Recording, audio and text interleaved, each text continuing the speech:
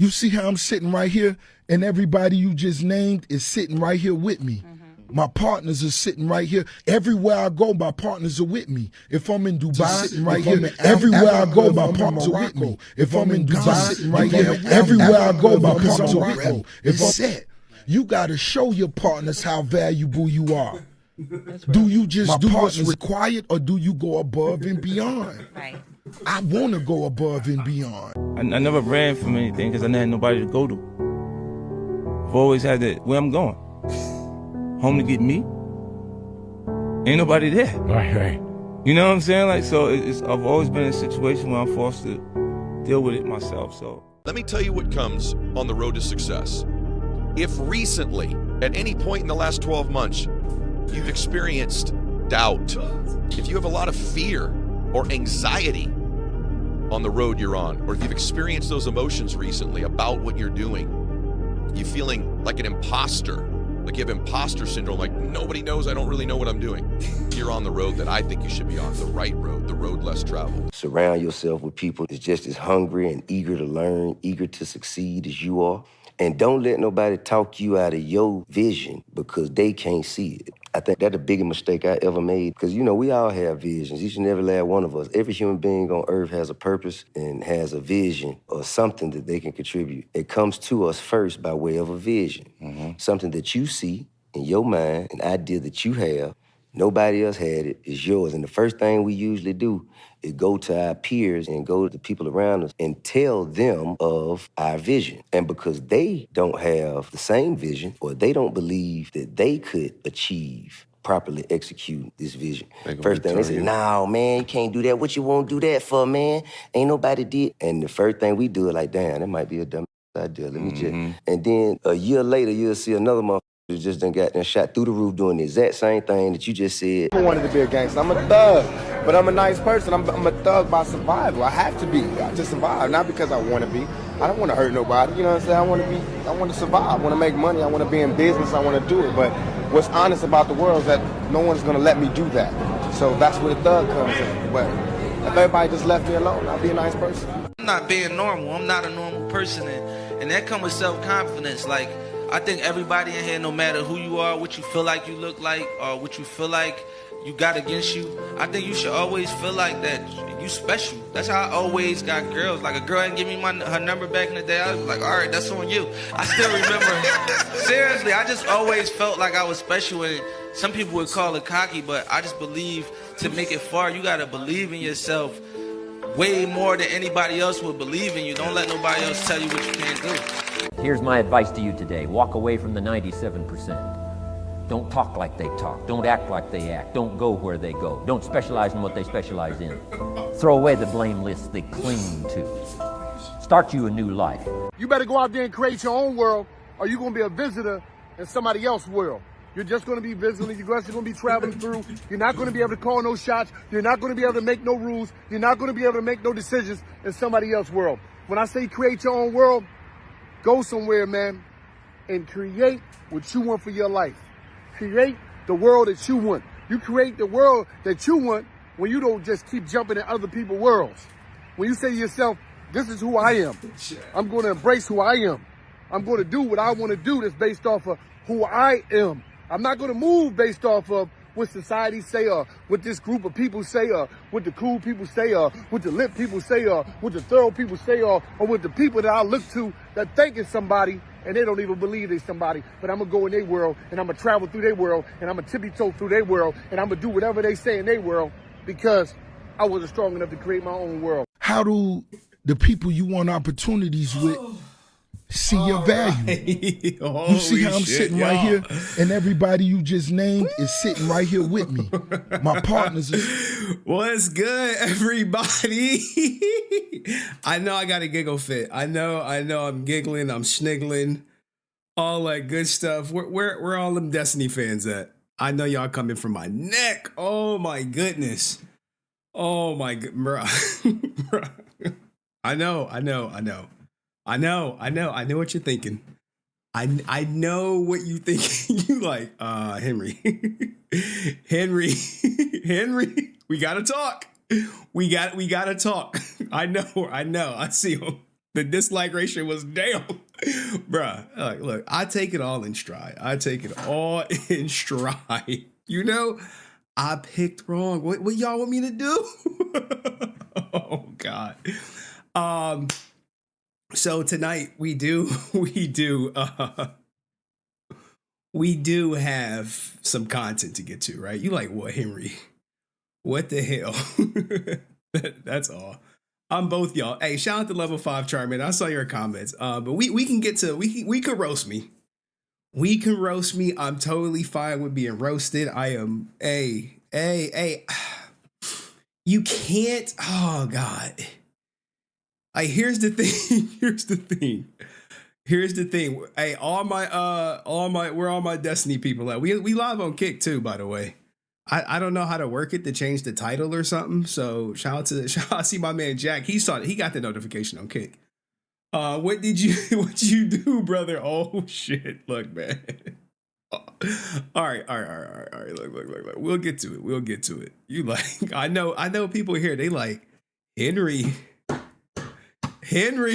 we saw that shit. We not, look, I'm not even gonna act like it don't, I'm not gonna even act like it don't exist, guys. Normally what will happen is someone would put out a video like mine. They see the response. They like, I'm taking it down. People are like, yo, delete the video. They like, delete that shit. I'm like, nope. Oh shit. My daughter. Sorry, y'all. My daughter was over here. Who is Destiny? Oh gosh, April. My number one mod. Who is Destiny? All right, let's look. Let's look. We could rip the Band-Aid off. I'll get to the super chats. TTS should be on. I know people want to roast me. If you send a TTS and it don't get read out loud, let me know, and I'll promptly go check and read it. Here's the thing, right? Let me look, guys. This is gonna be before we get into it, it's gonna be Power Rangers up front. And then we'll do the Destiny stuff on the back end. I know everyone is piling in like, oh, Henry. They like, they like, look, they like. Ladies and gentlemen, we got him. Y'all got me. I look, man, my Power Ranger people like, who is Destiny? They, we normally about 50 deep when they come to Power Ranger stream, and the numbers are gradually increasing, which is cool. So guys, for the people who are unaware, I put out this video. But look, this video is a great video. Now, it aged horribly. I'm talking like, I've never seen a video age so badly in my life. And I shout out to Destiny, because I think he just went live just to destroy my fucking video. He was like, oh, I was going to take the day off. Whoa. Henry, what'd you put out? Henry, what's this? I was like, nothing. He was like, nah. We gotta watch this, Henry. I'm like, all right, well, guys, because I was in the chat while he was watching my video, and I'm like, yo, thanks for watching it, thanks. And he's just calm as a goddamn cucumber, watching my video. I think what's better, not the logs. We'll get to the logs at some point. I know all my Destiny people like, yo, we saw that shit, Henry. We saw it. Sorry, guys. I literally just got home from shopping, trying to get some last minute Christmas gifts and do my thing. What was it? Oh shit. Trying to get some last minute Christmas Destiny response to Memetix. Okay. All right, there we go. So all the DGG here in the building. Now here, let's do a quick poll. If you're here for Power Rangers, put a P in the chat. If you're here for Destiny, put a D in the chat.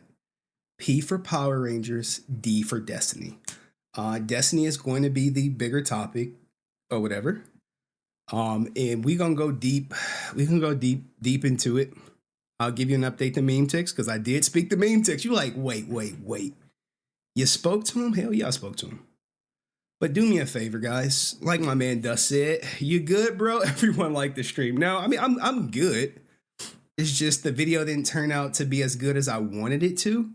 Because Destiny killed that shit. He killed that shit. He was like, that video came out and he went just like this.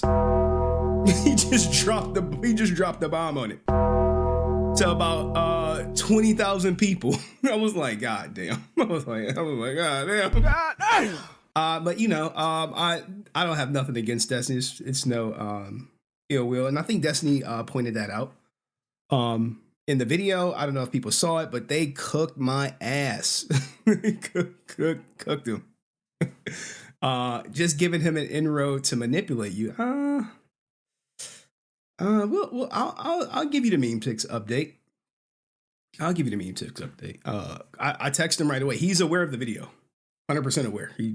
He acknowledged it. But the long story short for all my Power Ranger people is this video that I put out. Destiny reacted to it live and killed it. He killed it, guys. For all the content creators, like, he reacted to it and the video died. I'm like, well, yeah. But the next one, though, is probably going to do good when we get into it. Because I am going to cover the logs. I'm going to cover the interview I did with Memetix versus Destiny logs. Like, that shit was like, I was like, God damn. I'm literally in the car, right? Yeah, once the log came up, it was like, I'm like, Meme, it's kind of hard to go against the logs, okay? And here's the thing. I know my Power Ranger fans was like, yo, Henry, we did not come here for this Twitch shit. We did not come here for the Twitch shit. And I know, and we're going to get to it. I have to, where's my phone? All right, I have to get a guest. I have to do a live review, a live opening of someone who mailed me some stuff. But we're going to get to everything. Going at Destiny without any receipts. What? Okay, here's the thing, right? There was no receipts present prior to just Destiny's word. And I know for a lot of people, him saying it is just good enough. Me, I'm still like, if I was to come out and say, Michael Ray Furby is abusive, people may look at me like, Henry, where's your proof? Whereas Destiny comes out and says, Microwave Furby's abusive, people are like, well, Destiny said that shit, so it's true. And you know, that's just how it works. And then people were just cooking. Look, this was me. This was me, y'all. This was me. This was literally me for about like an hour. It's probably going to be me tomorrow morning. Up on the tables or what? Oh, yeah. I ain't gonna lie, I'm getting cooked. Same thing. I'm getting cooked. Yeah. I ain't gonna lie, I'm getting cooked. Hey, this might be a soundbite, guys, just for the day, but you know, it's still no bad, bro. Look, that's what it was, right? I took Memetix at his word. And no Destiny for his manifestos. Look, I don't know Destiny. I don't know him at all. I don't know him from a can of paint. All I know is he streamed just like I stream. But, you know, he streamed to about 20,000 people. Where I'm usually streaming to about 20 people. So the audience is a little bigger. But salute to all the people who support me. I appreciate you guys. We definitely going to get to the Destiny stuff. So what we're going to do, guys, I'll touch on the Destiny stuff. They like, Henry, you gotta give us something. Like a detail wrong sometimes. So the TLDR, for the people who just got here, for the people who are unaware, Destiny and Melina are going through, or I guess the divorce has started. Okay? It's done, according to Destiny. I have not seen any court docs. I did check. Trust me. I checked 2 days ago.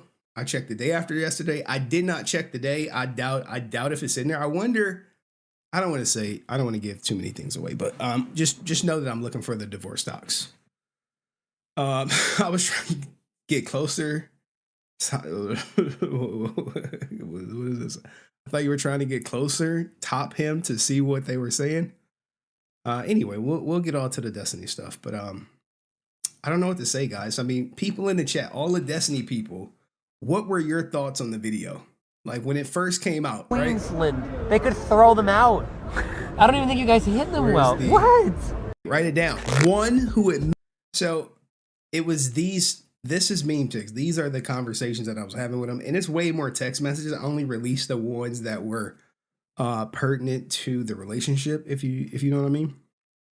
And he basically said Destiny is lying about the whole abusive thing, to which Destiny then shows some logs, which is like, ooh, you looking at them, y'all, them logs, like, Hey, yo, what the fuck? like, whoa. And that's when he was going over the logs, I was like, oh shit, son. Do you want me to tell you about Tim? I was like, oh no. God damn. Oh, look, we'll get to this all later though.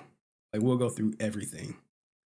The video was trash, but he got, look, here we go. Look at these guys. The video was trash, but he got Destiny to respond. So I guess mission accomplished. Look, man, somebody got to die on that hill, right? Somebody got to put y'all on the back and be like, look, guys, I'll go down that path.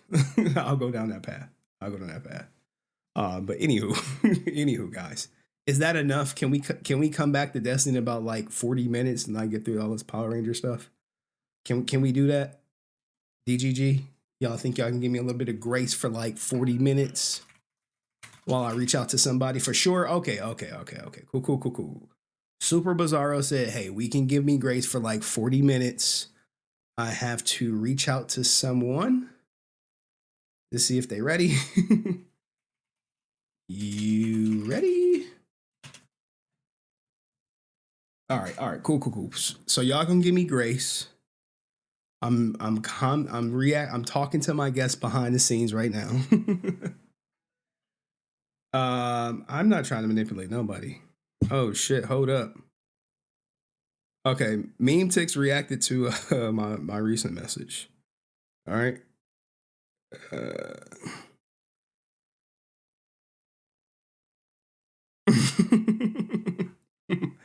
Anywho, I'm waiting. Ready? Okay, he's ready. Whew. Give me a second, y'all. For all my Power Ranger people, we about to punch it. All right, GGG people, come back in like 40 minutes. Trust me, come back in 40 minutes. We'll go over Destiny stuff. We'll go over all that. But right now, I promised my day one people, the 50 people who hear no matter what, that we would talk about Power Rangers today specifically. I got a guest lined up for more content. And I told him 9 o'clock we will go through his stuff. So do me a favor, all my Destiny fans, like the stream. You can like the stream. You can go do me a favor, Destiny fans. I'm talking to y'all. Like the stream, go dislike the video. I want to see if I can get my dislike ratio even higher, because right now it's like getting destroyed. Let's look at it. Let's look at it. Holy shit, get that out of here. Let's look at the dislike. Look at this. It is only at 272 dislikes. What the fuck? What the hell? What the hell? What the hell? I mean, hey, that's just, but shout out to the 93 people who liked it. I appreciate you guys. I know people are like, where is he at? I appreciate you guys, but we do have to do some Power Ranger stuff. So that is that. Any questions, guys, before I get into this Power Ranger stuff? Because I know some of y'all probably like, I'm not coming back, Henry. Fuck you. They like, fuck you. Fuck you. Fuck you. All right. Here's the link to my guy, Patrick Skye. Now, I'm going to be honest. Holy crap. Holy crap. What the hell going on? What the hell going on? Anywho. I just sent the link to Patrick Skye. Hopefully he comes through. And we'll do that. So, sure. All right, we cool. We good. We are good out here. I'm waiting on him to hit the link. But I'll give you a little preview of what it's about. I know everyone's asking. Give me a second. This is what happens when it's like, I wasn't even prepared. I did that video, then I went Christmas shopping. Christmas shopping took a little bit longer. And then I got home probably like 20 minutes ago. And now I'm streaming without the most prep in the world. And I hate not prepping. I know I'm just talking and shit. Oh, somebody sent a TTS. But it was under the amount. I appreciate the tip. I'm not gonna say your name, but if you want TTS, it's way more than $1. Okay? It's way more than $1. But I appreciate the $1 that was sent. All right. It's more than $1. Yeah. Look, I'm not gonna put you out there because I see the name in the chat. A super chat of $2, I'll read it. If you want TTS, it's just a little bit more. Look, people say I'm never prepped, guys. You're like, Henry, you always say you're not prepped. Patrick, hit the link. Patrick, hit the link. I sent it to your DMs. I appreciate. I don't know what you wanted to say. Maybe I can go to Stream Elements and check. You want me to check to see what you had to say, man? Give me a second. You like, because Patrick is tripping. But anyway, here's the deal with the Patrick Skye. Close that. All right, so Patrick Skye, he did send me these. Give me a second. Let me close some stuff out, y'all. What the hell? All right, there we go. There we go. Just type what you was gonna what you were trying to tip in the channel. I'll read it, Patrick. Joel, just type what you're trying to tip in the chat. My man Patrick is backstage, but I ain't ready for him yet. I have to give him his proper just due. You know what I'm saying? Like, I can't just be bringing people up and be like, oh, well, you know, what's going on, man? How's it going? Long time no see, you know, all that bullshit. We not doing that. We got to put some respect on his name. And I'm not prepped, so Patrick gonna wait like 2 minutes. But what's up with y'all? Oh, shit. I see this one loud and clear. I see this one loud and clear. I got money. Salute to my man Eric Parshell. We will give me a second, y'all. I'm sorry. This is what happened when you're not prepped. You like, Henry, I thought you was gonna be prepped. I'm like, man, I thought so too. All right. Give me a second. Anyway. I'll give y'all a little story while we wait. I am trying to get a Barbie doll toy for my daughter. That's not it. Oh, here we go, right here. Let's just download this shit. Boop. Pop it up, pop it up, pop it up. All right. I think I'm ready. All right, guys. So, Power Ranger people, this is y'all. This is y'all segment. This is for y'all. And we're going to start off positive, then we're going to get negative, and then we're going to get to Destiny. Sorry, everybody. I know people like, you motherfucker, we were here for Destiny, goddammit. Fuck this Power Ranger stuff. What kind of Barbie? It's a toy that they're marking up on my ass. It is a toy. We can close that. All right, cool. All right, so this is the Arise of the Dragon. And if you notice something about it, right? What does that say? Patrick Skye, Edgar Siles, Robin Jones. This is the Rise of the Dragon. You like, Henry, you really just about to run this shit? I'm like, I ain't about to run nothing on it. I ain't about to do none of this, okay? None of this stuff. I ain't even doing no talking. What I typically do, if you know me, if people say they got something to say, or they want a platform to promote their product, if you rock with me, you know, I'll say, hey, I'll dedicate the stream for you. But you will get more people if you talk about Destiny. I'm like, nope. I'm like, nope. We'll get to Destiny when we get to Destiny. A1s do get priority over the Twitch stuff, because y'all gonna be here with me no matter what. DGG gonna be here for the stream. They gonna kick my back in, and then they out. But shout out to my man Dust, who also said, I got money. But let's bring up my man Patrick so he can tell me. Hold on. I know he like, Henry, what the hell you got me doing? What's going on? You tell me. Give me 1 second. Boop. Can you still hear me? I can. All right. Cool. All right. You have the floor, Patrick. We'll get to your comment, guys. Everyone, this is Patrick Skye. If you don't know who he is the cosplay king of the Green Ranger. You may see him at Comic-Cons doing his cosplay thing, going around creating positive memories with people. And today, I am going to do some unboxing of some stuff that he sent me. I gave him my goddamn the HenryResilient P.O. box, which I'm hoping he ain't tell nobody because it's top secret. You know what I'm saying? those flat earthers may have gotten a hold of that. Oh my good, not the flat earthers. Now here's the thing, guys. He cannot hear the sound effects, so when I do them, he can't hear them. But you know, for this first portion, how about this? Let me add myself. Let's add myself so you can see me, so you're not just talking to yourself. Just give me a second to set the layout. Boop, boop, boop, boop, boop, boop. Dude, all right. So, what did you mail me, Patrick Skye? So, look, guys, this is what he sent me.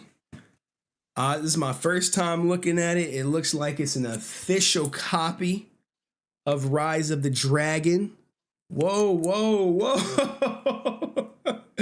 I thought I customized and personalized it. This shit caught me way off guard. It says, to Henry, all Ranger love, Patrick Skye. Let's get some of that on that. Like, so it's signed.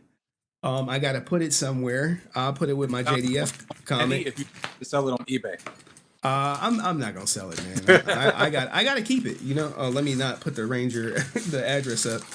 And no, you actually look at the address. I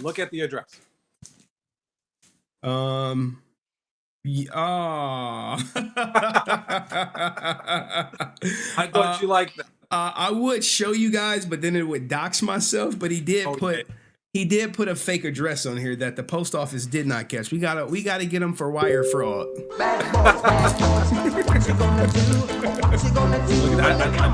You needed the other one, the one to complete your matching set. So I do have a Legend of the White Dragon pin, but now I have the enemy of the Legend of the White Dragon. So this is Dragon Prime. If you guys don't know, I may be at the goddamn premiere. I don't know if they're gonna give me an invite or not, but maybe I'll sneak my ass up in there. So what I wanted to do today, if you don't mind, is go through your book. And you can give me a second. Let me present, share screen. Give me a second. All right. Hold up. This is not looking right. Okay, because we got to go right here with it. Give me a second. I gotta do some shit. Gotta do some mastery. I'm like, look, guys, you like, what the hell's going on? Did I? Oh no.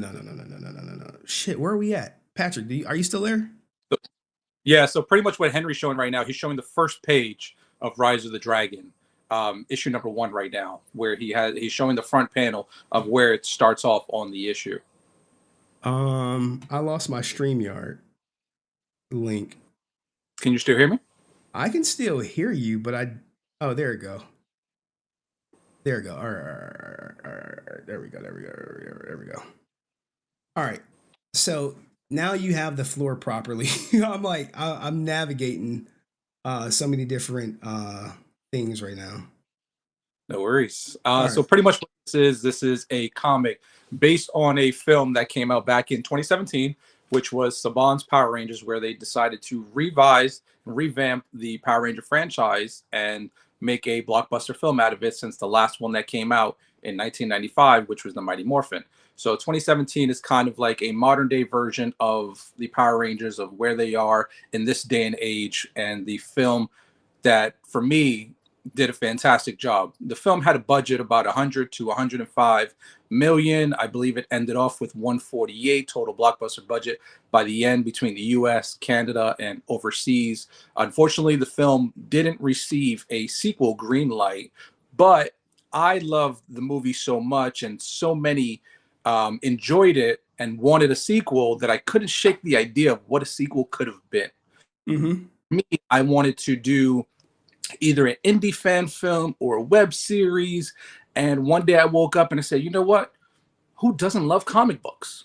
I grew up reading comic books, and I guarantee there are so many out there who enjoyed just going through pages of comic books and collecting them and then going back and reading them. So I said, you know what? I'm going to turn this idea into a comic book. And I had wrote a script out, and I had came across an amazing artist out of Costa Rica, Edgar Siles. On Instagram, his name is brokenveil.art. And we decided to mash our visions together to come up with this limited series. It's going to be 6 issues long, and it's going to pick up directly after the events of the Power Ranger 2017 film, where if you haven't seen the film right now, I'm sorry, we're beyond spoiler territory, but the after credit of the 2017 film was everyone in detention, and they called for a certain person's name. Y'all see it? All my JDF fans, y'all see it? Now, I'm looking at this character, right? And he looks kind of similar to someone I may or may not be familiar with. Mm-hmm. Is the main character you? I think it may have some resemblance to me. Just a little bit. Just a little bit.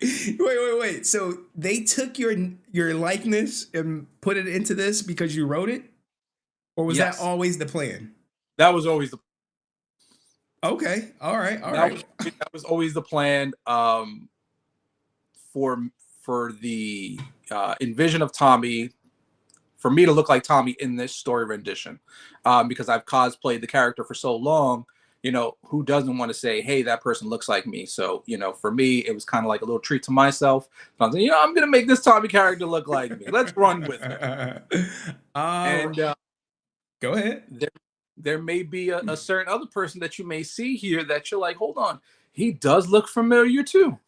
I do. Do y'all see him right here? Do y'all see him over here? See my mouse? Right here? Do y'all see this person or no? No? Nothing in the chat? They zombies in the chat right now, but I see the resemblance. Who else is in here? Are there any surprises? For the public, no. For me personally, yes.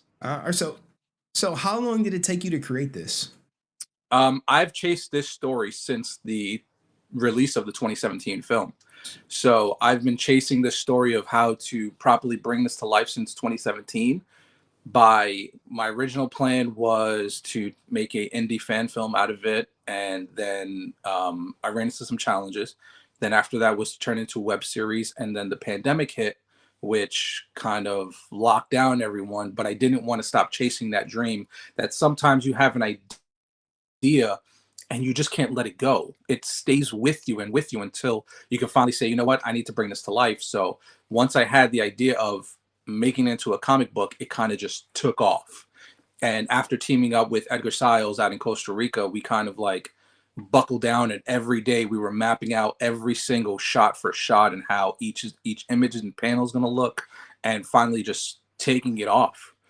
And I'm surprised on how well it was received, because for me, if one person would have just picked it up and said, nice job, I would have been happy with it.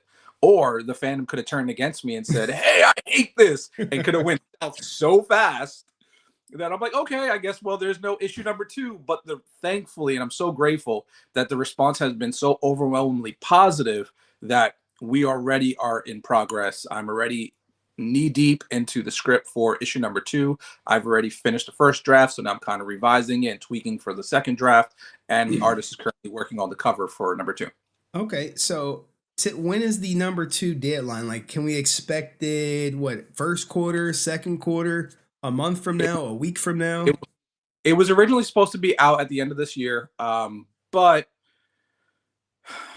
this year was just rough on a lot of aspects that I had to delay it a little bit, but it will be out the first quarter of 2024.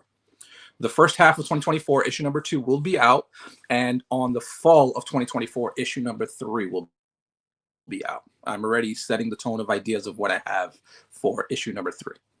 Okay, now I'm looking at this. I'm looking at this comic, and I see a Rita Repulsa-esque character, or like, who is this? And I see her saying, "You will be my candle that will guide me back." So that's right. How is Henry, this? Did you see the Power Rangers 2017 film? I don't know, man. Yeah, I did. Movie night. I did. Okay. I want to say I did because it has a famous actress in it playing Elizabeth. Yeah. And I was actually just watching a clip of her. But so it's her coming back because the clip I saw where she was like eating goat, and then I think she made Godar. That's the movie we're talking about, right? Yes, exactly. I'm going back through my memory. I'm like, I know I've seen that shit. So pretty much in the film, she gets kicked off the planet. So she ends up in space or on the moon. So she hasn't made her way back. So with this story, it's going to deal with a lot of, in a sense, mental health on teenagers in modern age. When you're a teenager, you feel like you know the world and you know better than anyone, and no one can tell you otherwise. You know, how do you mix in a teen moving into a new town, dealing with some past trauma, and really coping with settling into a new life? Mix that in with an evil space alien who was kicked off the planet and trying to make her way back. For her, it's going to be, in theory, I'm going to use this loaded weapon and weaponize it and really direct it to her benefit, which is going to be the people who booted her off the planet, which is the Power Rangers themselves. So Tommy becomes the Green Ranger in this, spoiler, but you guys knew it was going to happen. The Green Ranger, Tommy becomes the Green Ranger in this story, and it's not going to be your 93, let's do it, guys, type of Tommy. It's not. This Tommy is going to be a lot more aggressive. He's going to be a lot more hurt, and he's not going to just say, okay, guys, let's go to the juice bar. No problem. Yes, Kimberly. You know, it's going to be a lot. It's going to be a lot of, troublesome in there, and I'm going to be twisting up a lot of things to really mix up the bag on this rendition of 2017 for it, which I'm really excited for. Now, speaking of just Kimberly and all that good stuff, do you have a similar love interest in this comic? There will be a get your money up interest of sorts that will build, but also some tension in between. Now, I do have a question from the chat. They saying, is the love interest going to be Francis? It may be. That may be. Hey, yo, what the fuck? Transfer student from Reefside, and they could have, that could be like an ex-girlfriend who like transferred in to Angel Grove, where Tommy goes, I go. And that could have been it. Someone said, I bet JDF would have loved this. Since you were working on it for so long, did you get any of his input in developing this comic book series? He did know. He did know that he was going to be in the issue. I had talked to him previously about the idea, and one day we had talked about it privately. It was a brief comment discussion, and then we kind of talked about it more during our live of what he really wanted his role to be in the 2017 film, where it was just a cameo. So JDF had filmed 2 cameos in the Power Rangers 2017 film. Mm-hmm. One of them was scrapped, which was him and Amy Jo in a Krispy Kreme bar. He had grew his hair out to really give that Tommy look. And the 2 Rangers were in there kind of like having a good time, eating donuts, and they kind of scrapped it. And then they shot another one, which was him and Amy Jo in the crowd, which him in his short hair. And he always wished that the role was a little more different versus a cameo 1, cameo 2. And the idea that he kind of played around with, which kind of aligned with mine, was, what if he was the father of Tommy in this universe? So we had spoken about it, and I said, listen, I'm going to make that happen into my fan story itself. But unfortunately, he never got to see the ending product of it, which was, it was heartbreaking for it. But I had dedicated, and if you go before page 1, there's a dedication page. I do see your I do see your dedication. In dedication to a legend who inspired the world to be better, a role model that reminded us there are 86,400 seconds in a day and taught endlessly. It is up to us what we make the most of it. This is nice. This is touching. Has his birth year to his home going year. Now, did you get any pushback from like Hasbro or anything like that when you made this? Knock on wood, not so far. No, nothing has been. No one's reached out to me or anything like that so far. Anyone who's reached out has been supportive, but nothing from those up top. But Hasbro's very supportive of a lot of fan films and content creators, that help keep the brand alive over the years. I know they're taking a break on a lot of things, but they've haven't really interfered a lot with a lot of content creators, a lot of Power Ranger content creators, with creating fan films and fan inspired comic books, and they really haven't interfered too much in regards to stepping in and saying no, don't do that. Which is good, but they haven't said anything bad or said pump the brakes. What about what about Amy Jo Johnson? Now she reached out and said, "Hey, I got a comic coming out too. We're gonna need to push yours back until mine come out." Like anything like that? No. Has she contacted you about this? Like, has any former Ranger contacted you about this comic book? I received some compliments from Ranger actors at conventions.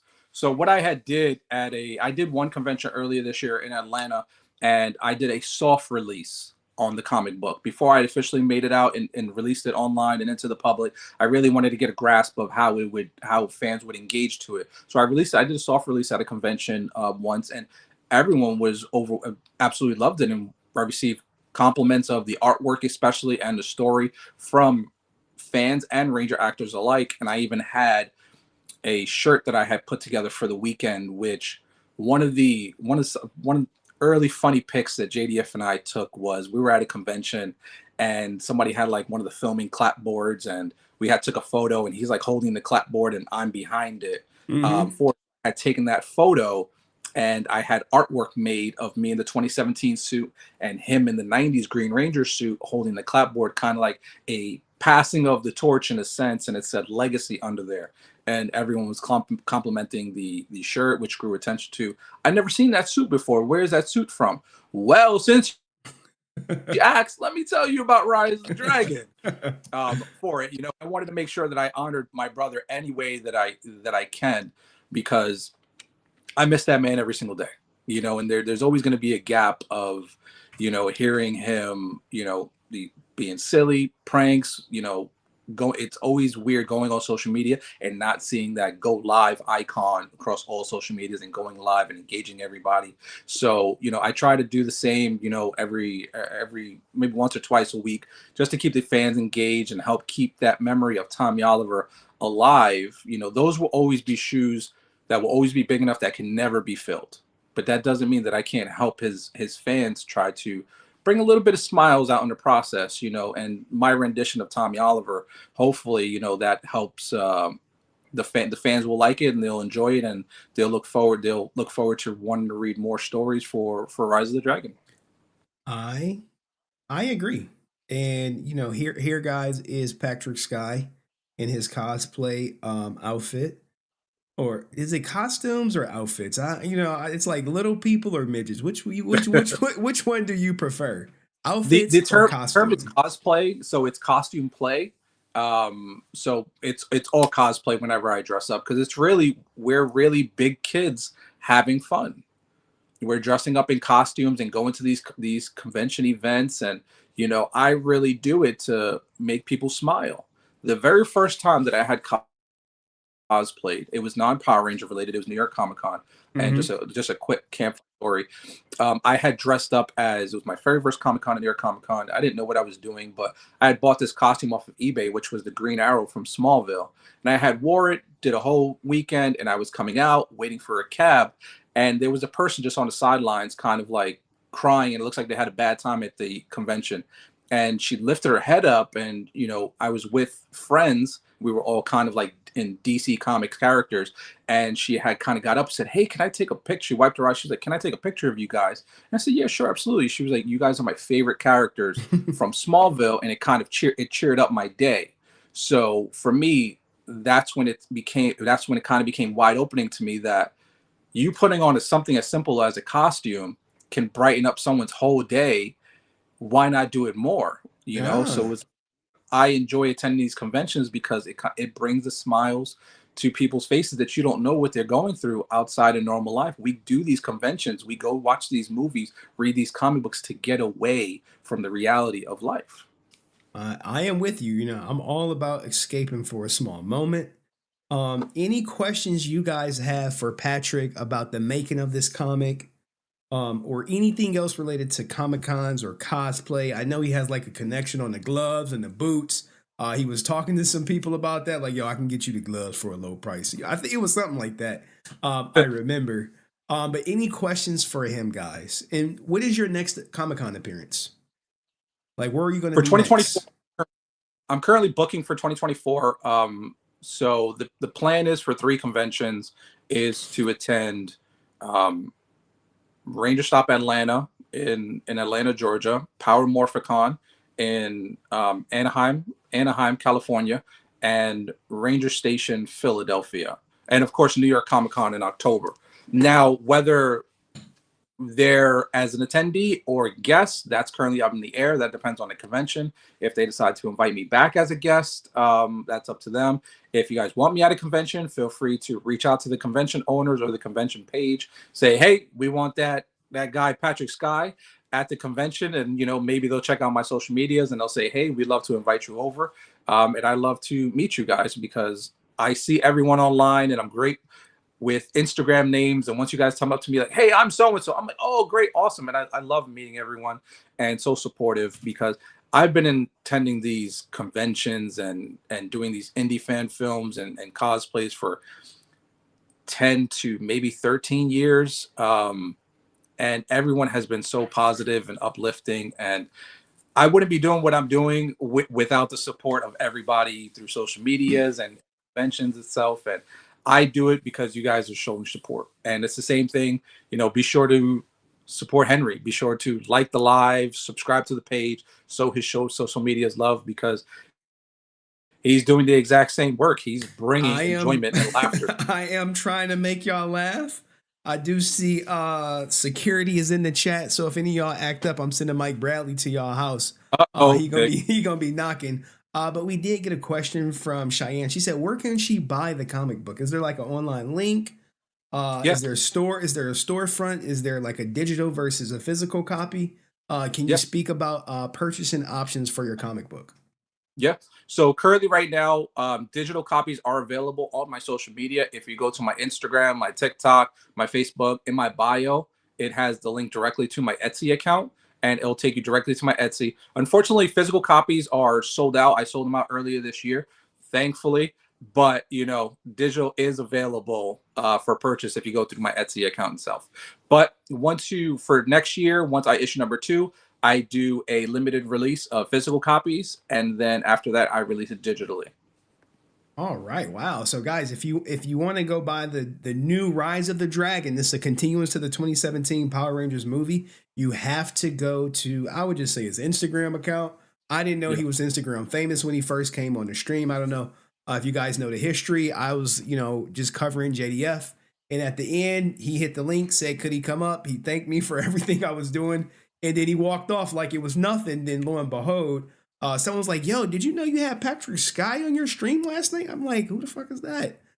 Anyone can hit the link. I don't know, celebrity or non-celebrity, but he's been joining most of these Power Ranger streams for quite some time now. Like you've been following for almost a year now. Almost a year. Yeah, you know what it is, because you have a really dope vibe, and it's the way that you run these streams. You have a good time. You have a good enjoyment all Oh throughout. man. Keeps you Oh. engaged on want to tune in, which I appreciate and I enjoy it. Henry, thank you so much. Well, thank you, Patrick, for that compliment. It's not too often I get compliments. If you don't know, I low key put my foot in my mouth on a video that I did, and there's about at least 100 people ready to just kick my back in.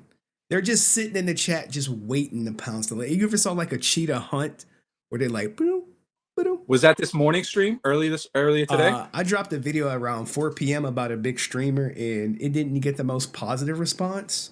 Okay. And the big streamer watched my video and proved it was not a good video. But you know what though? You listen. Any type of reaction is a reaction, and that's it.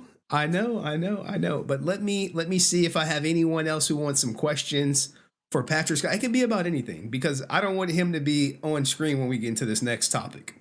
It is Power Ranger related, and it's not the most positive. So I try to keep all that heat on myself. It's a follow up to some of the negative comments that were made. ASJ, he did triple down. Bad boys, what you gonna do? Oh boy. On his stance, and I do have it. You like, Henry, you got it? Like, yes. You dig, bro. You like to dig. I do have his response, and I'm just like, well, I promised Patrick a certain time, and I have to be respectful of his time and bring him up at that time. Just in case, you never know what people got going on with their life. I would hate to say, hey, come on around 9 o'clock, and then, hey, 10 o'clock, you can come on. We don't do stuff like that over here. Once you had told me 9, I had cleared everything out before that. I was doing Christmas shopping too. Yeah, and I once he said 9, I was like, all right, cool. Then I cleared everything out before that. I rushed everything. I scarfed down tacos before, and I was like, you know what? I picked up. I knocked out all my family's Christmas shopping. I have a couple of friends that I need to finish picking up for before I see them this weekend, because Saturday I have a photo shoot a cosplay photo shoot where I'm going to recreate the promotional images that JDF took in his 90s Green Ranger and White Rangers from the 90s. Oh, and I'm that's going to be dope. That is going to be dope. King Coffee said, would you turn the comic into a film or series? A couple of people have asked me that. That was originally the plan. The original plan was to have a live action sequel, and just at the time, it just didn't pan out the way I wanted it to. And then after that, I was like, well, maybe it's easier to do a web series, but a web series didn't feel like it matched the tone of the film. I didn't want to break it up into parts, and when it got good, well, wait until the next episode. Versus, I hate that. I didn't want to turn it into a Dragon Ball Z, next time on Dragon Ball Z. I was what the fuck? I'm gonna make it as a comic. For me, I felt that suited, because you can go back. Who knows what digital will be in the next 20 years from now, the next evolution after VHSs, CDs, Blu-rays, and now digital. But paper comics will always stay with you. You'll always hold those long boxes of comics. I think comics is going to go the future of digital. Oh, give me a second. I think they're going to all be like this. This is the future of comics. Physical copies are going to go to the wayside, and everything will be digital, because this copy that you sent me, it's going to go with Jason's other one. But I don't think there's too many people collecting physical items these days.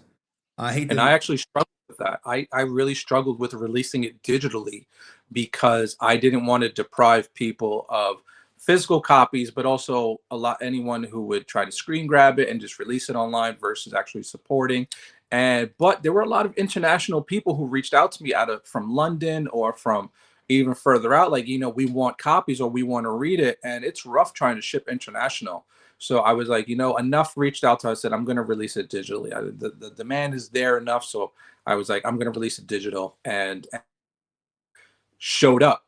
Everyone supported. And I was like, so internally grateful that it's picked up a second wave of, holy wow, this is a fantastic, and they just keep more and more people keep sharing it and sharing it, which I'm internally and forever green and forever blessed that so many people are enjoying it. Because again, it could have went south so fast. Right. Everyone said, "Boo this man," threw pitchforks at me, and got me offline. Like, you know what? It was so bad.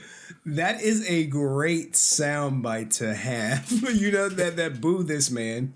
Exactly. He's showing his age a little bit when he said it, but I'll for comedic purposes, guys, for comedic purposes, and to show our age. Give me a second. There it is. There it is, exactly. Do y'all remember that from Dave Chappelle? This was only R.I.P. Bob Saget, right? Because if you remember the clip and you remember what Bob Saget said versus what Dave Chappelle said, because Bob Saget, he said he dropped neck for some coke.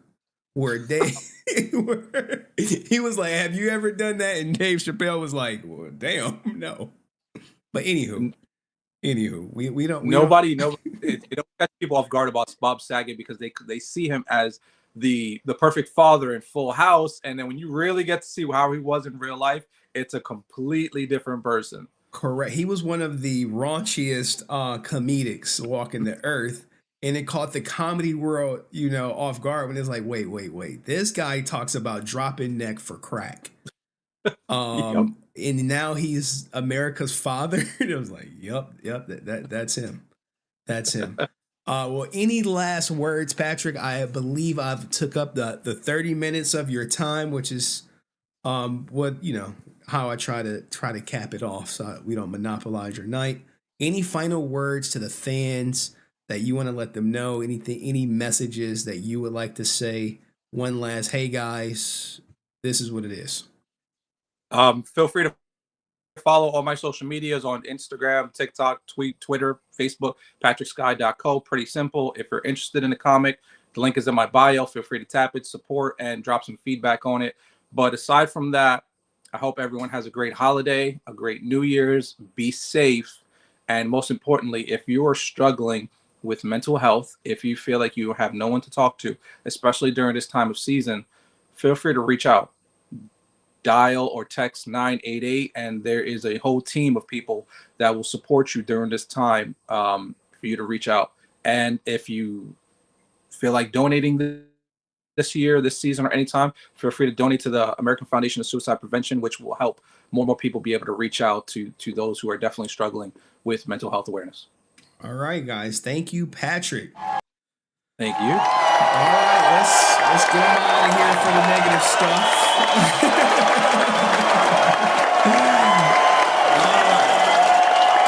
Oh snap! What's going on? All right, guys. Now to the real shit. Now to the nitty gritty. You like Henry? What the fuck? What do you mean nitty gritty? Oh man, I ain't even got my goddamn thing going. My overlay on. What the hell? Oh, because I was recording. But anywho, that was Patrick Skye. My platform is pretty much open to everybody. If you got a story, you got something you want to share, I'll typically bring you up. I have no issue with that, especially if you've been rocking with me for a while. Now let's get to everyone's favorite Ranger. Bad boys, what you gonna do? What you gonna do when they come for you? Give me a second to set the scene. You about to really set this shit up? Like, yeah, man. I gotta set it up. Jesus, man. Like, there's a lot of crazy things going on in this world. Give me a second because I know we gotta revisit something. Oh shit.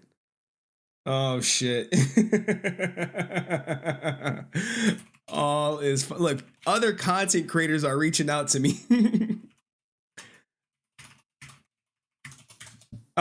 Worried about me, and I appreciate them because they like, Henry, are you okay, man? Like, we saw everything. Like, we saw that shit. Don't everyone who's waiting on the Twitch stuff, it's coming. I just got about 20 more minutes of Power Rangers stuff to do. I know Brent want to come up and talk about Power Ranger stuff. He was kind of like, oh shit. Guys, let me tell you something. Every one of you Power Ranger fans should be a member of Henry Court, because there is a Power Rangers section. Give me a second.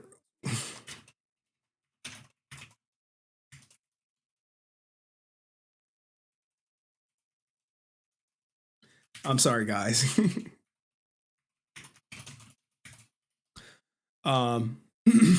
Sorry.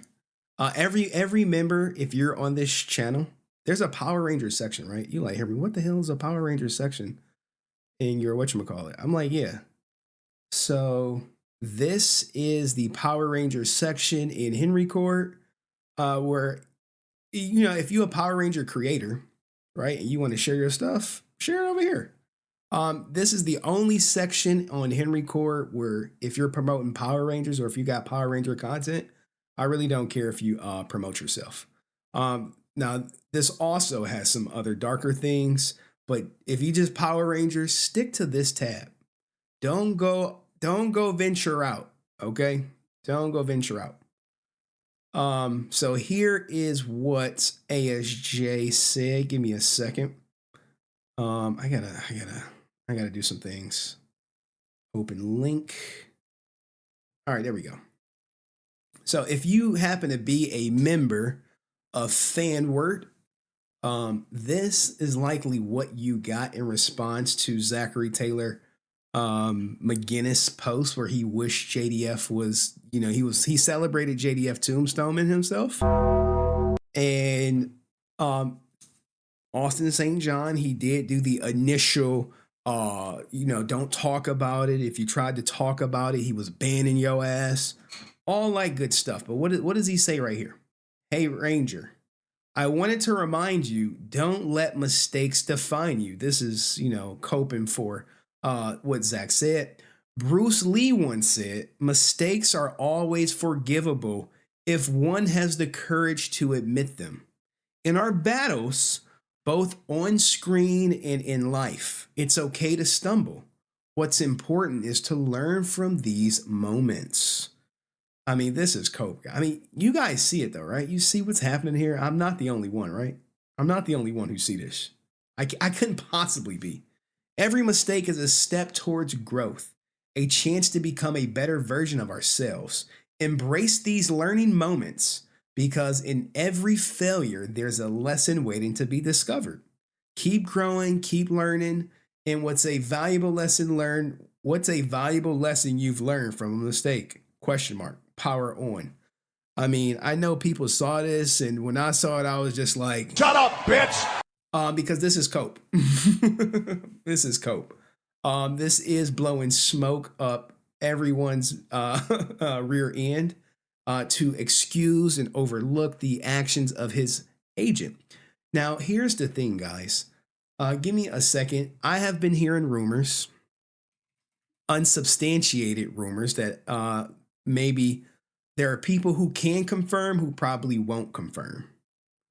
All right, and I know I'm speaking in code or whatever for a reason. Because I know the person who was responsible for the rumor is in the chat. I've seen him talk. Now, I know they have to protect their brand. But me, you know me, I don't give a fuck. I don't got no brand. Yeah, I'm just me. So it is a rumor, unconfirmed, unsubstantiated.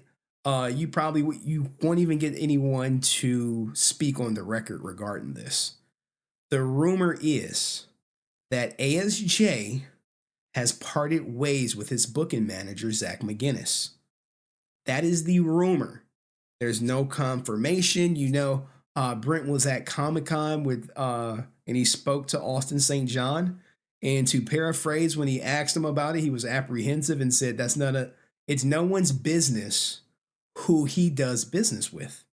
Which Brent, you know, respectfully begged to differ. And he also gave him hella pushback and said, what if Someone made the same statement about Twee. Oh, that was so powerful. What if someone said they are happy that Twee is gone and she should have worn her seatbelt? Would he still do business with someone who said that? Now, it looks, that's very smart of Brent to say. That's a very powerful statement. And it caught ASJ off guard. Now, I don't know if Brent is still in the chat. Brent, you still down there? You want to come up for like 2 minutes because we still got to get to Destiny stuff. But what do you guys think about this whole Austin St. John and Zachary Taylor McGinnis still doing business, or maybe not? Do you believe the rumor? I'm not sure. I know he booked them at, I think, Power Morphicon and GalaxyCon. I know he's still probably contractually obligated to be under Zach for booking. But it is what it is. And I'll drop the link. Look, Brent, you got like a couple minutes because I got to get to this Destiny content. I only wanted to dedicate so much time to my Ranger family. And saying, I mean, look, you know, I don't care what's going on in the news. All right. I don't care what breaking story I'm covering. If I ever promise my Ranger people I'm going to do a Ranger stream on a certain day, it's going to happen. Okay. It's going to happen. It's going to happen. And I don't think I've broken my promise or my word as of yet. But if I did, please let me know in the comment section. Let me know in the comment section. All right. So let me get ready to bring up Brent. Give me a second, y'all. Full screen. Gotta bring up my guy Brent. Let him talk his ish. You know, he loved the spotlight. Now, here's the thing about Brent. You know what would be annoying me about Brent? This annoys the shit out of me. He like, yeah, I know I annoy you, but I don't care. I don't care if I annoy you. Now, this link is for Brent and Brent only. It won't let me pin it for some strange reason. It's a rumor. It's just a rumor. Yeah, it's just a rumor. Brent hit the link so you could bring yourself up. But here's the thing that annoys me about Brent. He'll say, damn, he fast. He fast. And he looked like he's calling me from the back of a Maybach. I can't be for sure. But let's bring up Brent and then we'll get to the Destiny stuff. I know all my DGG, it's like 100 of y'all in the chat. Like, God damn, where y'all come from? Do me a favor, like the stream. I'm gonna let y'all kick my back in. I told the mods not to ban anyone for, you know, as long as y'all keep it tasteful.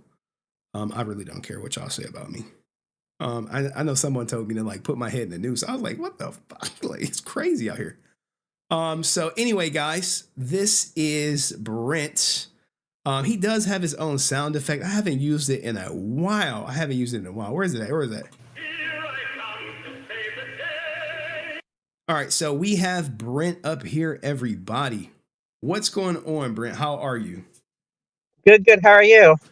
I am well. So what have you been dying to share that you won't tell me in email? You know how you'd be like, I'll tell you next Ranger stream. What's all that about? In 2 minutes? That's not happening. So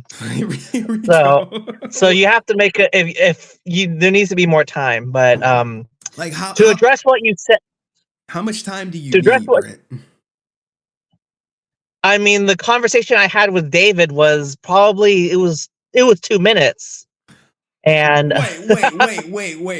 You hear this, chat? He said, hey, I need more than 2 minutes to tell you about this 2-minute conversation. Where does that make sense? Well, it's very complicated. Hey, yo, it's very complicated because I remember if Mike Bradley's in the chat, you spoke about the strike situation. It's very complicated. And it is very complicated. And oh God, we're already using up tons of time, so I'll just address what you said in this stream. So no. Let's get into it. I'll give you 3 minutes. Here's the thing, right? Okay. He's talking about the Power Ranger strike, right? When you start asking people at these Comic-Cons about the Power Ranger strike, everyone gets fucking quiet like Voldemort is nearby and don't want to say, well, who said what or who said that, because they know that maybe not everyone is telling the whole goddamn truth. Everyone may be like, oh, well, it was all of us gonna strike, and then some people like, no, it was never all of us. It was just these people or it was those people. So you really can't get a clear answer when it comes to but this channel has helped me so much because Francis and Walter, they filled in the pieces that David Yost refused to clarify. So hearing Walter's side, hearing what Francis said, we're assuming everybody's telling the truth. And David Yost was the missing piece. And what did he say? So I brought him a picture of Twee and a picture of Walter. And I don't know, I just thought to myself, there's nobody in line. The only guy that was behind me was It's Recording Time reporter. You probably heard of him. It's Recording Time. He's like a reporter for that station. I don't know if you've heard of it. You've probably seen him on Twitter. He was the only other person in line. So I thought to myself, I'm going to ask David. And if I read the room, and the room didn't feel good, but I decided to do so anyway. And I asked him about the situation about the strike, and I asked him, so I heard that the end result was 3 people were happy with their contracts, or at least grateful, and 3 people weren't. And that's the final result. And he's like, no, I was very unhappy with my contract. And I asked him, so what happened? How come, if you weren't happy, how come you didn't leave? And he was like, we went together to negotiate, and negotiations went bad. And then I asked him, well, negotiations went bad, so I'm assuming 3 decided to leave, 3 wanted to leave and 3 wanted to stay. He said, no, 4.5 people after negotiations wanted to stay. 4.5. Whoa. I was like, let's stop you right there, guys. He said 4.5 people wanted to stay out of 6, right? Out of 6. So what does 4.5 mean?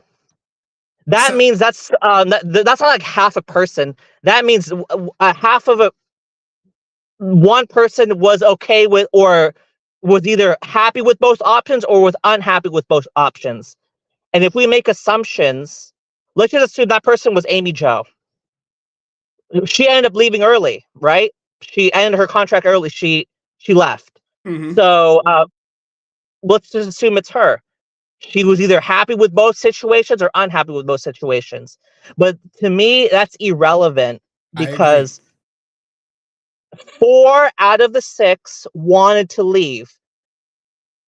But I asked David. Whoa. You said 4 wanted to stay.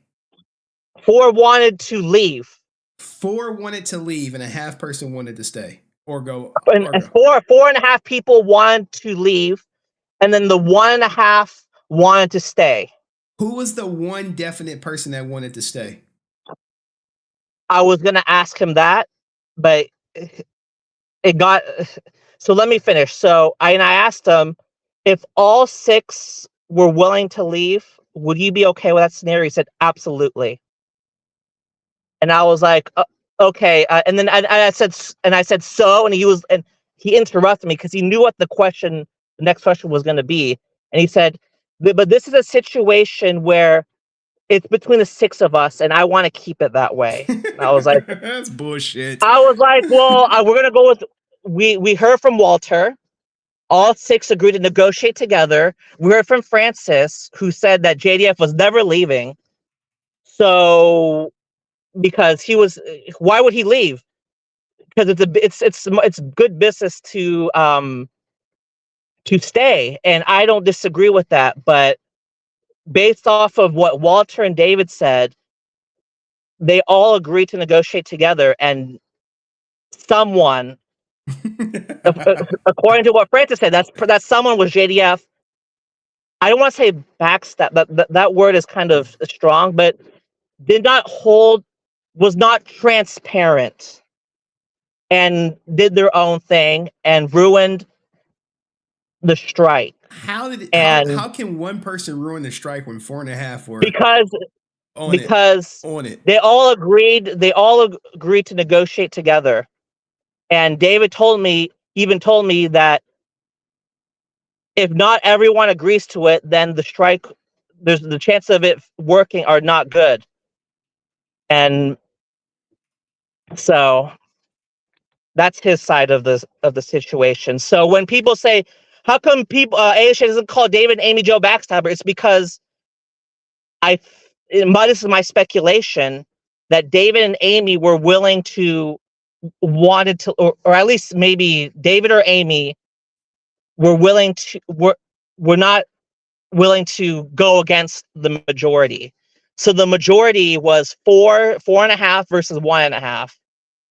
4.5 wanted to leave, 1.5 wanted to stay. And what's the majority? That's the leaving. And when you negotiate together, I'm assuming there's a communication that you guys stick together as a team. And in most team situations, majority rules. Because before it was like 3-3. Before you could say 3-3. Like there's a deadlock. So people just go their own ways. And you can't really blame JDF or Amy Jo or David or Walter or ASJ or Twee for what they did. But because there's a 4.5 split, 4.5 versus 1.5, the 1.5 did not follow through, did not keep Okay, I see what you're saying. I see what you're saying. So, but what Brent is saying, guys, is that they agreed that the majority will rule, and then when it came down, as a team, because when you negotiate as a team, that's assumed. Okay, assume that if you negotiate as a team, you'll get a better deal. And then 1.5 people said, no, we're not doing that. And I mean, it's easy to say that the one person was Jason because at that time he was the most popular Ranger. Would you agree? So absolutely, and that's why everyone had to, because David knew not everyone, that if not everybody agreed, then no, not everyone. They needed Jason. They needed Jason to agree. Not everyone, because he's the show at this point. If he was like, I'm gonna go on strike, then there's no show. And you know this because when he walked off of Turbo, right? And the show got canceled because it was like, well, Jason's not here. Let's scrap the show. So without Jason, I don't want to make assumptions. I don't want to make assumptions. I don't give a fuck. I'll make assumptions. Okay. If it wasn't for if Jason would have said, "Hey, I'm gonna stay with you guys," then it's probably no show. They probably would have better negotiations. But because allegedly maybe Jason did not negotiate with the team and went and cut a great deal for himself. I mean, at the same time, that just busted up the show. I mean, there were no kids calling saying, well, we need to see ASJ on screen because he was still there. They took Jason off the show. People start calling saying, where's Jason? Next thing you know, like, hey, we're bringing Jason back.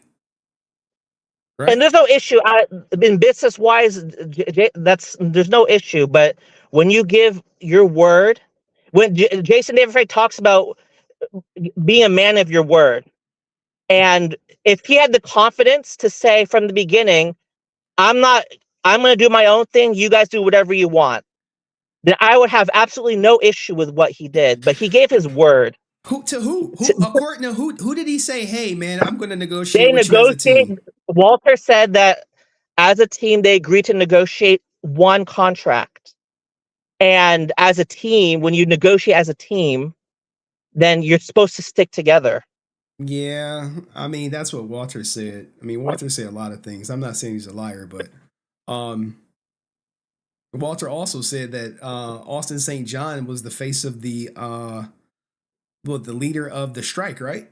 But we later find out it was really Walter who was the leader of the strike. Well, the face of the I mean, I don't know. You're playing I mean, we got to get semantics, right? You're playing semantics. I'm like, well, that was what was said. That ASJ was trying to get everyone to band together when it really was Walter. Walter was probably behind the scenes. I don't know what. Not probably. Who's taking advice from the 19-year-old guy who just did the audition for $20? When people like JDF had a business, had a family, people like Walter had a family and experience in the game. You mean to tell me they're going to follow a 20-year-old Austin St. John to strike on his first fucking job? No way. I mean, you can sure. I mean, look, Henry. I mean, I mean, whether we're going to argue it's not about staying on the show for Chase David Frank is absolutely was a smart move. There's no arguing that. But we're talking about when you give someone your word to stick together. I don't That's know one about thing. that. That's only one person saying it. And JDF was adamant in interviews that he never agreed to leave the show. And I played it on this channel. So now what you're saying is Walter's word is greater than Jason's word. I mean, they're one word is not greater than the other, but I mean, saying, when you're saying, hey, Walter said this shit, and I'm like, well, Jason also said something that contradicts what Walter said. So who are we gonna believe? and then David also said, and then ASJ, obviously ASJ is biased, of course, Well, yeah, but I fucking mean, course, but there's just but now if someone came out and like if the people who would need to come out and say something would be Amy Jo Johnson or David Yost to say, no, man, Jason, he agreed to negotiate as a team. We took a vote, the vote won, and then he went rogue. And here's a curveball that I don't even think you're considering. That Saban saw the star in Jason and said, hey, I know what they're trying to do, but you're going to be doing all the heavy lifting in the movie. Why in the fuck would I pay you the same amount as I'm paying other people who want to have less lines and less engagement? That doesn't make sense. It doesn't make, of course, but like LeBron James go ahead. He made the in terms of his own self-interest, he made the smart business decision. But the issue you guys take with ASJ is calling he calls Jason David Frank a backstabber and all that kind of stuff. And people like Sandy Rock, they question, why does he call David Yost, Amy Jo that? Because they also stayed as well.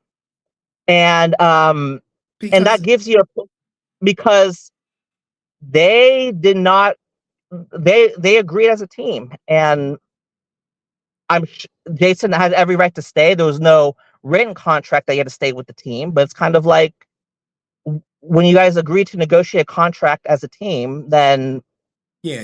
What does that mean? You know, it doesn't make sense to negotiate contracts as a teams in movies because not everyone is going to be on set as long as each other. They don't have equal parts in the movie. They don't have equal speaking roles. They don't have equal action scenes. It wasn't just the movie, Henry. It was about equal pay for the not show. just for the movie. Yeah, for the show. You can go for the show too. It's their roles are not equal. Their checks should not be equal.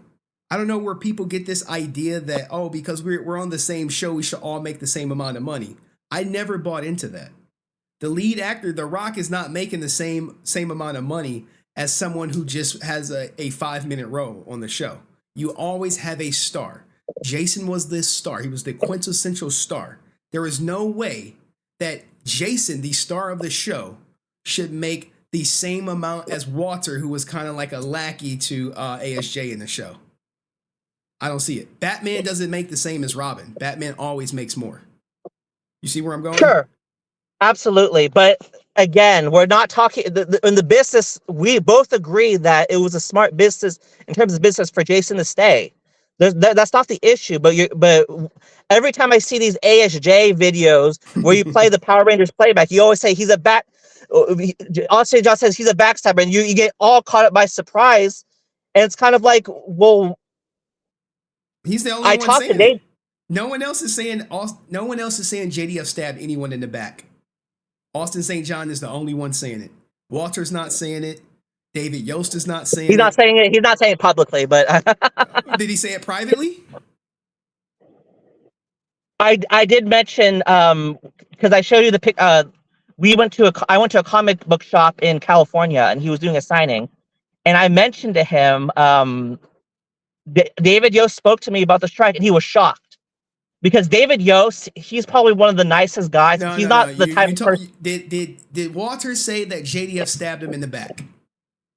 He didn't say those words. Not stab him in the back. No. Did he say he gave us his word he was going to negotiate and he didn't? Is that what you're trying to say? He said. He said that all 6 agreed to negotiate together. That's what he told me. All 6 agreed to negotiate together. Probably. Yeah. And maybe it happened. And maybe Saban just was like, look, man, Jason, fuck what everyone else is talking about. You're going to make double the amount of all the people who's trying to put this silly ass union together. And we going to break bread and we going to go on to make movies. You want to make movies, or you want to walk away and regret not staying like Walter does to this day? Sure. I mean, sure. Ken, we keep agreeing on the same point, but so when you keep mentioning Ace, maybe AJ had a point. Maybe the language is a little too strong, but maybe he has a point about what Jason did. He went rogue, and he previously went as a team. And Francis also mentioned about Twee, and when Jason saw her, he was mortified. I mean, maybe he has regrets about not backstabbing. Maybe that's strong, but not following through. I mean, and maybe we don't know. Dead man Twee, we don't know. But dead men tell no tales. But I appreciate you coming up, Brent. As always, next Ranger stream, maybe we can get a little bit more. But I got to go to to the main event. All right, shout out to Brent, everybody. That was him. All right, thank you.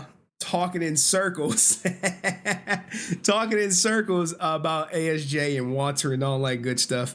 Now, I know my Twitch audience has been like, they've been clamoring, they've been waiting. I do like the next true Ranger stream is going to be good. But what do you guys think of what Brent was saying? I don't want to just skip to the next topic. Do you think JDF backstabbed everybody? And I saw the super chat. What did he say? He said, "Why isn't Austin upset with David and Amy? They stayed." I don't know, because right now you can't be. You need them to make money. You know what I'm saying? Like, you want to make money, you got to play along to get along. That's the name of the game, guys. It's the name of the game. But any comments, guys, on anything? My man said, just passing by. City girls are down. City girls down. Wee-woo. Down bad. Any comments on what Brent said? And we need to get some other people to come up here for real, to debate Brent. Why is it just me? Why am I on the cross going at fucking Brent? Why me? Why me? I don't know. April and Henry, isn't it? I don't know what Brent's talking about. Brent is a gossiper. He's like, and Henry ain't. I don't gossip about nothing. I straight facts. I know what people said. I know what people didn't say. If they want to talk, in private to Brent and give him the scoop, so be it. But I'm here to cook. I am here to cook. And speaking of cooking, let him cook. I guess it's my time to get cooked. Like, Henry, you gotta get cooked. Let me make sure. Let me check my DMs real quick. Oh.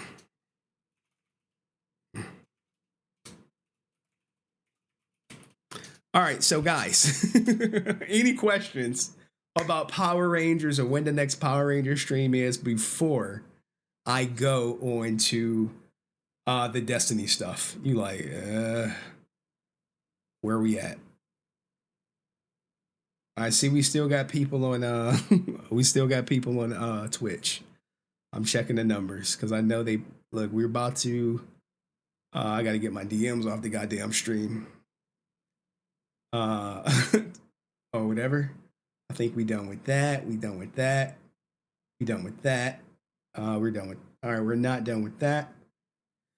And we have this. Oh, man. Okay. All right, guys. No questions on Power Rangers. I see all my people like, all right, my Power Ranger people. We are about to get into the stuff where I put my foot in my mouth. You like, God damn, Henry, what you do? I'm like, look, man. look, it's bad when other content creators are reaching out to you like, yo, are you okay? I'm like, look, I'm fine. I'm fine. I really am. Like, look, here's my video, right? Here's my video. Here's the video. But he can't. Here's the video. God damn. Holy shit. Now look, this ratio that you see would not be like this if Destiny didn't come out of retirement like Jordan in the 5th on the flu game my goddamn video. I was like, God damn, look, I was getting cooked, properly cooked, overdone. Properly. This is me. When I dropped the video, right? I'm like, look, man, I'm about to put this video out. And then I'm about to chill. Okay. I see my Power Rangers still going hard in the chat. Like, goddamn. Power Rangers going hard. If you're in the chat for Destiny, put some DGG in the chat for me. If someone said, Henry, if you can milk it for 10 more minutes, DGG will be done watching the movie they are watching. Hey. Where DGG at? They all watching the movie. What movie they watching? But this is me, guys. This is me. I drop the video. I go off to shopping. And let me just paint the picture for you, right? So I put my video out. And I'm like, I'm feeling good about this video. I edited it. It's doing great. It's doing, I'm like, this shit about to just slap or whatever. It's about to slap. So I'm driving. I get an alert like, hey, Destiny just went live. I'm like, all right, what the fuck you telling me for? He go live every day. Who cares? He like, no, Destiny went live. He's covering your video. I'm like, hey, yo, what the fuck? I'm like, I just dropped it. Can we let it simmer a bit? And he was like, nope. No. And the reason why is because he felt like his integrity is being attacked.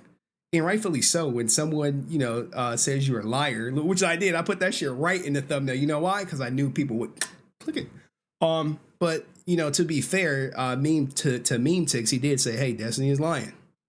And I'm like, at this point, I only have Destiny's word and Memetix word. I have not seen not one log to substantiate any accusation on either side. Now they get me because they're like, you're biased. I'm like, hell yeah, I'm biased. I don't know why people come to my channel and think I'm not biased. When I was biased against Adept, no one said a word. No one batted a fucking eye. It was like, Henry, thank you so much. But when it comes to other people, it's like, oh shit. But anyway, this is me getting cooked. Up on the tables or what? Oh yeah. I ain't gonna lie, I'm getting cooked. Same thing. Shit. Look, I looked in the comment section, right? Someone messaged me. It's like, yo, it was like, Henry, you getting cooked in the comment section. I'm like, so the fuck what? Like, this is normal. Like, this is par for the course. What do you mean I'm getting cooked in the comment section? I'm like, you getting cooked, my boy. I was like, oh shit. Okay, whatever. But some comments were good. Some comments were like a little crazy. Give me why can't I? Where's my comment section? Give me a second. I got stuff popping up. Here, I'll read you guys some of the comments. Dude starts off with the combo stating that he knows Destiny is lying. Hey, yo, what the fuck? I did. Is clearly unbiased reporting. Now, guys, look, I do not do unbiased reporting. I do not do it. Now, here's the thing, though. I do give people the full truth. Okay? If I reach out to somebody and they give me an answer, I post the whole answer or whatever. That's just the way it is. Even if things go against what I believe or what I think is true, I'll post it. Let you guys make the decision about it. But it is what it is. What else someone say? And then claims that Destiny has no evidence for his claims as he talks of Memetix words at face value.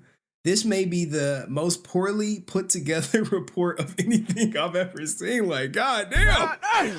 Shit, boy. Hey, look, I was letting him cook. Let him cook.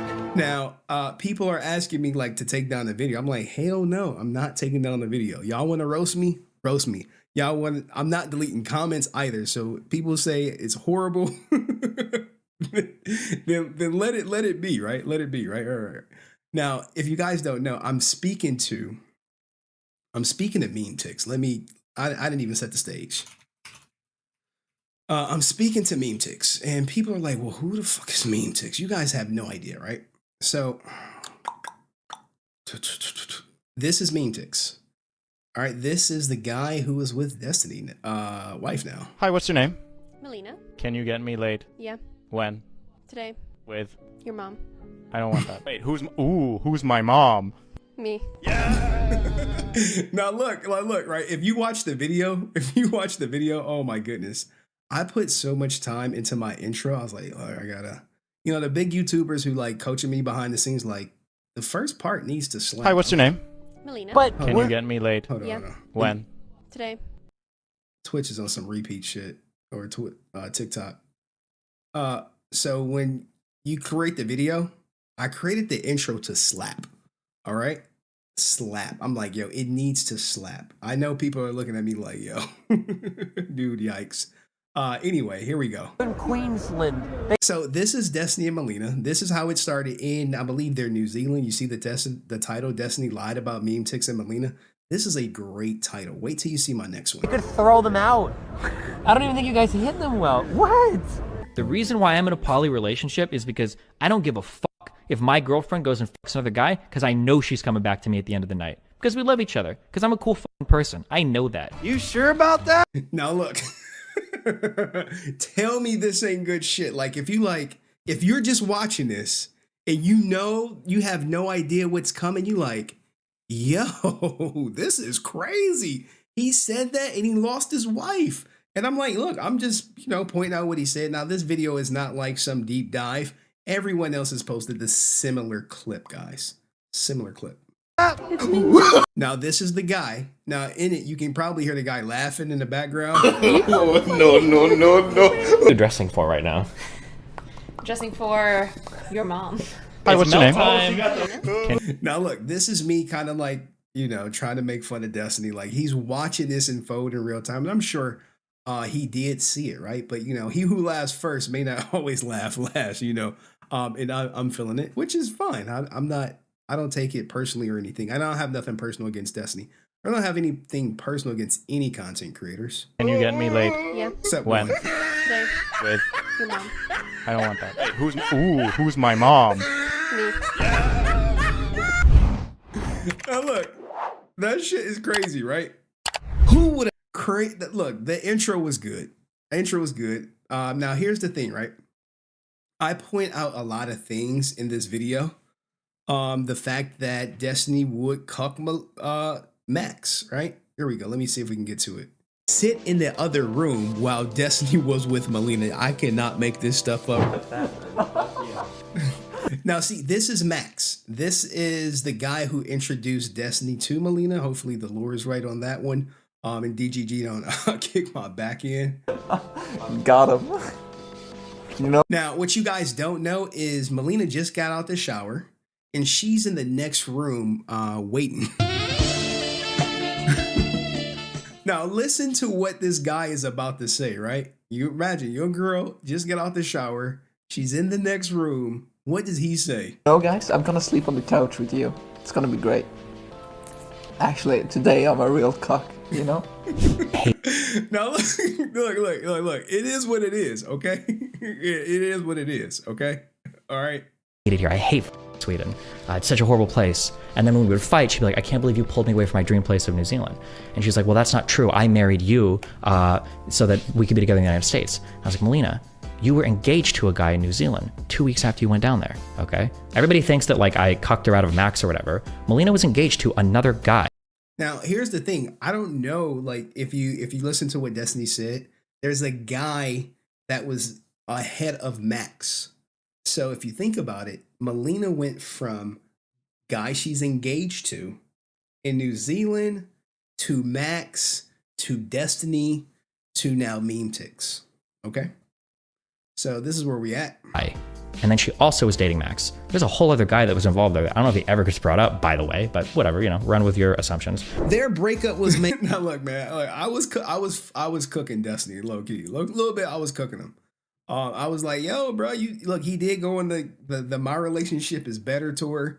Things that we've all seen, right? Things we all seen, right?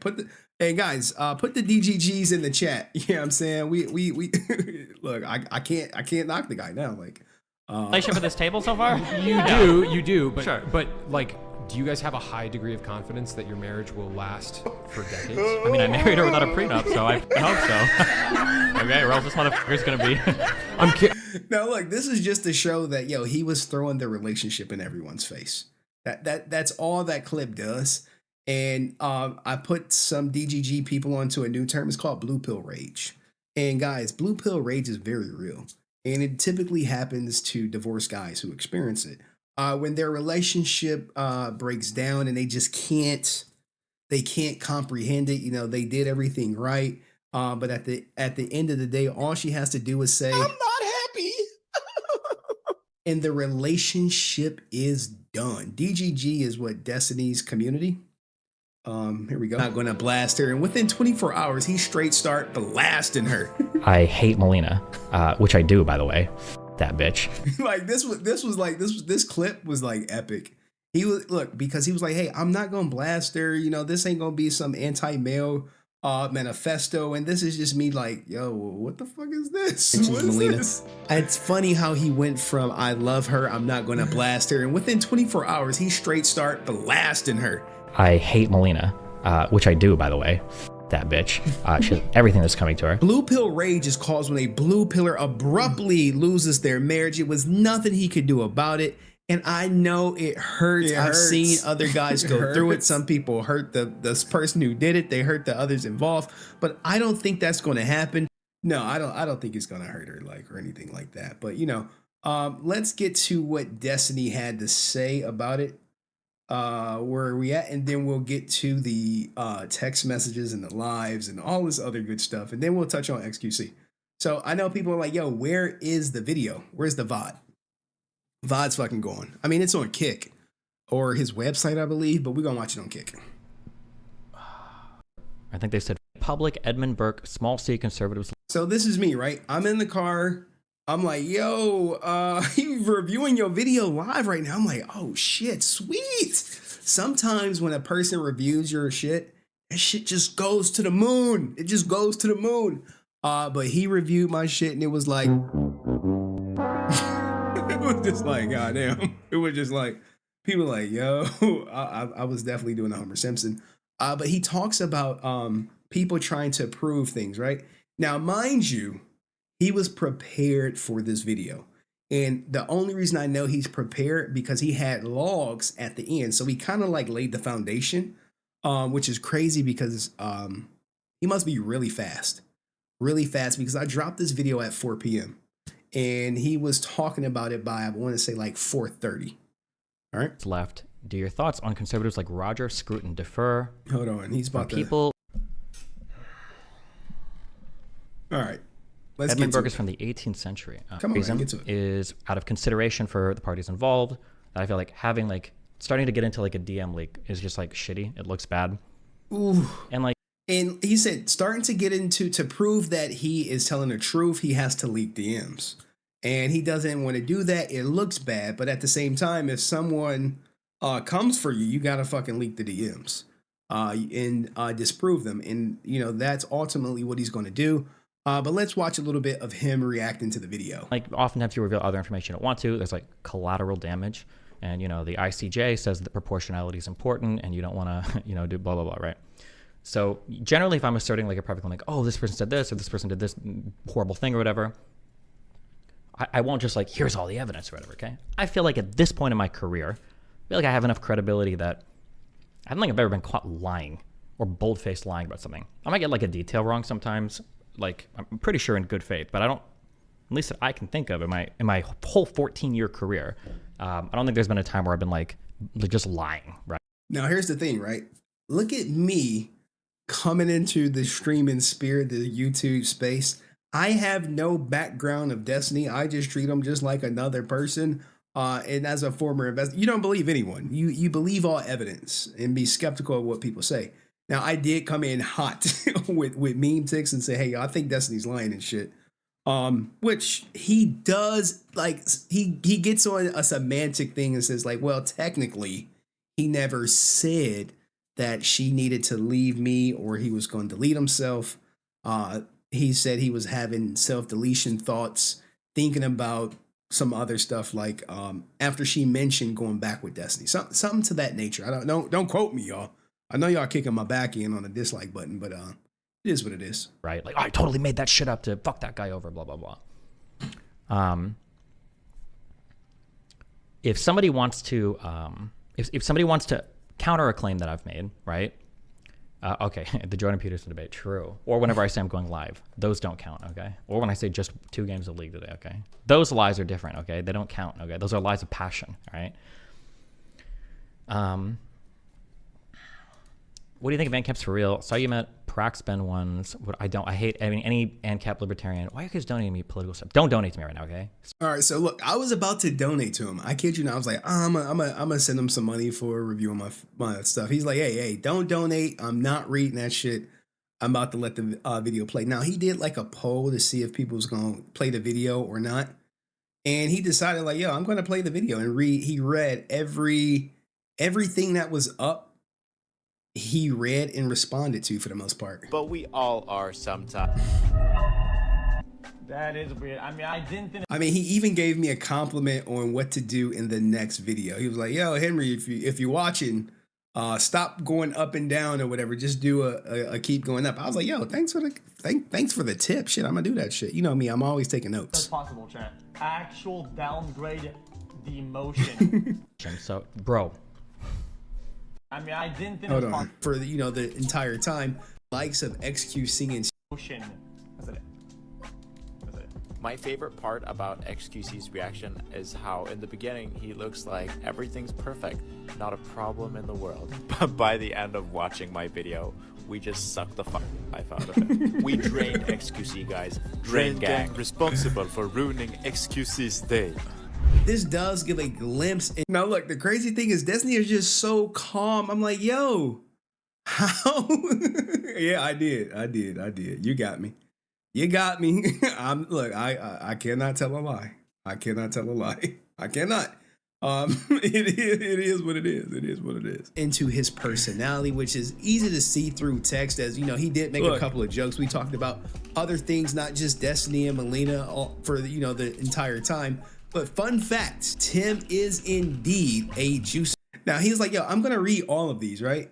I'm trying to catch him when he talks. It was a subs for putting on Mel's dress. Ha ha ha ha ha. Now, he's just so like, I hate to say it, he's so stoic while he's reading this shit. Now, to be fair, right? I did talk to Memetix. He did seem funny. Like he would look. We didn't just talk about Destiny and Melina. We did talk about a variety of other subjects. He did crack some other Destiny jokes, all that good stuff. But he just seemed like a regular guy. So when I got the message that saw the Reddit post that Destiny said, hey man, he's doing some self-deletion riz and all this other stuff, I was like, I really didn't believe it at first, guys. I'll be honest. But this is me who was not familiar with Destiny. I don't know shit about him or whatever. Those are the logs, but we'll continue to let Destiny go. Okay. That's right. Write it down. I get your view of her sunken over time, but isn't being with a guy like now I did times things. Brother, sleep well and God bless. Salute emoji. When further give an explanation on what's going on, but who do you believe? I bet the truth is somewhere in the middle. But Tim, has a new fan. I mean, he also talked about the whole 20 times of abuse, and he remember the DMs from his Discord, the one where he said I abused Mel like 20 times. Yes, I posted some of them. Yeah, he called you abusive and toxic to her, or at least implied it. I can't remember off the top of my head. Yeah, like 20 times, bro. What does that even mean? I feel like he just picked a number. Just him being mad. In short, she chose you over him. I think he gave her the ultimatum and she chose. He was like 20 is just. I know people like, oh shit. They like, oh look, dude. I'm thinking like, yeah. All I could do is speculate. Now me, I do have a friend who is a journalist who would be like, yo, Henry, stop with that speculation shit. I'm just like, nope. I'm not a journalist. I have an opinion. I hope people come on my channel for an opinion as opposed to just information. But my journalist friend, people just go for the information and then they formulate their own opinions. Now, I'm not trying to shape anyone's opinion or manipulate them into thinking one thing or another, but I will always share my opinion on my channel. If you don't like it, then I don't know what to tell you. Fuck off. Just a random number. Why not 19? Why not 21? I'm just like, that really got under 10. I believe in female empowerment. I can't see him not trying to control her to a certain extent. Melina is strong, famous, and successful.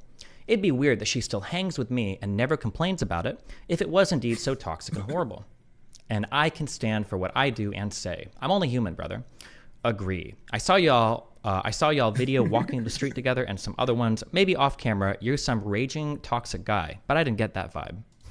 Him scared. He smiled because he's like, look, Destiny went into this stream knowing he had me dead to rights. It's like when you play poker and you got the fucking royal flush and you looking at the guy and you like the most he has is probably a fucking pair or a high card ace. And you know you got him like, bro, I got this game is already over, but I'm gonna let Henry talk. He doesn't know what I know. He doesn't know what I'm about to produce.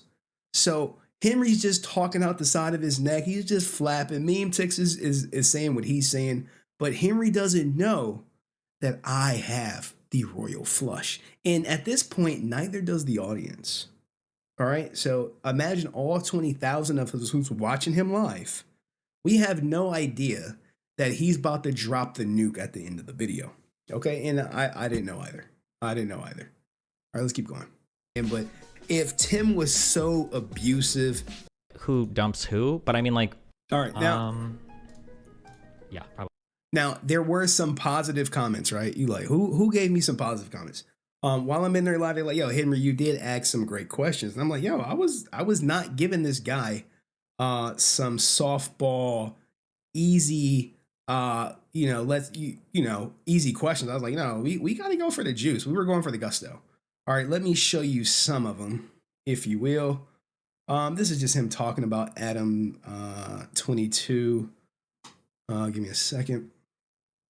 This is just him talking about like him doing reaction videos and stuff. This is the early on conversation, like me saying, "Hey, I am a YouTuber. Did you threaten to delete yourself if she did not divorce?" He said, "No, I did not. Thank you for the clarification. Do you mind if I make this public?" Okay. I asked him this just so, people always get weird when like DMs are getting leaked. They're like, "You're leaking DMs." I'm like, well, at the end of the day, they're my DMs. But at the same time, I did want to be respectful of the person I'm interviewing. Okay. And look, people look like, "Hey, look, I appreciate you putting the video out because it opened the floodgates. And lo, I would say for the future that if you cover Destiny, okay, cover Destiny, that if you cover Destiny claims, always assume that he has logs to back him up." Like, shit, now I know. Now I fucking know. Now I'm like, yeah, he fucking had the logs. But you talking to someone who didn't know, so I had to fuck around and I found out. I'm like, damn, he had the fucking logs. I mean, I was impressed he had the logs too. I was like, oh shit, look. I don't believe anyone, but the fucking logs is very hard to ignore if you get what I'm saying. All right, but these are some of the questions, it's all good, I thought like I'll say, "Hey, look, it's all good. This conversation will likely go viral in a small silence." I meant to say a small sense, but I didn't correct myself. And for people wondering when this conversation took place, it took place December 19th. So 2 days ago, but trying to edit and work in my real job and all this other stuff. And I'm not like feeling the best. I'm like under the weather. This is everything that, that goes into it. This is not the manliest thing to do. This is about the dress. What else?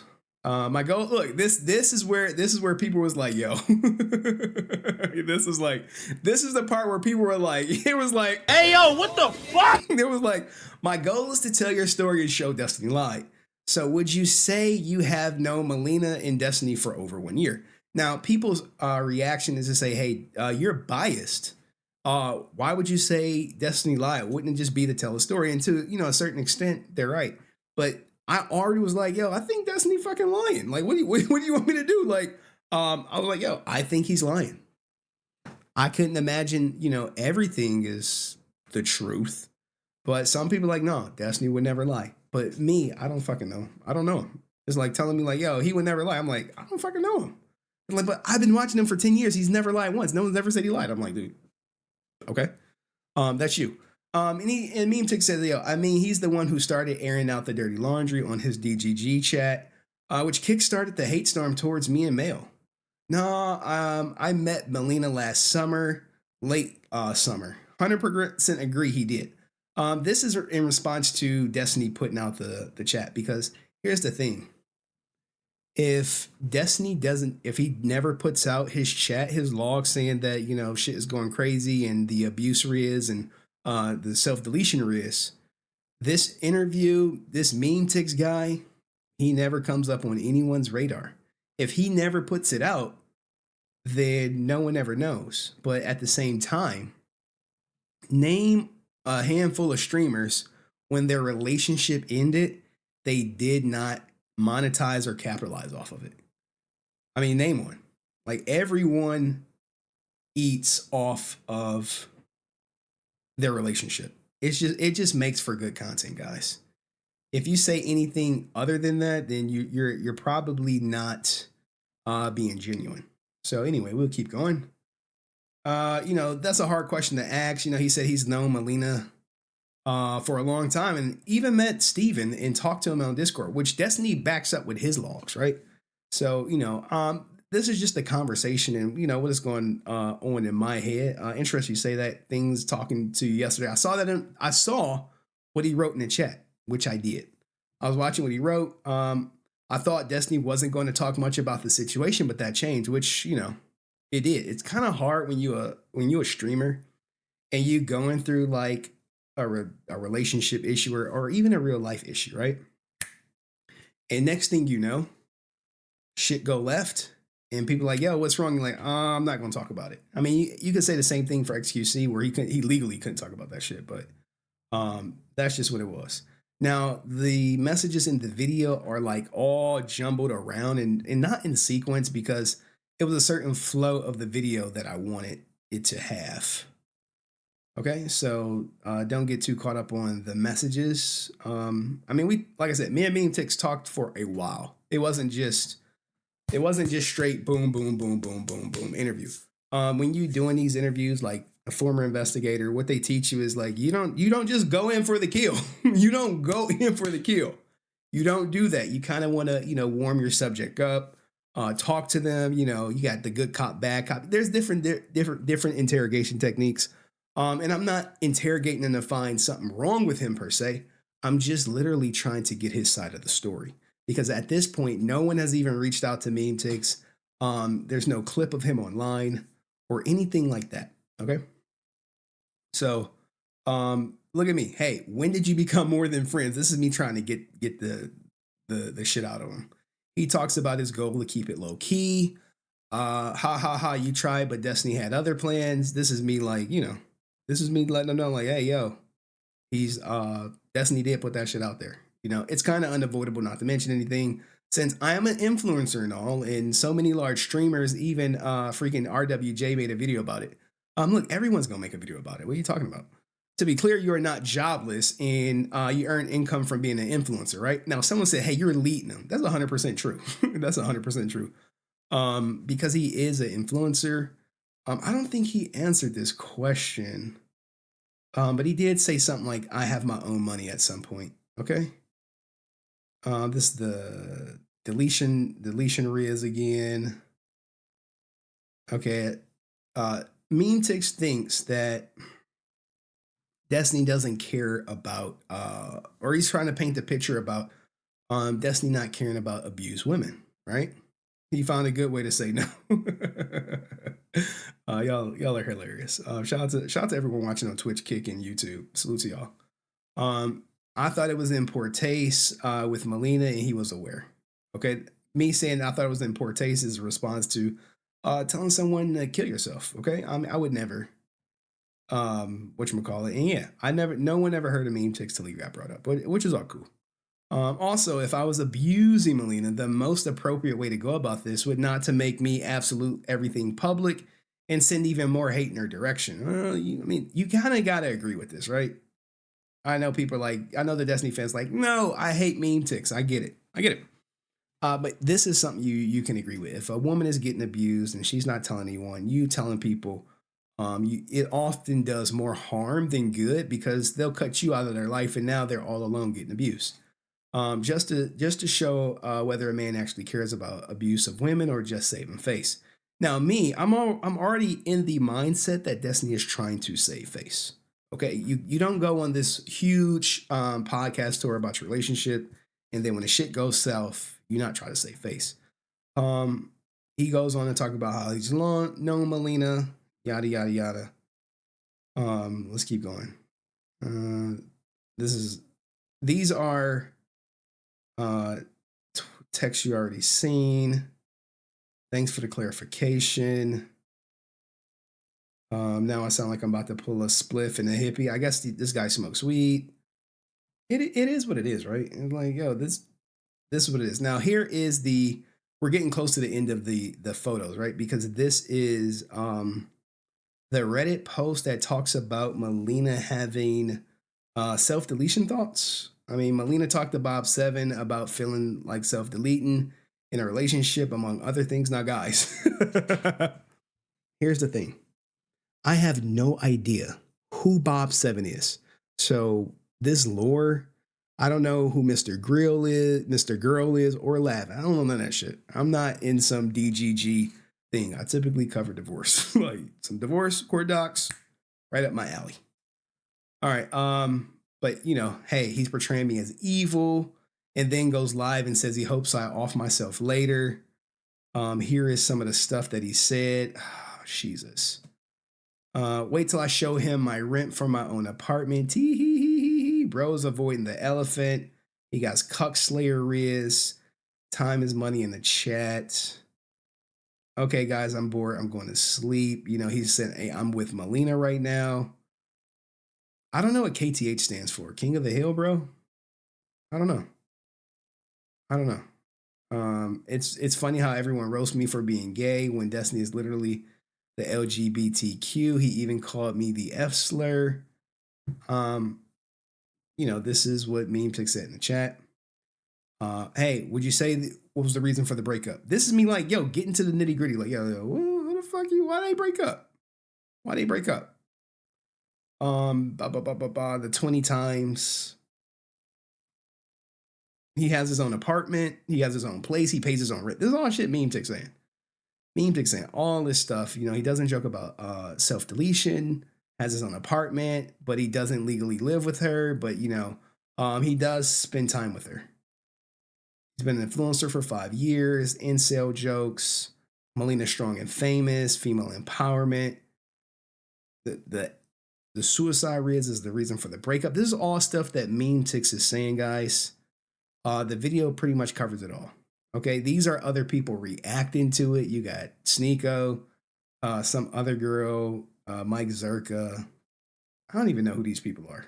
I know Mike Zerka. I know Sneeko. I just got to this girl. I don't know none of these people. These are, I guess, the people who hate Destiny. It is what it is.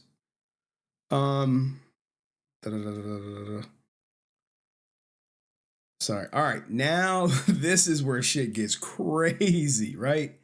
It gets crazy right here because now Destiny is about to go into the logs, right? Now let's get to where Destiny goes into the logs. Where's the video? I think it's at the 20 minutes left mark right here. All right. So this is the part where Destiny like ethers the goddamn. He kills the video right here. Now, mind you, he goes through the whole history of their relationship.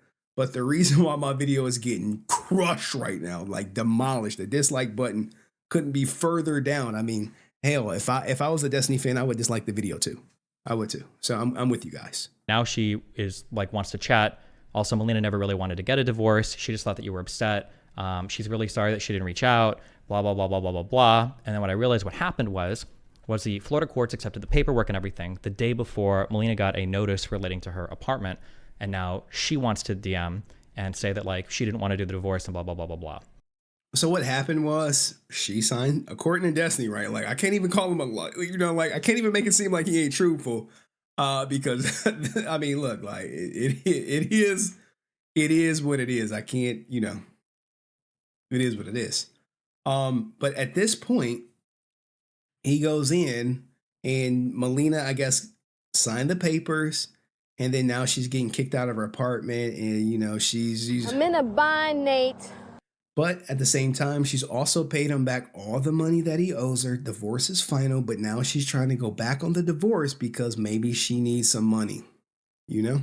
I don't know. Even though she signed the papers as soon as she got them.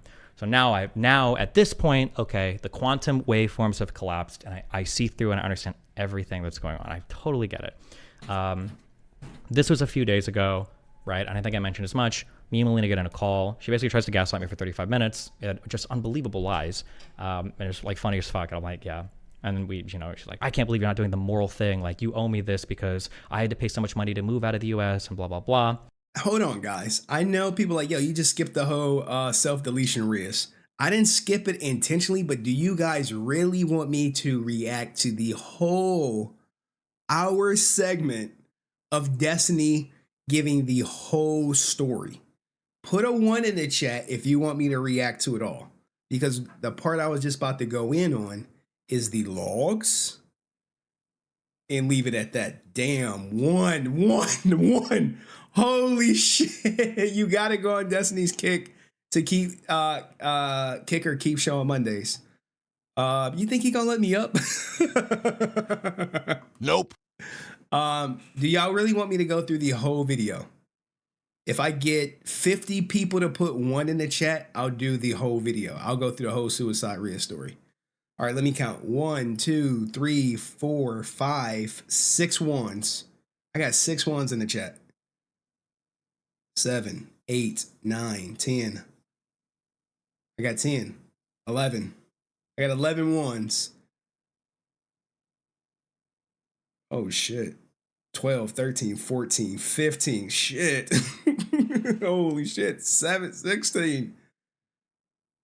We need about 40 more. 40 more. Oh my goodness. Y'all really want this shit.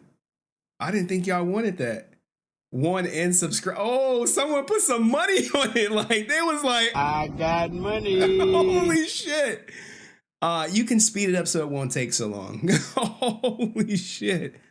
Holy shit. No, the logs are the best part. The logs are the season finale. The logs are the season finale. Brent like 0. Do as we say. I love I love when the whenever I'm coming to the streamer and their audience comes through the chat, it's always the best. It's always the best. Okay, so this is what we'll do. How about this? I'll go through the logs on chipmunk mode. How about that? Is that fair? You're like, just press play. Like, damn. Okay, y'all want the logs. Y'all want the suicide Rias.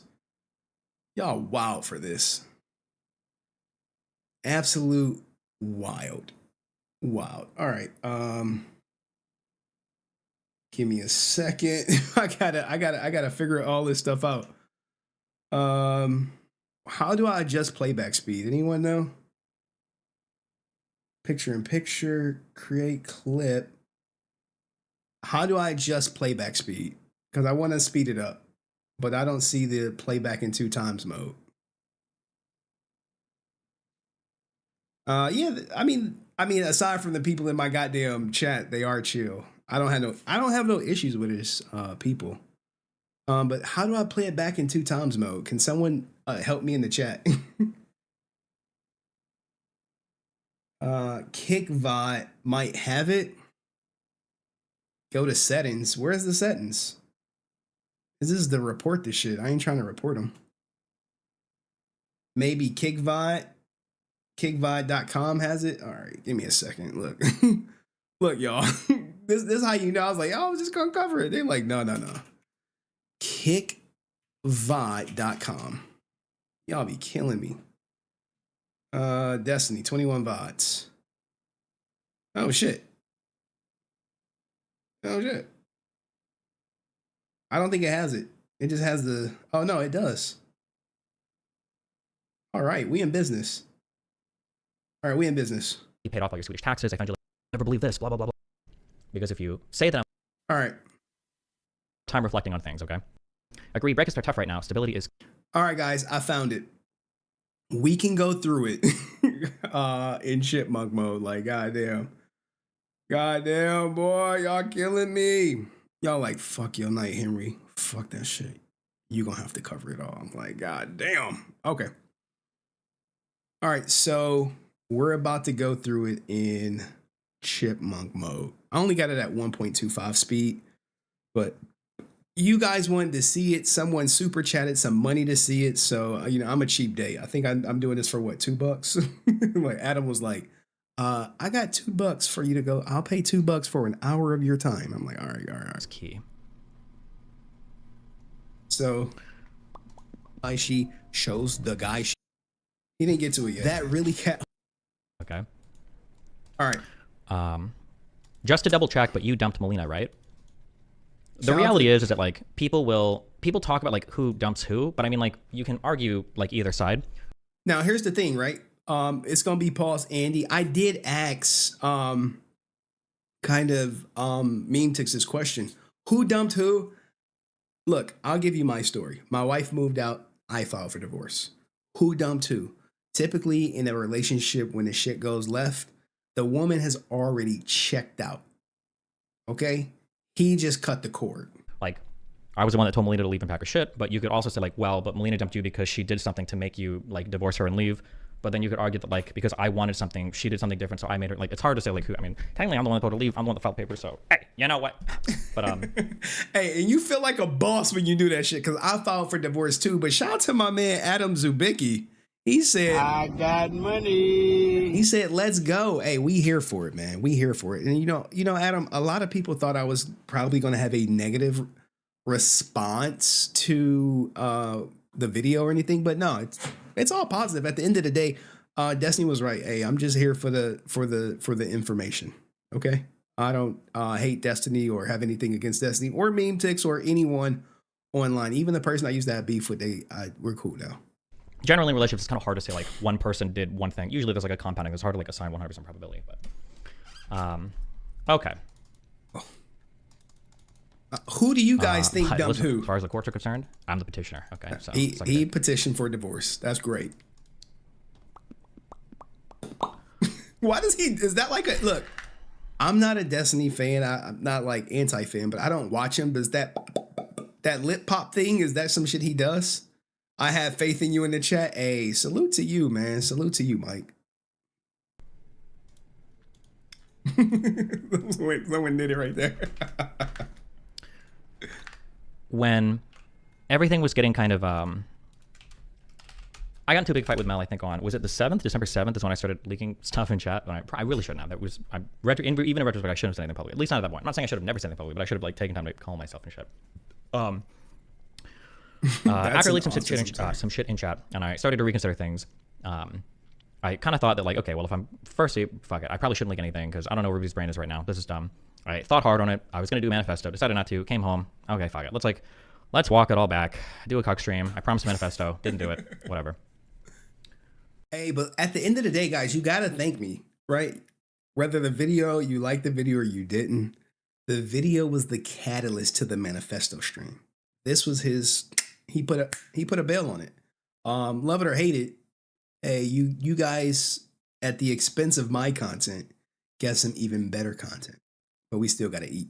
As I've spent more time reflecting on things, okay, if I'm going to leak anything, if I'm going to talk about anything, I wanted to be clear that it should be for 2 reasons. And I've talked to other people about this to try to make sure that I'm like meeting this threshold, because there's a third really bad reason that I shouldn't be doing it for, okay? That I would love to do it for, okay? The first reason is because I really don't like the public impression of me as being like a cheater, abuser, horrible person, and Melina being like a perfect angel, and then we split, everybody that's like talking about us and making videos and blah, blah, blah. The right people say their things, but like everybody outside this sphere is like, oh yeah, we know Destiny's like the cheater, toxic abuser. I think Now, look, I don't know if Destiny's the cheater or a toxic person, nor do I know Mel's reputation, guys. Like, the beauty of me is I am a unbiased, or I guess I am biased, but I'm new to the whole DGG community, and shout out to my man Dust for dropping some fucking, you know what I'm saying? I got money. Salute to my man Dust, guys. Thank you for the support. Everyone liked the stream. the perception of that kind of bothered me, given that I feel like our relationship was, to say it the most charitably, a lot more complicated than that, okay? So that's one. I didn't like that impression. So I was probably going to say something like, hey, we broke up. But like our relationship was like, there were issues on both ends, okay? Yeah. That was one thing. And then the second thing was, I get really nervous, and this has actually been the impetus for a few of my manifestos, I think. I get really nervous when people are spreading a whole bunch of false information about me that is like character damaging behind the scenes. Ooh, and I think that's the reason why he literally came online, reacted to my video, and bounced. He was gone. He was out of there. Okay? And that's the thing. My video said, hey, he's a liar. Memetix come on and says, hey, he's a liar. At that point, you like, I don't know if you could just sit back and take it. Now, with my personal life, when people come out and say shit about me, I just got to eat it because of like the nature of it. Like I can't go on Facebook to my family and friends and be like, she's a fucking liar, guys. Here's the proof. Trust me, as much as I want to do that, it would just only hurt. And the fact that I'm like currently in litigation is just like, it's beyond me. That really stresses me out. And Melina and Tim have been doing this for a while now, right? So as of today, I think I've gotten 8 DMs total from mutual friends that have told me that like Melina has contacted them, said, hey, all this stuff happened, just, you know, Steven lied about everything, and he's actually the abuser. At least 8 people have contacted, these are the ones that have contacted me that are mutual friends, right? So in terms of like the number of people that they're actually talking to, I don't know if it's like over 100 or what, I don't know how many influencers, how many streamers, how many family members, blah, blah, blah, blah, right? So these are like the, hello? He's like, hello? I don't know who popped up right here, but. And I don't ever want to get into this. And the third reason is pettiness, okay? Because there's so much shit that I can leak if I wanted to be petty. This is a good part. He talks about why people leak stuff. I think that I feel like those are 2 valid reasons to want to make some kind of public statement. I feel like those are 2 valid reasons to want to make a public statement, okay? What is this? Nice. There's a third reason that I have to be careful not to slide into, and I don't ever want to get into this. And the third reason is pettiness, okay? Because there's so much shit that I can leak if I wanted to be petty, and I just wanted to damage the other parties involved. That would make me feel really good, because obviously it's really good to show on people, especially if you feel like you've been wronged in some way. But oh, man. I'm trying to be sure that like I've hit the first 2 thresholds before I'm like talking about things that's like important to me, because I don't want to get into some like leak war, which is like, fuck this person, we're just gonna fucking, we're gonna fucking go, okay? Do y'all think Melina's gonna leak something? Do you think she's gonna come back and be like, oh, I'm about to leak some shit?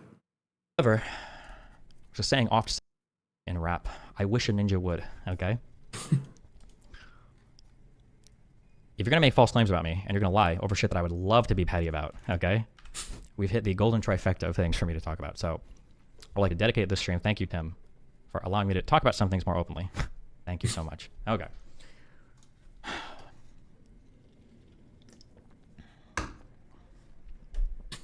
All right. I would like to preface this. I give you all the same fair warnings, fair statements, fair things that I've said about everything, okay? That oftentimes there's a lot of stuff that I'm leaving out.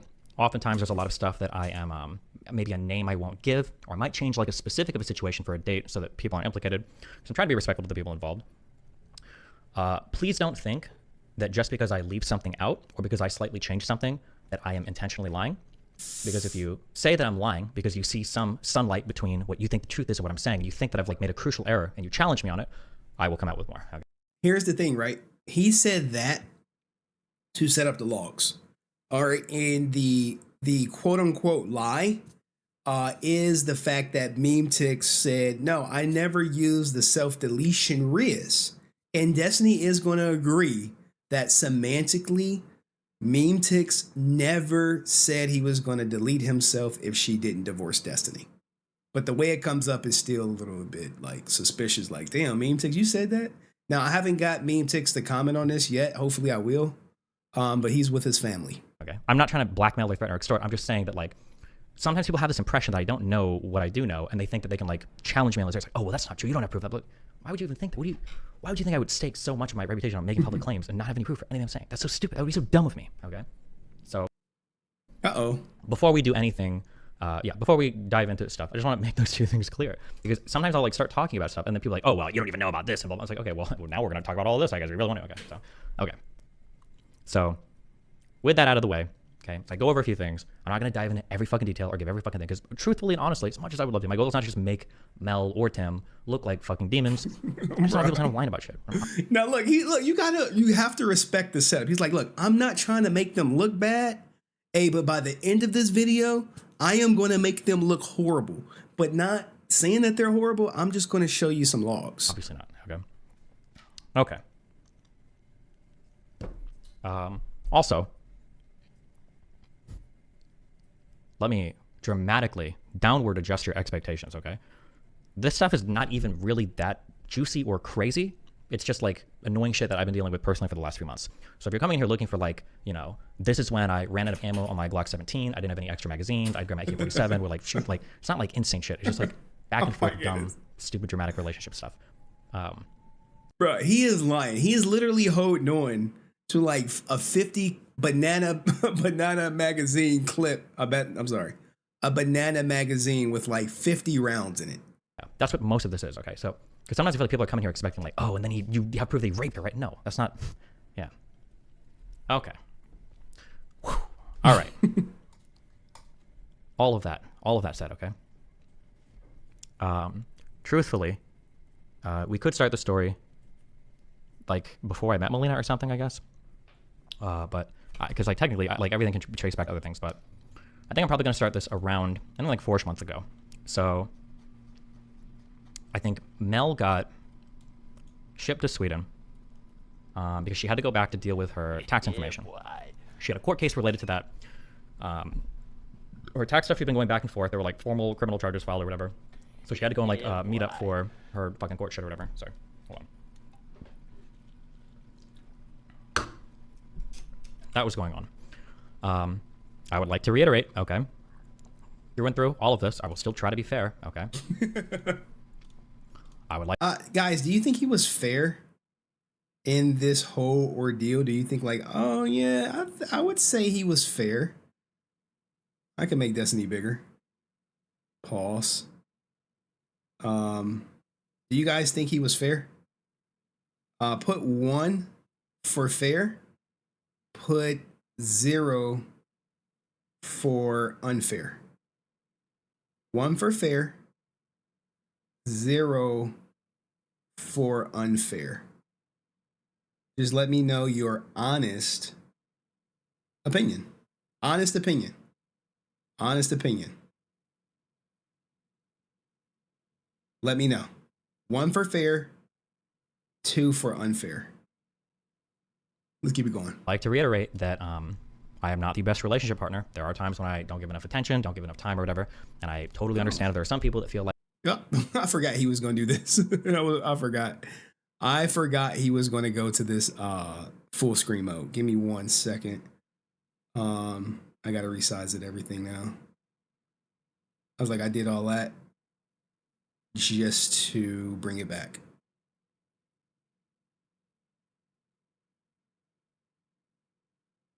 So y'all think it was fair? All right. I'm not gonna disagree with that assessment at all. Let's keep it going. Like I'm insufficient at that in a relationship. Okay, that's fine. When Mel went back to Sweden, we'd been fighting over like dumb shit. Hey, to be fair though, I would have aired my look if me and my ex-wife were streamers.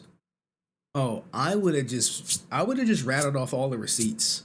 But because we're not and we kind of got a child together, I kind of got to like not do that. But trust me, I wanted to. There were another group of, I thought it was only 2, but even as of today, I'm getting more DMs from friends.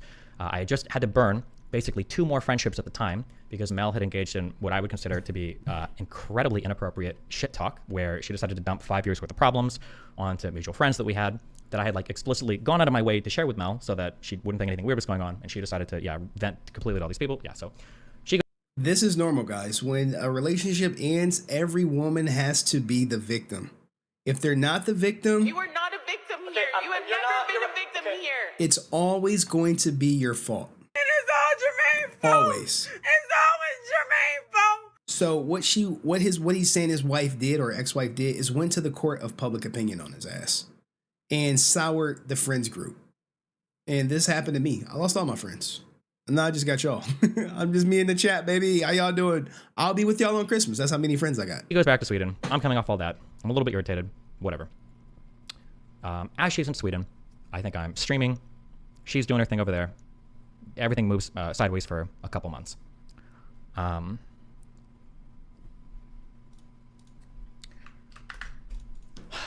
As we're hanging out, I thought you guys later look at each other's texts and DMs. Did that end or something? Kind of. It's not really that relevant though. As things are moving sideways. Fuck. I should have thought exactly what I want to include here. Yeah. And you're exactly right. Someone said men do the same thing, don't trip. I don't know about that. Like when shit went off, only thing I told the mutual friends was the truth. Like, oh yeah, she's going for my pension. Yes, I have to pay alimony. Yes, I have to pay child support. Yes, she wants my retirement savings. Yes, she wants the equity in my car. Yes, she wants every fucking penny she can get from me. Yes, she wants my firearms. Yes, she wants an AR-15. I just basically said what was going on. I never said, hey, she's a horrible person or anything like that. I mean, you see what's going on. You probably can make your own assumption. You know how my ex is.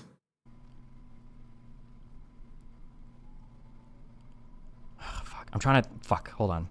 I didn't do like a Machiavellian analysis because I didn't. Actually, never mind, because I don't want to go back and forth on this forever. Because honestly, that's a truthful statement. Okay. As I'm here in the United States, Melina ends up meeting a new group of friends in Sweden that seem like pretty cool. She hangs out with them. Everything is cool. Sometimes Melina does this annoying thing where she's like, oh, I met these group of people. They're so cool. Like, it's cool because, they're all gay and platonic and they're dating other people. So there's no like relationship drama or blah, blah, blah. I'm like, okay, cool. That never lasts, but whatever. If you enjoy it. It never lasts. I think this was about 4 months ago. I think it was in early August. One of the friends that she'd made among some of the other friends was the Tim dude. And she and Tim, I guess, started hanging out as like friends. And I'm like, okay, it's funny.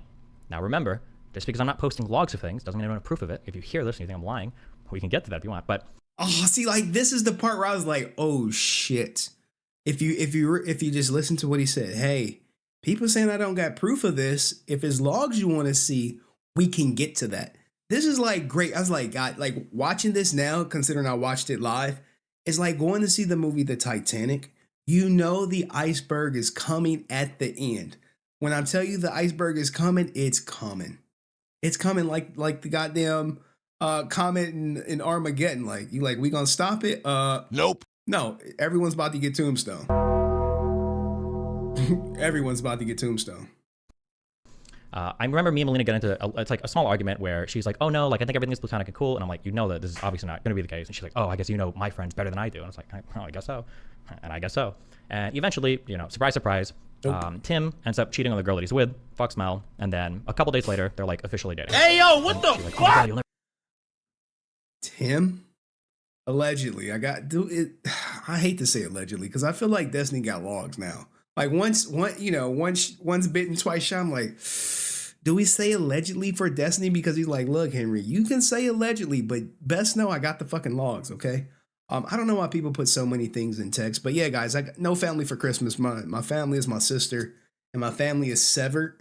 I don't talk to any of the family who like sympathize with my divorce because of a religion. So they're all like fucking, they're that to me. And the other side of the family, someone tried to get me thrown in jail. So it's like, fuck them for life. And they know who they are. And I know ironically, my family is listening to this shit too. They like, ain't no hope for him. Never believe this, blah, blah, blah, blah, blah. And I'm like, wow, I can't believe it. Who would have saw that coming? Also, as a quick heads up, because Tim might be getting super mindfucked right now, because I can tell by the way that he types in chat. Melina is, I don't know what changed, but in the past 6 months, at least, Melina starts to lie a lot. So I think one of the reasons why Tim has been so confident in attacking me is because he has no idea how much I know about him, because Melina probably tells him, oh no, I don't talk to Steven about you really at all. That's my guess. I could be wrong, but I can't see how he could have so much confidence coming at me with so many things, considering how many stupid fucking things I know about this guy, which is funny and tragic at the same time, I guess, but whatever. Damn, right? Like, here's the thing, right?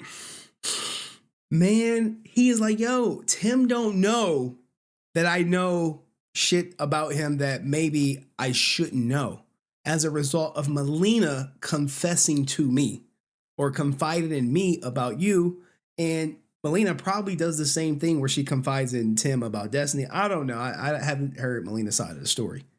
But Destiny he is fucking going in. He's going in. And the thing is, he has this platform and everyone's like, well, look, he said that shit on stream. It's one thing to say it, but I promise you guys at the end of the stream, you're going to see it in fucking 4K. You're going to be like, oh shit. Like, Henry, why would you make that video? I was like, look, I thought it was a good idea at the time.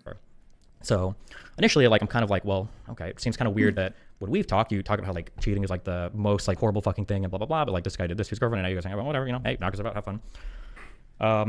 I'd say like in the first month of their kind of like hanging out, she tells me like a couple weird things and we kind of like joke because Melina and Tim are kind of like me and Melina, and that the Tim guy is like ultra clingy, and Melina is more kind of the one who like wants a little bit more space. And I even joke about this with her in DMs. It's like, oh look, you found your Melina basically. So like for example, Melina might be out at a party or she might be hanging out with friends and they're all kind of like drinking and having fun. And at one point, Tim wants to go home and Melina's like, well, I think I'd rather stay and like hang out with people. And then Tim starts like spamming her DMs like, no, you need to come home. This isn't fair. You're making me feel horrible. I need you to come home. Blah, blah, blah, blah, blah, blah, right? He's like, that can't happen. She gets okay. Which I think is like funny, like reading it from her. And I'm like, oh, Jesus, yeah. So. Now they're supposed to be in an open relationship, and like I've been digging into it, right? You dig, bro. You like to dig. They're supposed to have this thing set up where people don't get attached, and you know that the person that they deal with sexually cannot be a threat to their current relationship, and if they are, they're supposed to cut them off. I didn't put that in the video because the video was long, but I did do research into that aspect of their relationship. That pushes sideways for about a month, just like that kind of shit, which I thought was funny. I think for about I think I'm skipping a lot of different things that I know. Okay. Oh wait, Melina was streaming it all, and Tim was crying to go home. Oh, I didn't even know that was on stream. It might have been. I don't watch her stream as much, or at all actually, because I'm streaming and she streams all my time. As things push sideways another month, I get a little bit annoyed. So one of the things I get annoyed about in our relationship a little bit is that it feels like I'm held to a much more stringent standard on information informing Melina on things than she is for me. And then I start to like realize a couple things as we're like talking and things are going on. And at some point I think I asked her, I'm like, wait, are you like, because I remember after a month, I'm like, at first I was thinking maybe they were hanging out occasionally, maybe they fucked every now and then. And then I realized, like, wait a second, is this guy like at your house every single day? And then I realized like, okay, for about, I think about 4 to 6 weeks, he'd been either staying at her house every single night or she was at his apartment every night. And they were like telling each other they love each other and all this and blah, blah, blah. Now, here we go. He admitted that Memetix has an apartment, but look, I spoke to Meme and he was like, yeah, I'll be at her apartment a lot. I spend time with her. I spend a lot of time with her. I think the messages say that. So there you have it. I'm like, okay, it's kind of weird that you didn't tell me that until I asked you explicitly, but whatever. Pushing sideways, Melina's trial date is coming up, and I have a, okay, I will admit, okay, I have a very slutty trip planned, okay? I'm doing a lot, but I'm telling Melina everything ahead of time, okay? Going to this city, I probably know these 2 people. Going to this city, I know this person. Probably gonna have a threesome in New York, probably doing this here, probably doing that, okay? It is a lot, I admit, but she's like living with another dude, okay? So I'm like, fuck it, I should be safe to do whatever the fuck I want, right? Look, my man planning threesomes. He like, yo, honey, I just want to let you know, I'm about to be going to here, and here, and I got some threesomes lined up. I got some, some other people that's about to drop neck on me. We got this open relationship and all, but I just want you to be aware of this threesome that I got planned. So, all is well. I'm like, God damn. Like, God damn. Like, bro, he out here getting it. Like, yo, I got money and I got threesomes waiting on me as soon as I touch down. And being transparent, let me let you know on that. So I do my travels. By the end of this, Melina has her court date coming up in Sweden, and she wants me there for the court stuff, which I think is fair. And I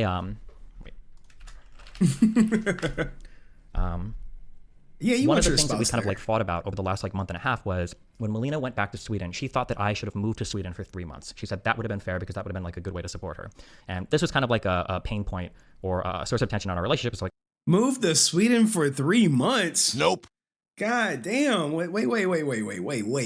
Sweetheart. What do you mean? You going through some legal shit. Move to Sweden for 3 months? Oh man.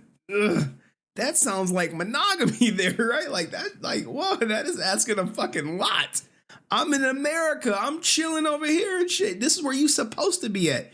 You were only there for tax reasons. Now you trying to bring my ass over there? He was like, nope.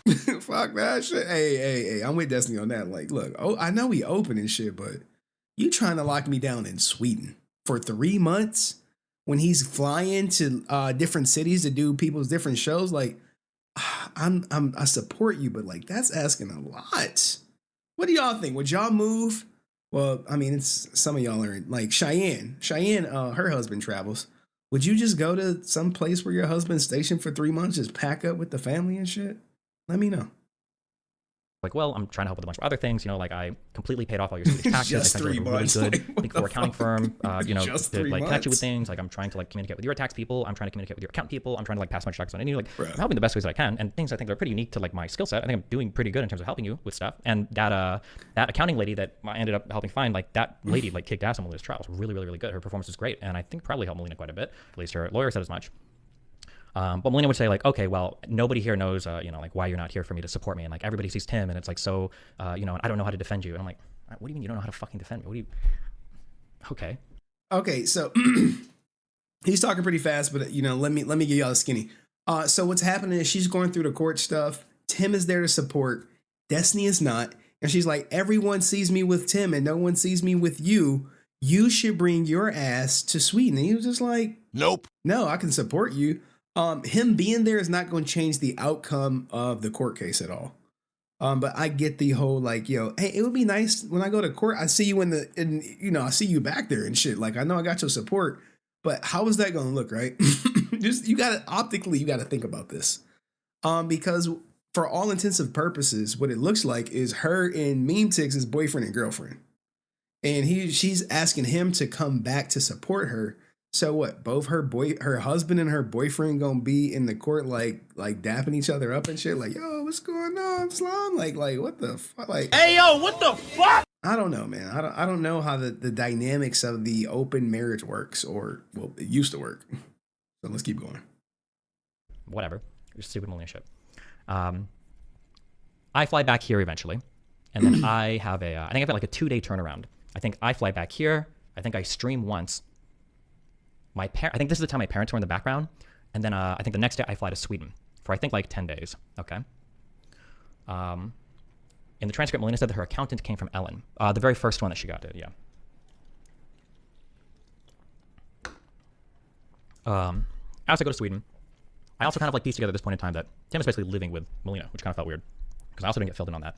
And there's a lot of other like small peripheral fights that we've had relating to people staying over. They speak perfect English. I'm trying to think of like, I don't know how much of like the personal stuff is like worth bringing in to explain my annoyance on things. Hey, bring it all in. I mean, like if you're a streamer, just bring all that shit in. We here for it, right?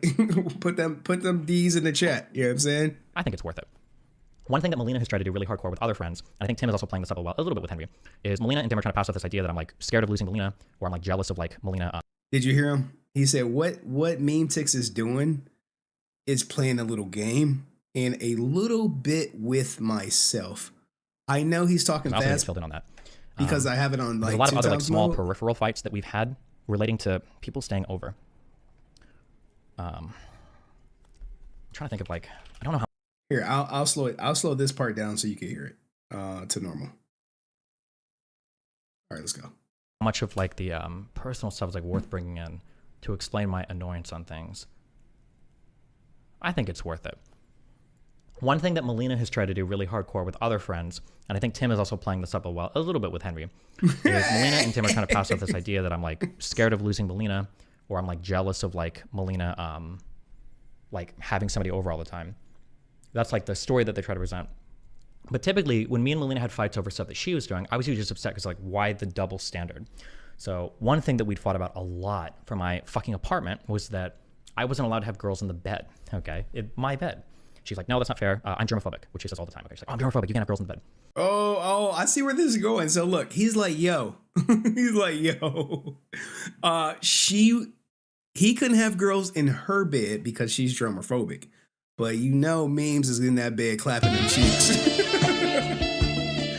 You know he clapping them cheeks in that bed. So I see where this is going. Were you in Sweden? No. I interviewed Memetix via TikTok DMs for the new people who got here. Like the stream too while you at it. I'm like, okay. This fighting got like so bad that I remember before she left for Sweden. Wait. How in the hell does Destiny being smarter than me have to do with anything? No. I'm not gonna let that shit ride. He had the logs on his side. I had nothing. I got Destiny word and I got Memetix word, and you got me like, nah, fucking Destiny ain't telling the truth about everything. He trying to save face. Like, what the fuck I'm supposed to do? I'm like, yo, but Destiny, he cooked my ass. He was like, let him cook. Like, Henry, shame on you, Henry. Shame. DGG gonna get your ass. But yeah, I don't know. I mean, he got the logs. I don't got the logs. If I had the logs, I would have went with the logs and not Memetix. But you know, I still would have went with Memetix and I would have went with the logs. I don't like hide any evidence. It's gonna be gone for like months. I figured like, well, I can probably have a girl here. It's fine. Like, I'll just wash the sheets. Not a big deal. So I remember there was a girl. She was coming over. I told Melina ahead of time. She came over. We hooked up. Fun times. After she leaves, I'm talking to Melina. And normally we like chat about our hookups after we have them, which always goes poorly for me. Go figure. And then as I talk to Melina about this, she figures out in the course of the conversation, she's like, "Wait, what the fuck? Why did you have somebody in the bed?" I'm like, "Well, because you're going for like months. Obviously, gonna wash the sheets. Not a big deal." And we had a huge breakdown fight over this. And eventually it comes out where she's like, "It's not about like the germophobic shit. I just don't want anybody else in my bed." And I'm like, "Okay." That would have been nice to know ahead of time, I guess, but she accuses me of lying, trying to fuck her, whatever. I'll go. Yeah, do me a favor. People over here on YouTube, why don't you guys do me a favor? Turn your phone sideways and like the goddamn stream and shit. I know y'all dislike the video, but least you could do is like the stream so everyone could be in on me letting y'all kick my back in. And surprisingly, none of y'all have said nothing, guys. If you want to tell me I'm such a shit person or a horrible for making the video, you can. I told my mod you can say whatever you guys want, as long as it's not like kill myself or something or racist. But then now at this point, I'm trying to explain why I'm irritated about some of the Tim stuff. It's like, okay, well, this guy lives with you. He's in your bed all the time. It seems like a double standard. But Melina always is like really, it's funny because people always explain like I'm the emotional one, or no, I'm the rational one who's like being too cold, and Melina's the really emotional one. Melina's a lot of really good like logical arguments that kind of like end up making me feel like shit, but they're kind of logical, right? So her argument is that like, well, this is my apartment and this is my space, but that's our bed and that's our space, so I can do whatever I want with my stuff. But you know, for our stuff at our apartment, it's not fair. And I'm like, okay, well, I pay all the rent here, and I can't use basically 1/3 of my apartment when you're out of the country because obviously she doesn't want anybody setting up shop in her streaming room, and I can't use my bed, so we gotta sleep on the fucking couch or something. It's fucking annoying. Okay, but whatever. I'm not gonna dump all my personal shit, but it's fucking annoying. Dump that shit. We your therapist, Destiny. So I get to Sweden. I'm already really irritated because of a ton of things that have been going on. There's another story relating to the DC stuff. I don't think it's relevant, but I think it's just too much personal shit. There's no point in like that's just like blowing up Melina. But You I'm know what? getting irritated because like That is a great point. I'm sorry to be pause, Andy. Hey, Henry, at least he's not bashing you directly. Yeah, because at the end of the day, you know, Destiny knew what it was. Hey, he's just covering the divorce story like everyone else. And to be fair, my coverage is not like anti-Destiny. I just thought he was lying. I don't think he's like a horrible person because I don't know him as a person at all. So hopefully that message gets back to him. And the fact that like we did have like a small back and forth during his live stream, I don't think he thinks that I hate him or anything. In fact, I mean, I'm not going to say some other stuff, but I'm pretty sure he knows I don't hate him. Ton of double standards cropping up now in our open relationship, okay? Or not open relationship. There's a ton of double standards cropping up in like how we both approach this, and it's like really starting to fucking irritate me. So I get to Sweden. I kind of feel like underappreciated because it's like, okay, well, you don't care that I've paid all this money, you don't care that I've invested all my time, which is valuable to me, by the way, and you don't care, you know, that I've used my guys. I typically don't bash other men, man. I can't bash men. I support men. I'm a champion of men. I'm a man myself. I wish people champion my shit. relatively unique skill set to find you people and help you, blah, blah, blah. It seems like all you want is like some fucking random guy to just be near you, like worshiping you 18 hours a day. That's what it feels like. It's ironically, it's probably pretty close to the truth. But whatever. We have a really big fight the first night that I'm there over relationship stuff, basically. We kind of chill on that. And then the second day we have her court stuff. I go to the court with her, okay? Thank God I have my Vyvanse. I sit through a 5-hour trial in pure Swedish. I don't know if I'm on the recordings or not if you see the bench, but I'm back there with my Secret of Father Brown book reading. So I have a 5-hour Swedish court trial thing. But it actually goes really well. Surprisingly so. Like, so well that the, I think they end up at the end asking if she can get her passport back early because she'd been revoked her passport, I think a couple months earlier. So we leave, trial's good. We go back to the apartment. Melina engages in a ton of really shitty behavior at this point between me and Tim and her. I won't dive into all of that. We'll just say it was pretty unbelievable. And then a few days later, it comes to be that she's supposed to go to the courthouse because they approved her getting her passport back and she's going to get it back. Ooh, so this is where it gets good. Or I start talking to her like, hey, I don't think that this Tim dude is going to be okay with you. I don't think this Tim guy's going to be okay with you going back to America. Keep in mind that up to this point, I didn't have any problems with Tim guy at all. I thought he was like, kind of like clingy and cringy, but compared to me, everybody's clingy and cringy. I'm sorry to be cringy. It's fine. I didn't have any like ill will towards the Tim. All right, guys, for the people who don't know, Melina, when she got hit with the tax crimes or whatever, they took her passport. And while her passport was gone, Tim and Melina got to spend a lot of time together, okay? So they're spending all this time together. And now it comes time for her to get her passport back. So no, she's no longer confined to Sweden when she gets her passport back. Now she can go the United States and get her cheeks clapped, or see whoever she wants to see. So at that point, he like, hey, I just want to let you know, you guys has been spending a lot of time together. You really think he's gonna be happy with you getting it? And yes, this is the praying. They were making prayer hands. This is me simulating prayer hands, guys. You know, when you pray with someone of the opposite sex, you pray like this. You'd be like, you might start off with slow prayer. You like, you know, something slow, and then you like speed it up, and then next thing you know, you like, all right, let me stop. We're a family show here. We're serious. Continue, Destiny. You have the floor.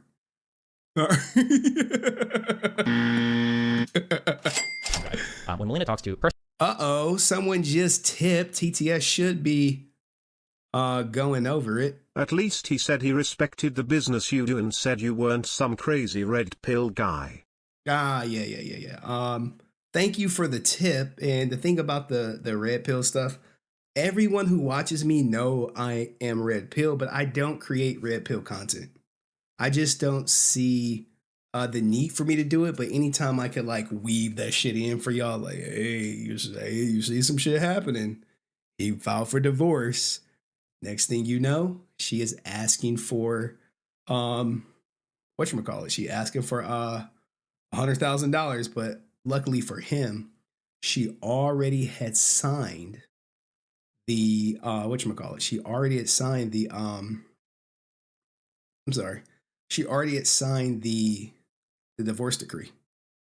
So he's in the clear. But thank you for the tip. Appreciate that. Personal people, and if you're a streamer or a friend of Melina listening to this, she'll always say like, oh, Stephen was always jealous of Tim. That's not true at all. I even said as much. I got tons of vlogs. I'm like, oh, it's cool. You've got somebody to hang out with and you don't feel lonely and blah, blah, blah. It's like, that's cool. Because then I can stream and focus on my shit and she's got other shit to do. Works for me. However, I did That's the truthful statement. Or at least at the time I felt like I knew that like there's no way there's somebody that's like this clingy. You guys have been glued to each other for 2 months straight, every single night together. There's no way he's gonna be okay with going back to America. And she's like, no, Tim is poly, he's open, like everything's cool. Trust me, he's like the coolest guy ever. He's so supportive, he's so awesome, blah blah blah blah blah. I'm like, okay, we'll see. I don't know. So the day of the her passport coming back comes. I think I'm like streaming because I'm traveling. I'm pretty sure Hamas got the fucking klaxons blaring. Destiny's out of town. We need to operate or execute October 7th. So I think it was around then. I think she got her passport back. Probably like October 10th or 11th. Okay. For someone who don't know, if you're red pill, you like I'm severely anti-marriage. If you actually going to get married, make sure you get a prenup, get a postnup. I tell men like if you want to have kids, go through a fucking surrogate. Don't involve the family court. Don't put yourself at risk for people collecting child support. If you're blue pilled, you're like, get married, don't get a prenup. It's going to be great. Everything's going to work out fine. You're going to be together forever. Don't worry about the divorce. Don't worry about that. Focus on building a family. You're like, hey, yo, what the fuck? Nah, bro. My divorce has taught me so much about family court where I'm like, I still have relationships, I still got, I'll kick it, but as far as me getting married, is never happening again. As me having another kid, I got a vasectomy. That's not happening.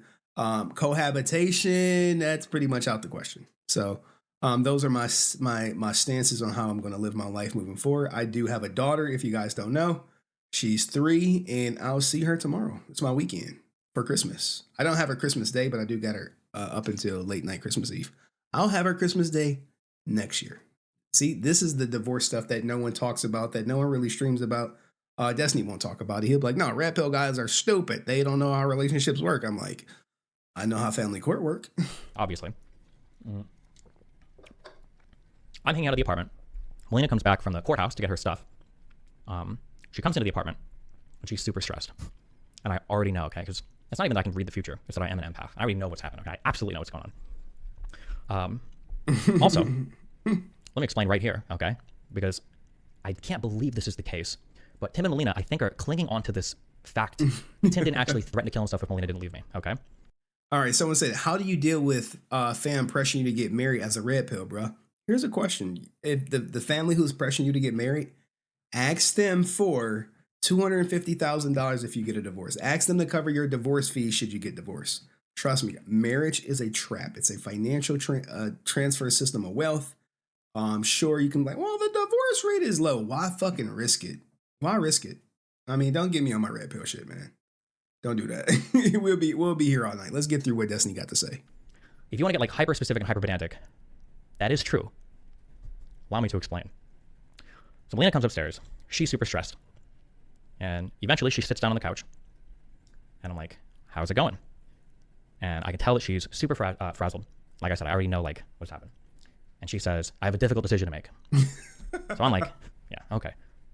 Obviously. So we start chatting for a bit. And Melina's like, Tim just gave me an ultimatum. I'm like, yeah, obviously, because you got your passport back. Obviously, he said he's been cool with everything up till now, but it's because you didn't have your passport. So he can obviously say these cool things, but as long as you're like locked in Sweden, it doesn't really matter what he says. He knows you're not going anywhere, right? So, okay. When I'm telling stories, I like to hide certain things so I can see what's lied about later and then keep coming out with more. But I'm not doing this now because, like I said, I don't want to do like a back and forth in this, which is like personal drama. It's just stupid. So Melina tells me, I was outside. We were walking back to the apartment after I got my passport back. This was in Sweden, yeah.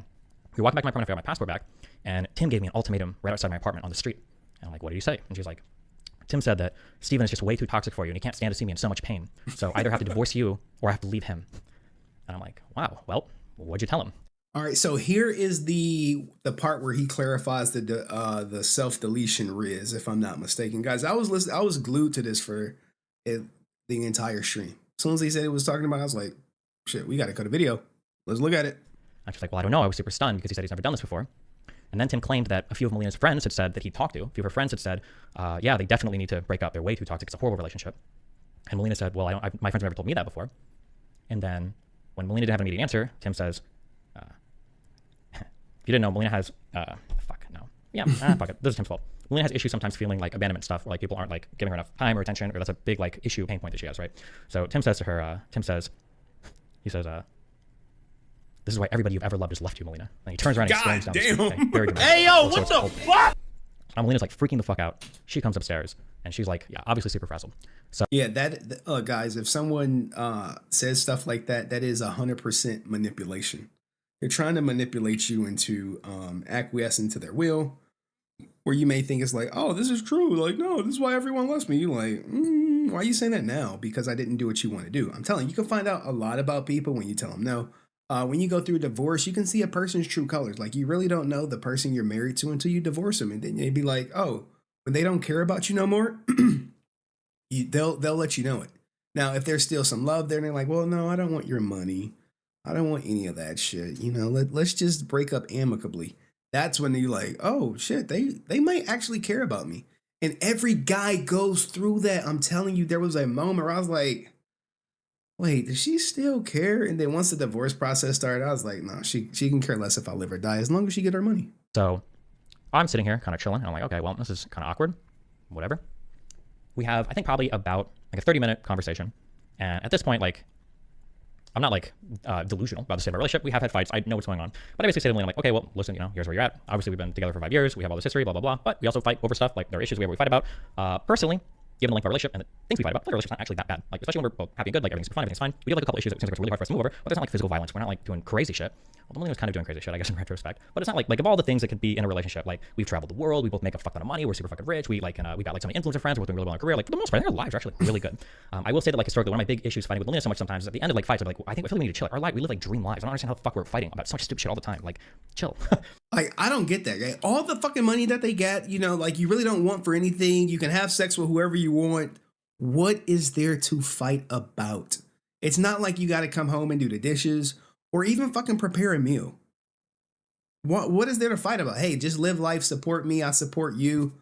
We're living in like lives that people would kill for. We're living a life that people like me stream for and hope one day they'll achieve. All the money they got, I mean, sure, it's his, but still, she can enjoy that life. And someone said it's that sewer slide Riz. Y'all are tripping. The sewer side is coming from when you if you go through my DMs with Memetix. But you know, but I mean, also maybe I'm downplaying like my bad contributions to the relationship. That could be fair too. Okay, yeah, I know Brittany will jump on that one. So we have like about a 30 to 60 minute talk where I'm like, yeah, so here's the issues of our relationship. You know, if you want to cut it here and you want to try your shit in Sweden, like we can do that if you want. But I mean, like also with the Tim stuff, like it's pretty scary. You've only known this guy for 2 months, and you've only known this guy for 2 months, and he's already done a few things that are like really fucking weird. So you know, there could be a lot more. So I mean, yeah, it's up to you. So now, Memetix said he known her for over a year, guys, since last summer.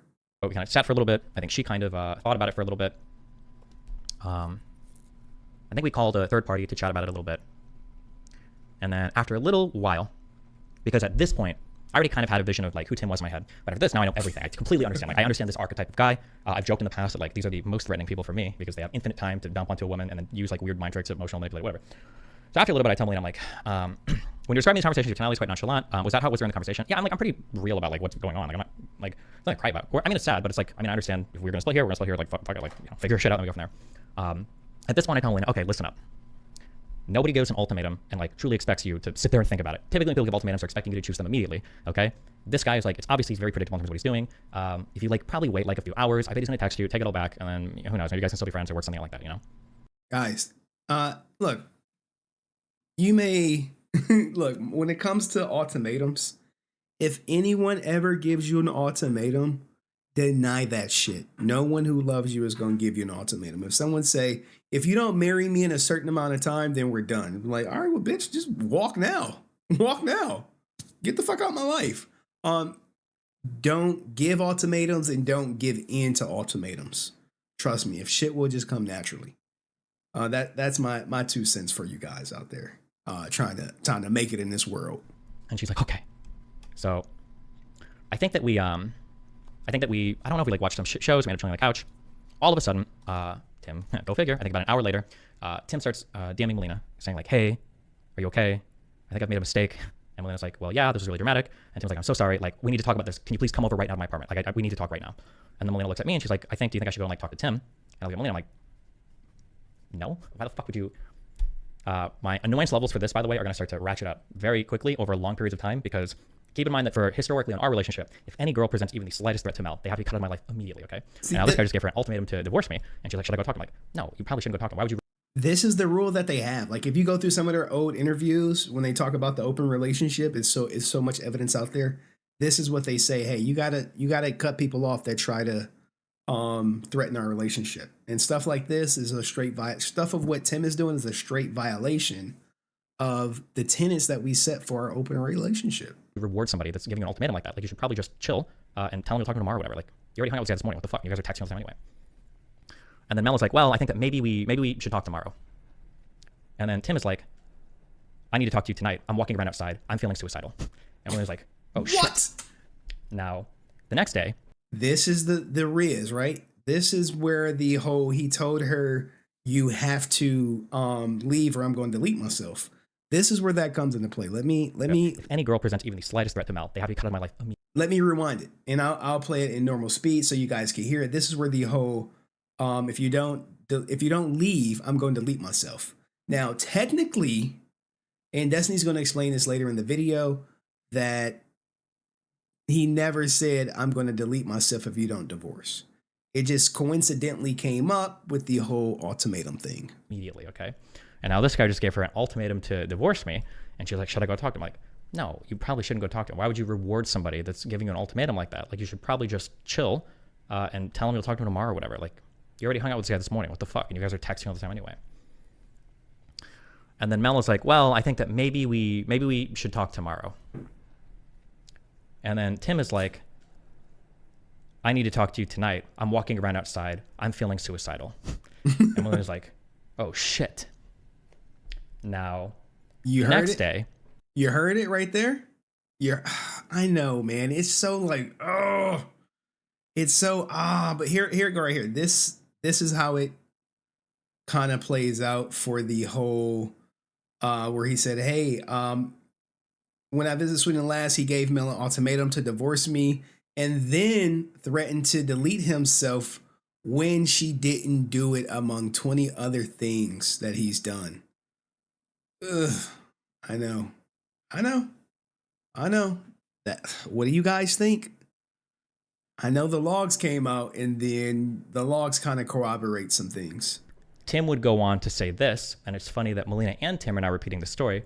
Tim would go on to say, I didn't actually threaten suicide if you didn't divorce him. I just said I was having suicidal feelings. And obviously, like, we know what's happening. And even Melina laughed at it at the time. Although now, for Melina to save face, now she's spreading the Tim story of like, well, he didn't actually threaten to commit suicide and divorce him. That is true. Technically, he said he had suicidal feelings because she wouldn't go over to talk to him about it that night after he made the threat. If you want to get hyper pedantic, okay? Now, for all my DGG people in the chat, did Destiny lie when he said the post that I just showed you guys? This post right here, is this a truth or a lie based on the information that you just heard? 1 for truth, 2 for lie. 1 for truth, 2 for lie. 1 for truth, 2 for lie. I just want to know. It's a half truth. Ah, there we go. There we go. It's a half truth. It's a half. I mean, it's the framing of it, right? But semantically, oh man, it's just such a coincidence. You know what I'm saying? You like, someone said exaggeration. Is it an exaggeration? Because he said, hey, you need to leave Destiny. She said no, or need to think about it, or whatever you want to say. Look, 1.1. Look, mostly true. Okay, mostly true. Mostly true. Am I reaching? I don't know. I'm just saying. Look, let's go back to what Destiny said. Let's go back to what Destiny said. Let's give it its proper due. It's proper due. For this, by the way, are going to start to ratchet up very quickly over long periods of time, because keep in mind that for historically on our relationship, if any girl presents even the slightest threat to Mel, they have to be cut out of my life immediately, okay? Look, and now this guy just gave her an ultimatum. Look, I rewound it. So listen up. Put your goddamn listening ears on, all right? Stop chatting like the stream, but put your listening ears on. To divorce me. And she's like, should I go talk to him? I'm like, no, you probably shouldn't go talk to him. Why would you reward somebody that's giving you an ultimatum like that? Like, you should probably just chill and tell him you'll talk to him tomorrow or whatever. Like, you already hung out with this guy this morning. What the fuck? And you guys are texting all the time anyway. And then Mel is like, well, I think that maybe we should talk tomorrow. And then Tim is like, I need to talk to you tonight. I'm walking around outside. I'm feeling suicidal. And Melina's like, oh shit. Now, hey, yo, the next what the day, fuck? Tim would go on to say this, and it's funny that Melina and Tim are now repeating the story. Tim would go on to say, I didn't actually threaten suicide if you didn't divorce him. I just said I was having suicidal feelings. And obviously, like, we know what's happening. And even Melina laughed at it at the time. Although now, for Melina to save face, now she's spreading the Tim story of like, well, he didn't actually threaten to commit suicide and divorce him. See, now, look, if I would have known this when I was talking to Tim, I would have been like, yo, hey, have you ever, in the last 3 months or 2 months or a week, have you threatened to delete yourself? Have you had self-deletion thoughts? That would be a great question to ask, having this information. And then maybe I would have followed up with like, have you ever thought about deleting yourself? When was the last time of it? But at the time, you have to realize all I'm going off, literally, the only thing I can go off of is this right here. This right here. Hey, Destiny said you threatened to delete yourself if she didn't divorce. Did you do that? He was like, nope. No. He said no. He said no. So I'm like, you have to put yourself in my shoes where it's like, hey, I'm trying to cover this. I know I went in fucking hot. I know I came in hot, guys. You can kick my back in for that. I did come in hot. But at the same time, I'm like, all I have is Destiny's word. And I'm not like some 10-year Destiny fan who's like, oh, he's never got caught in a lie. I'm like, dude, I don't know Destiny from a can of paint. I've never had any conversation with him. I've never watched a full live stream. I'm not a debate person. I don't, I'm not interested in talking about what's going on in other countries. I'm not really the most politically aware. Okay. If it doesn't affect me, whatchamacallit, I'm just going off of what Memetix said. Now, you can use your own brain and come to your own conclusions. But you guys said Destiny was telling the truth. We got 1.1s. We really don't have anyone saying outright 2. So, hey, popular demand, popular vote. Y'all said this is the truth. You said this is That's a truthful statement. That's a truthful statement. All right, let's get back to let's finish letting Destiny cook. Let him cook. That is true. Technically, he said he had suicidal feelings because she wouldn't go over to talk to him about it that night after he made the threat. If you want to get hyper pedantic, okay? So there's that. I can't imagine that they would try to come out and counter, well, actually, I didn't. So yeah, okay. So we're chilling. He's doing the suicidal stuff. Me and Melina end up we go take a walk. I think we go to Max. Wait. I like how my man is like, yo, I'm about to tune miles on myself. And they like, yeah, we heard that shit. We just went for a walk and shit. Like, you know, like if he does, he does. If he don't, he don't. So, eat food. She ends up talking to him on the phone for like 2 hours to like calm him down. I don't know why the fuck she has to calm him down when he's just like put her through like an insane fucking situation. And then yeah, that happens. The next day, Melina reaches out to some friends, finds out that Tim actually lied about what they said about her, which was interesting. Damn, like, oh shit, now you like, yo, who's telling the truth and shit? Oh gosh, she talking about him, and now now Melina found out he lied. Now the crazy thing is when the logs come into play, it was just game over. There was literally nothing, no response or rebuttal that I could have. I was just like, well, fucking GG. Hey, thanks for clearing that shit up for me. More content. And just a collection of interesting things is that he's lying about things that her friends have said about her. He's basically threatening suicide if she's like not talking to him or evaluating a relationship, whatever. Few things happen over the next few days. Dumb things, but they're dumb personal things involving us. It's not that relevant. That's a truthful statement. Then we go to TwitchCon Miami. No, not Miami, Vegas. As we're in TwitchCon Vegas, things are a little bit weird and annoying because Melina's still texting Tim a ton. Tim is arguing with Melina about like, you can't raise a child in America. If you want to really have a child, you can't be polyamorous. What would that look like for the kid? And blah, blah, blah. Basically trying to debate her out of a relationship with me. And again, I'm a little bit irritated because I'm like, okay, I feel like if there was a girl DMing me trying to debate me out of dating you, you would be going apeshit right now. I would be annoyed. I ain't gonna lie. I would be like, yo, what's going on? I get the whole open relationship, but in my mind, open relationship is sex with no strings attached. Once you start involving emotion and you constantly texting a person, it's way deeper than just sex. It's way deeper than you just clapping her cheeks, you know what I'm saying? Or his cheeks, or, you know, whatever it go. I don't know how y'all talk about that shit. Would be losing your fucking mind, vague tweeting and shouting at me, blah, but okay, whatever. TwitchCon comes and goes, and then we end up going back to Miami. Skipping over a lot of dumb stories, but TwitchCon comes and goes. Then we get back to Miami. Destiny, you told her this? Did you tell her that? Yeah, of course I did. I'm like, well, actually, hold on.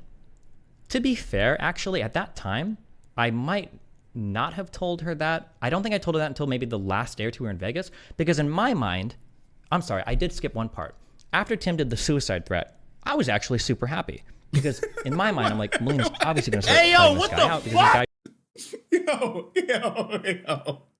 Time out. My wife's boyfriend threatens to delete himself, and I'm like, oh shit, we up. GG. Thank goodness. Cooler heads are about to prevail. He just put her under a tremendous amount of pressure. Now we go into the fucking next level, right? You like you have to kind of like, Destiny, he is low-key laying everything out in the line. He like, oh, he wanna delete, he wanna what? He wanna tube himself? Oh, sweet. We up, right? We up. Now we know what's going on. Now we can you know what I'm saying? Like, now we can do it. You know what I'm saying? Like, hey, now we can cut him out of our life. He said he wanted to clap himself, Melina. Why are you with him? Let him go off. Let him clap himself. Let's have let's get back to him. Hey, we got TwitchCon. I got some threesome set up for us. We about to go to Pound Town. But that is low-key ruthless as fuck. Like, oh, you want to do what? You want to clap yourself?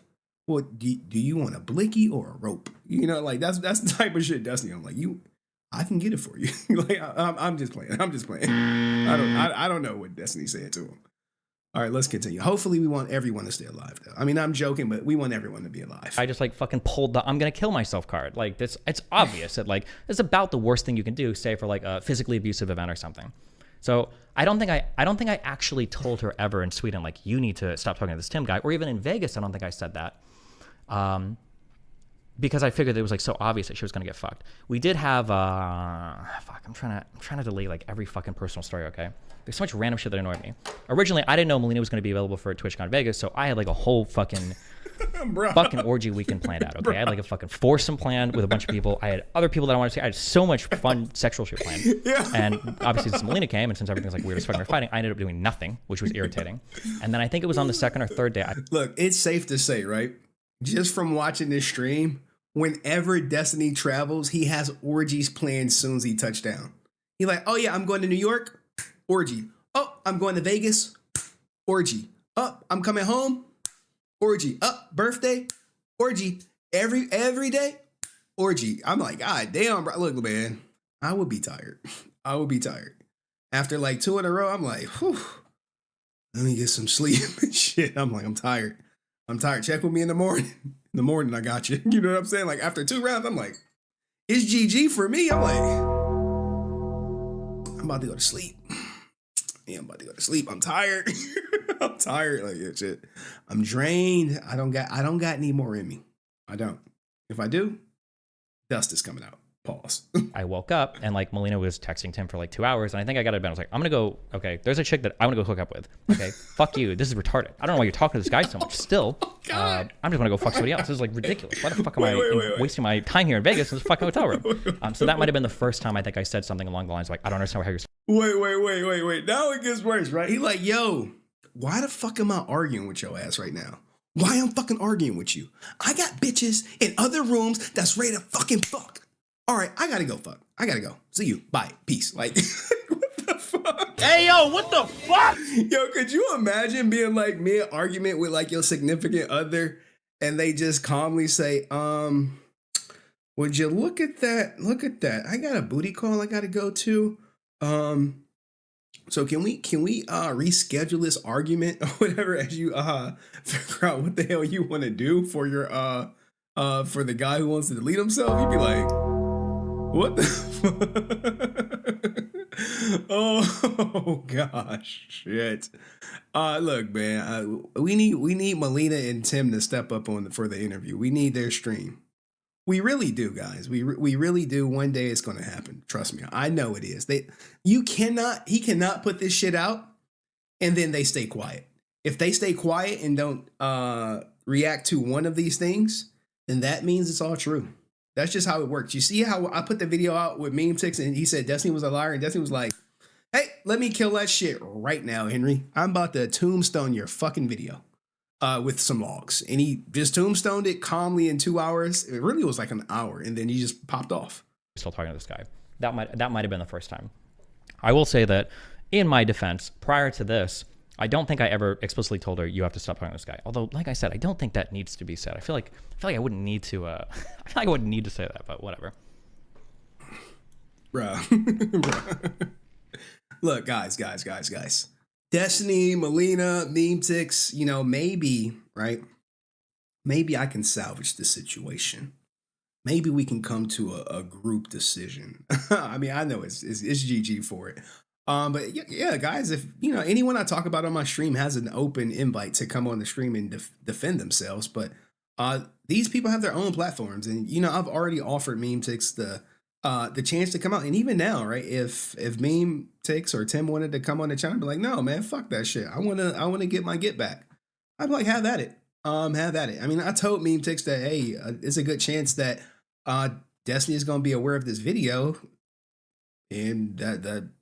I mean, I didn't expect him to respond within 30 minutes. I really didn't. I'm sorry. That shit caught me way off guard. I was expecting tomorrow. I was like, oh, he gonna get this shit tomorrow. Give me 24 hours to let this shit just let me get a little bit. You know what I'm saying? Like, let me farm it, Destiny. Let me just get a little bit of views. He was like, shut up, bitch. That's what he said. That's what he said. He said that without saying it, guys. He was thinking it for sure. I know he said it. You probably didn't hear it, but I was like, yo, he said that shit to me and shit. Like, yo, Destiny, he just killed my video, guys. Like, I just been trying to create content, guys. I'm just a drama farmer. I wanted to farm. And Destiny Just stop me from farming. But anyway, shout out to Destiny. Salute to him. Shout out to DGG. Let's finish getting through all of this shit. You know what I'm saying? Let's finish getting through it. We go back to Miami, okay?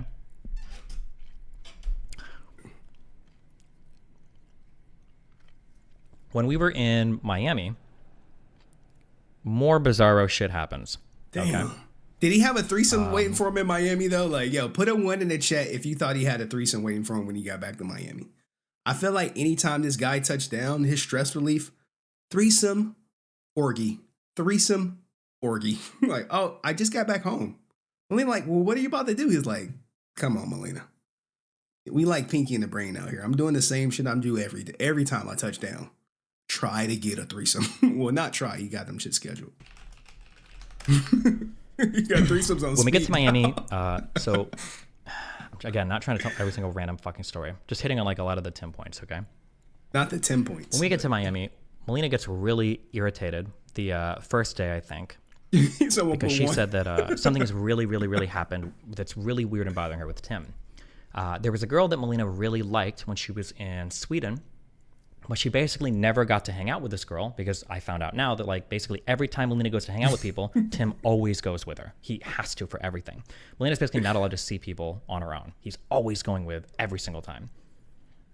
And I'm like, okay, I don't understand why you wouldn't just go on your own. It seems kind of weird that like, because you're like one of the most independent women I've ever met in my life. I don't know why the fuck you would let him dictate like all of your hangouts.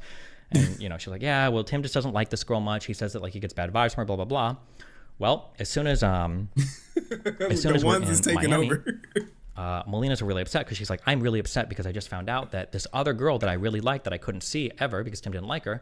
Well, Tim took this girl back to my apartment and they're like cuddling, you know, in my apartment. And I'm really upset about this. And two huge things like explode in my mind, okay, right away. So the first thing is like, what do you mean he's back in your apartment? I'd be like, how did he get into your apartment? And she's like, oh, he has a key. And I'm like, excuse me? Hey, yo, what the fuck? Yo, wait. You gotta be like, yo, what the fuck you mean he got a key to your apartment? I thought y'all were just hooking up. Key, it kind of implies living there. A little bit, but not necessarily, right? Not necessarily. It could be like, look, she could have a security door on the apartment and the key just makes it, you know, she don't have to come down there and open the door or buzz your ass in. You could just walk right in. But he like, yo, wait, why the fuck does he have a key to your apartment? I would be wondering the same thing. Like, yo, like, wait. This shit's going way too far. He got a key? He got a key? He got a key though. You gotta be like, yo, he got a key. Wait, you telling me he got a key to your house? Maybe to the front door? No. You can just bring bitches over. Like, what's the problem? Like, yo, what do you mean he got a key? Look, that shit, you're getting way too comfortable. Way too comfortable. That is, I feel like I should have known that. And then the second thing is, he's allowed to invite girls back to your apartment to bang? And she's like, well, it's okay because like I know this girl, so like I trust both of them. We have a mini fight. Hey, yo, what the fuck? I'm doing whatever the fuck I want with my bed from now on, and if you don't like that, package and get the fuck out because it's the most retarded shit I've ever heard in my entire life. We fight back and forth on that. I think she's like, well, I don't think I can. Yo, he kicks her ass out the house, yo. He just a friend. They say he just a friend, but they be praying together. They be doing the prayer hands. You know what I showed y'all the prayer hands. I'm not gonna keep showing y'all that. Handle that. I'm like, that's fine. Then package and leave. Get the fuck out of here. This is retarded. And then eventually, I think she passive aggressively answers. She's like, well, I'm just gonna buy a second mattress and I'll just throw it over the bed when I come back. I'm like, if you want to do that, bitch, knock us about. I'm not helping you, okay? Because this is retarded. So we have that mini fight. Okay, it's stupid. I think I stream, and then I think Melina has like a 5-hour call with both of these people, and then eventually, you know, I talked to her at the end of the night and I'm like, you know, how's it going? She's like, oh, actually, I feel really good. I had a talk with both of them and me and the girl get along great. And Tim kept trying to like insult me or make fun of me or throw me under the bus, but this girl wasn't having any of it. So I felt like the conversation went really good. What? And I'm like, okay. Okay, I guess. gonna skip through a lot of personal, really fucking stupid stories. I think on the last day, or one of the, like the 2 or 3 days ago, I think there's, yeah, I think it's like 2 days before she leaves. I don't remember how this happened, but Melina also found out that Tim had been lying to friends of hers about things that she'd said. And I'm still thinking, like, in my mind, like, Melina must be trying to weed this guy out, right? So I start giving Melina advice on, like, well, when you're dealing with, like, abusive or manipulative people, it's really important if they are contacting mutual friends that you need to start contacting your mutual friends as well. Because what's going to happen is if they, like, poison the well against you, it's going to be impossible for them to believe anything that you say in the future. Like, you're going to get completely fucked by this. And she's like, well, okay. And I'm like, you should contact all your mutual friends and find out if he's actually, like, you know, poisoned the well. Also, as a quick aside, there are other friends that I thought that I had in Sweden that, like, mysteriously stopped responding to me. Bruh. I think it was because of Tim. Bruh, this shit's par for the course. When you go through a breakup, all that mutual friend shit is done. They got to pick a side. Like, I don't have no neutral friends in my life. Like, you either team me or you out my life. That's just what it is. I don't, because this is what happens, guys. I mean, this is exactly what happened to me. My neutral friends was feeding my ex-wife information about me to use against me in court. So that's why I was like, nah. If you fucking with her, I can't be fucking with you. I brought up the Seth Everman thing that one time on stream as a meme, kind of. He's part of that friend group. I think me and him were going to do music stuff in Sweden. He seems like a cool guy. I like him. He's funny, and he's really cool with his music stuff. He seemed like he wanted to do something, and then one day he just completely stopped responding to my messages. And I also had Melina tell me that Tim had told another person in that friend group not to hang out with me. Although when Melina said it, she's like, I think it was kind of a joke, but I don't know if the other guy took it that way. So I'm like, interesting. Okay. So Melina starts contacting a couple friends. She starts finding out that Tim is talking shit about her, lying about things she said to these friends. And yeah, I'm like, okay, well, damn. I think on the day before she left, I think that, yes, okay, I will address this rumor. This is why Forsen doesn't talk to me. Forsen is also part of the group of friends. Forsen. Tim told Forsen never to communicate with me on stream. That's why we've also not talked with each other on stream. Okay. It's a joke, guys, I believe, right? It is true. There you go. Okay, I've addressed the rumors. All right. There's a specific conversation I remember where we're kind of standing in the living room. Melina's talking to a really close, or was at the time, might be again, I don't know. Melina's talking to a really close friend.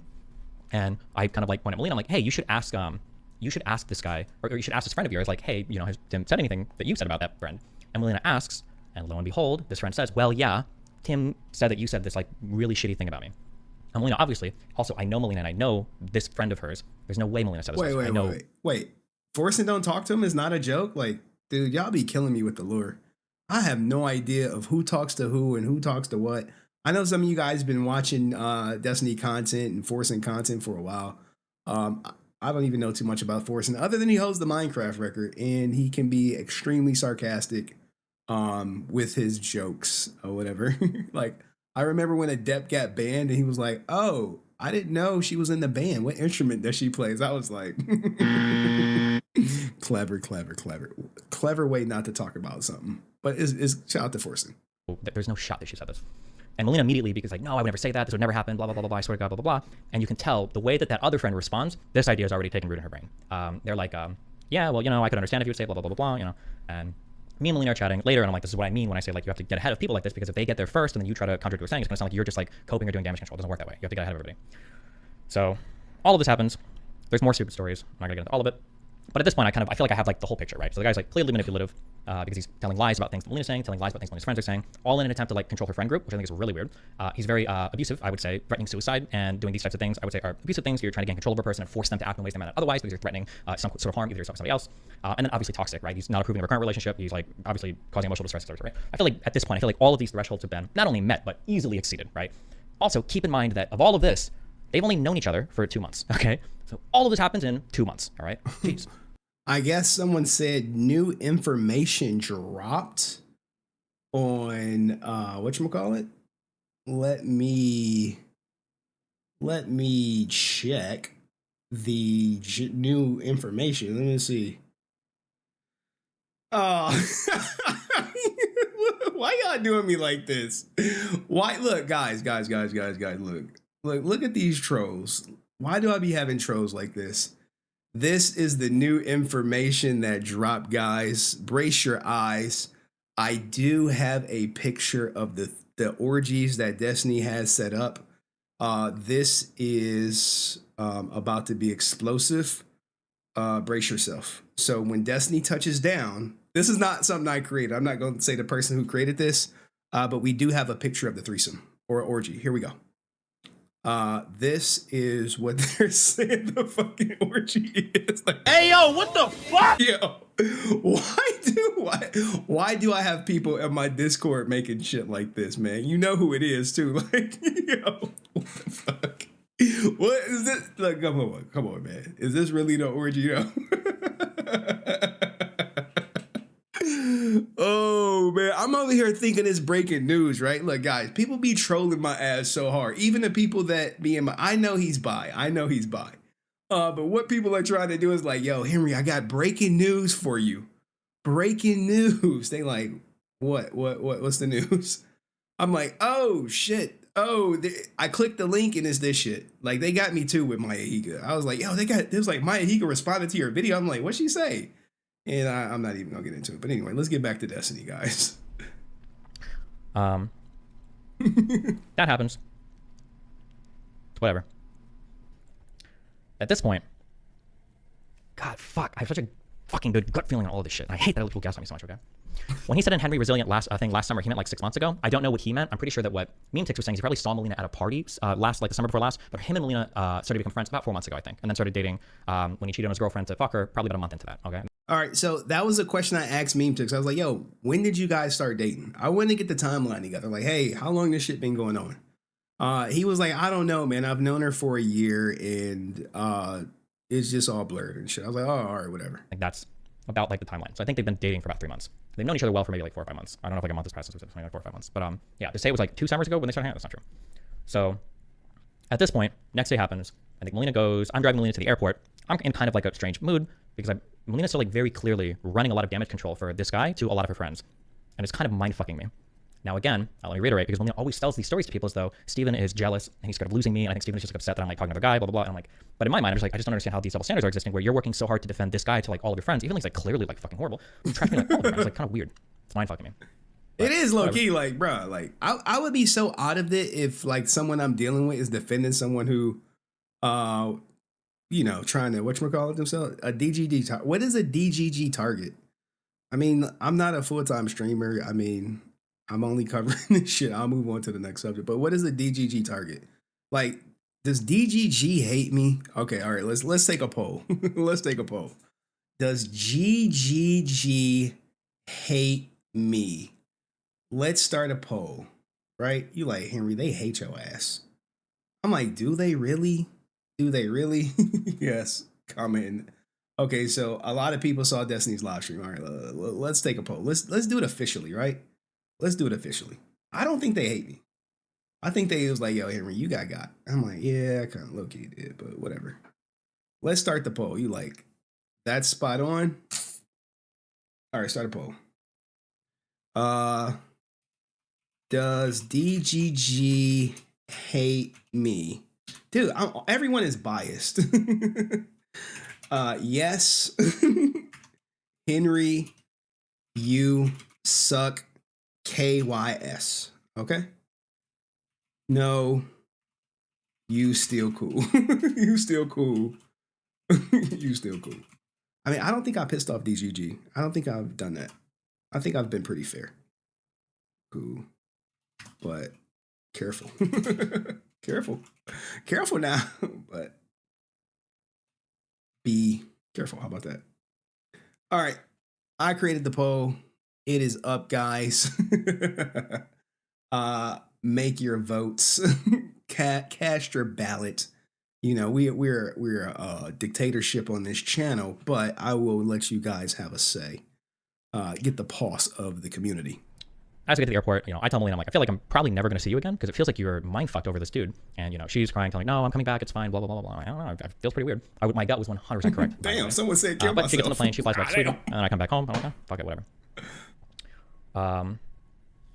In my mind, what I feel like is probably going to happen is I feel like Melina's going to go back to Sweden and then slowly start to phase this guy kind of like out of her life. That would be my assumption because he's so obviously manipulative, toxic, abusive. Like, it's like all the behaviors. I'm like, obviously this guy's going to get cut out. There's no shot that it changes.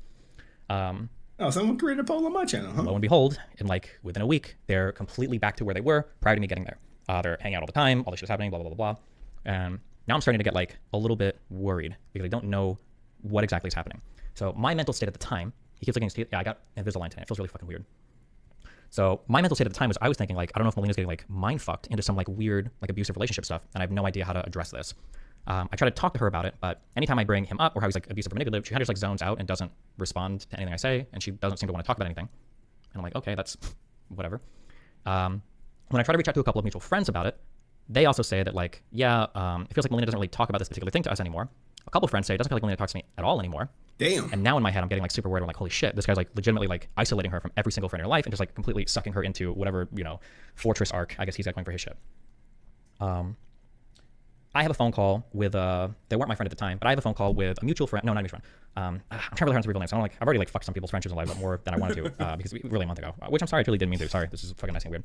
But I have a call with the friend that is hanging out with Melina and Tim, and I'm trying to ask them questions about like, do you feel like anything weird is going on here?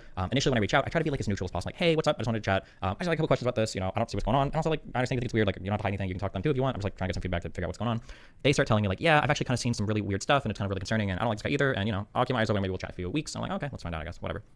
So what's happening is the friend circle is eroding. Okay. People have to pick sides. Okay. You're getting information from both sides that could be conflicting with one another. So you're like, oh shit, well, who do you believe in that? Like, if you're me, who do you believe? Like, well, I was like, yo, I think that's the fucking lying shit. People don't have an opinion like that. People are like scared to have an opinion. And if they do, they're not going to get on camera, put their face on, like, yeah, I think he's lying. They're not going to do that shit. Push it sideways a couple weeks. Okay, I'm trying goddamn, Eric is going in on y'all. Stupid personal dumb things. We push it sideways a couple weeks, and I'm having a really hard time, really because of, maybe we'll get into this later, because of my mental image of Melina, I'm having a really hard time understanding what's happening, because him and Melina are as close as ever, every stream together, living together, blah, blah, blah, blah, and I don't understand how all the toxic shit hasn't like mind-fucked her yet. She tells me another story where she's like, yeah, you know, I had to do an interview and, you know, I was trying to get out of bed, but Tim, you know, never wants me to fucking work or do anything. And when I got out of bed and I started doing an interview, when you came up and I started speaking positively about you, Tim stormed out of the apartment. He got up, he stormed out, he slammed the door. And when Melina texted him, he's like, hey, what's up? Or what are you doing? He's like, I'm gonna go hang out with that other girl that, you know, that you really want to hang out with. I'm like, okay, Jesus. That happens among a couple other stories, right? Push it sideways a couple weeks. Yeah, I'm not entirely sure what's happening. I start checking like Melina's socials, like to check out all of her like stream stuff and everything else. All right, so he's about to go over that. Like, Melina is changing, guys. I'm about to skip to the logs because I think the logs come up. My gut feeling was she's basically done with this. She's found like a new dude that gives her the whatever. I can say things, but obviously something that she might click with in a relationship. 3 minutes. Friends are like, oh well, Steve, he's been super cold to me. He didn't give me a hug or say anything. I'm like, yeah, of course not. Fucking weird. I think I just try not to talk. We don't interact much. I think for the next day or two. I think you guys might see us interact on stream once. I think she walks by and we like joke a little bit. And then we go to do the Stacy stuff. Before talking to Stacy, I tell Melina a couple things. One, I say, before we do this, I want all of the money that I give you for the taxes back right now because I don't trust Tim to not tell you to take it from me in the future. Fuck this. You see, this is where the red pill shit come out, guys. This is where the red pill shit. If you trust her, you know she's going to give you the money no matter what. But what happens is when the relationship erodes, things change, people change, their values change, their desires change. Sure, when I love you, I'm going to pay you back. Sure, no problem. But when you're about to go your separate ways, then things fall short. Airport jacket thing. Oh, shit. Did I skip it already? Let me know. And two, I need you to pay me back rent, at least on this apartment, okay? Because if you're going to move in people and you're going to start buying shit for these broke fucks, you need to, I'm not going to pay for rent here for you while you're covering the expense of another person. I feel like I'm basically subsidizing their life. That's not happening. So before therapy, thank God, we walk to the bank. I think it's about $115,000. She transfers it all to me, cash from one account to the next. I'm like, okay, cool. Get my money back. Feel good about that at least. And shout out to my man Adam, who, look, guys, y'all better thank fucking Adam. I think he donated $1 or $2 and then he put 10 on it. He was like, watch the whole video. I was like, all right, man, I'll do it. I asked Destiny a question, but did not get a response. Will age gap be a huge consideration next relationship? What do you think, Henry? I think he's going to be red pill now. I think relationships is done for Destiny. Them shit's off the table. It's, hey, I'm here to have sex and leave. You want to have sex? Let's have sex. Let's have a great experience. And I'll see you later, right? That's what it is. That's probably where he's at right now. Hey, I'm just here for the orgy and then we're leaving. I'm not trying to build some emotional relationship with you. But age gap relationships typically don't work unless you got money. When you broke, you're like, but then again though, like the age gap, you're gonna have things that people are interested that you're not interested in, right? Like say for me example, right? I'm older. I'm like damn near 40 and shit. So let's just say I come across some, some fine ass 21-year-old, and they're like, "Oh, what's up, Henry?" I'm like, "Oh, what's going on with you? You know about Power Rangers and shit? Like, you know about this magazine and shit, this Power Ranger shit? I'm about to be talking about Power Rangers for a couple hours. You cool with that?" She's gonna be like, "The fuck is Power Rangers? What's that?" You know what I'm saying? So the age gap is like, I don't think he's gonna be in relationships anymore. But great question, Adam. Salute to you, man. Thanks for the donation. Appreciate that. Let's keep it going because he's about to get to the logs pretty soon. Then from there we go to therapy. We do our 5 hours of therapy. It goes about as I expected to. Fucking 5 hours? Bro. It goes about as I expected to. And then... Bro, guys, therapy, that shit don't work. I'm going to tell you right now. When you go to couples therapy, it's usually someone looking for validation to get the therapist to agree with them to change the actions of the other to what you think they should be doing. And I went to couples therapy. I wasted thousands of dollars going to couples therapy only for it to end in divorce. I kid you not. And there's no amount of therapy that could have saved my marriage. That shit was a waste of money. But they bank on that shit. That the women be like, "We should go to therapy so we can figure out our problems." No, what they're really saying is we should go to therapy so I can get the therapist to convince you that what you're doing is wrong. And then you need to do what I say to make me happy. Because right now, I'm not happy. I'm telling you, put a 1 in the chat if you went to couples therapy before. That shit's dead. Don't waste your money. But people are like, "No, therapy is good. Take your family, take everyone, take the people you disagree with." I'm like, what the fuck? Like, anywho, let's continue. Destiny, you have the floor. Coming out of therapy, I feel really good because I feel like I can walk away from this relationship. I feel like I can do way better than this. I can find a partner who wants to build something better with me. Like, this is stupid. I don't need to be involved in this bullshit. Hey, it was my therapist who low key put the battery in my back to that this shit was done. And I'll tell you right after I read this. Don't know what she say. Another one bites the dust. Things like this makes it impossible to revive relationships. I've said it before. They are dead. And guys, if you don't know who San is, she is a woman, obviously. And she said almost a year ago, relationships are dead. Now, look, I'll tell you my therapy story. So I was married for 6 years and then shit went left. And my ex was like, "You're emotionally abusive." I'm telling you guys, if you never hit your wife or you never hit your spouse, they always go for emotional abuse because it's one thing is like really hard to fucking prove. And you can say that and everyone's just going to like get on your side and shit. So when we go to therapy, she got this 29 fucking page paper of like these 29 blue bullet points that, he's emotionally abusive. Look, step 1 says if he doesn't want to talk about the relationship, he's abusive.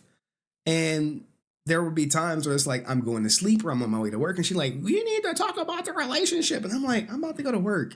Look, I'm trying to go to sleep. I'm not about to stay up for 2 hours talking in circles about the relationship. We can talk about it when I get home. No, I want to talk about it now. Like, I've been around this person all fucking day. All day. No mention of relationship. I want to go to sleep. Let's have a conversation. I'm like, oh gosh. I'm like, Hey, yo, what the fuck? So you go through all that bullet points, and then next thing you know, she like, "Remember 2 years ago, you did this, you did this, you did this, you did that." And then when I talk to the therapist, when it comes to, this is what he said. This is like $300 an hour type advice I'm about to give y'all for fucking free. I paid $300 an hour to know this shit. She was accusing me of emotional abuse. He broke down what emotional abuse is. He said, "Look, emotional abuse is when you try to hurt someone emotionally in hopes to control them. And you're not trying to do it on accident. You're intentionally hurting someone emotionally, saying, 'Hey, you ugly, you never gonna find someone else.' That's emotional abuse. You're hurting them emotionally to keep them to keep them under your wheel." So I paid $300 an hour for a guy to sit me down and break down how all these people think they're fucking therapists now because they read some fucking article online. It was like, it's the most annoying part of my job when people come into my office with some shit they printed off Google or WebMD, and now they're a fucking expert. So I have to explain to them that, look, your husband's not emotional abusive. Sure, he may have did a couple things off this list, but it's accidental. He's not maliciously coming home with the fucking mindset that, hey, I'm about to hurt her feelings in order to keep her to stay with me, in order to do something for me. Trust me, most of the time I come home, I would just go to fucking sleep. I was tired from work. I was working 16-hour days. So when you say, you're emotionally abusive, I'm like, I ain't even fucking talked to you in like a week. Like, we've been high, bye, kiss, you know, good morning, good night. Like, how the fuck am I emotionally abusing you? Well, you did this. I'm just like, oh my God. So once he broke down what emotional abuse was, and I was like, I've never emotionally abused this woman. I was like, oh, she's off her rocker.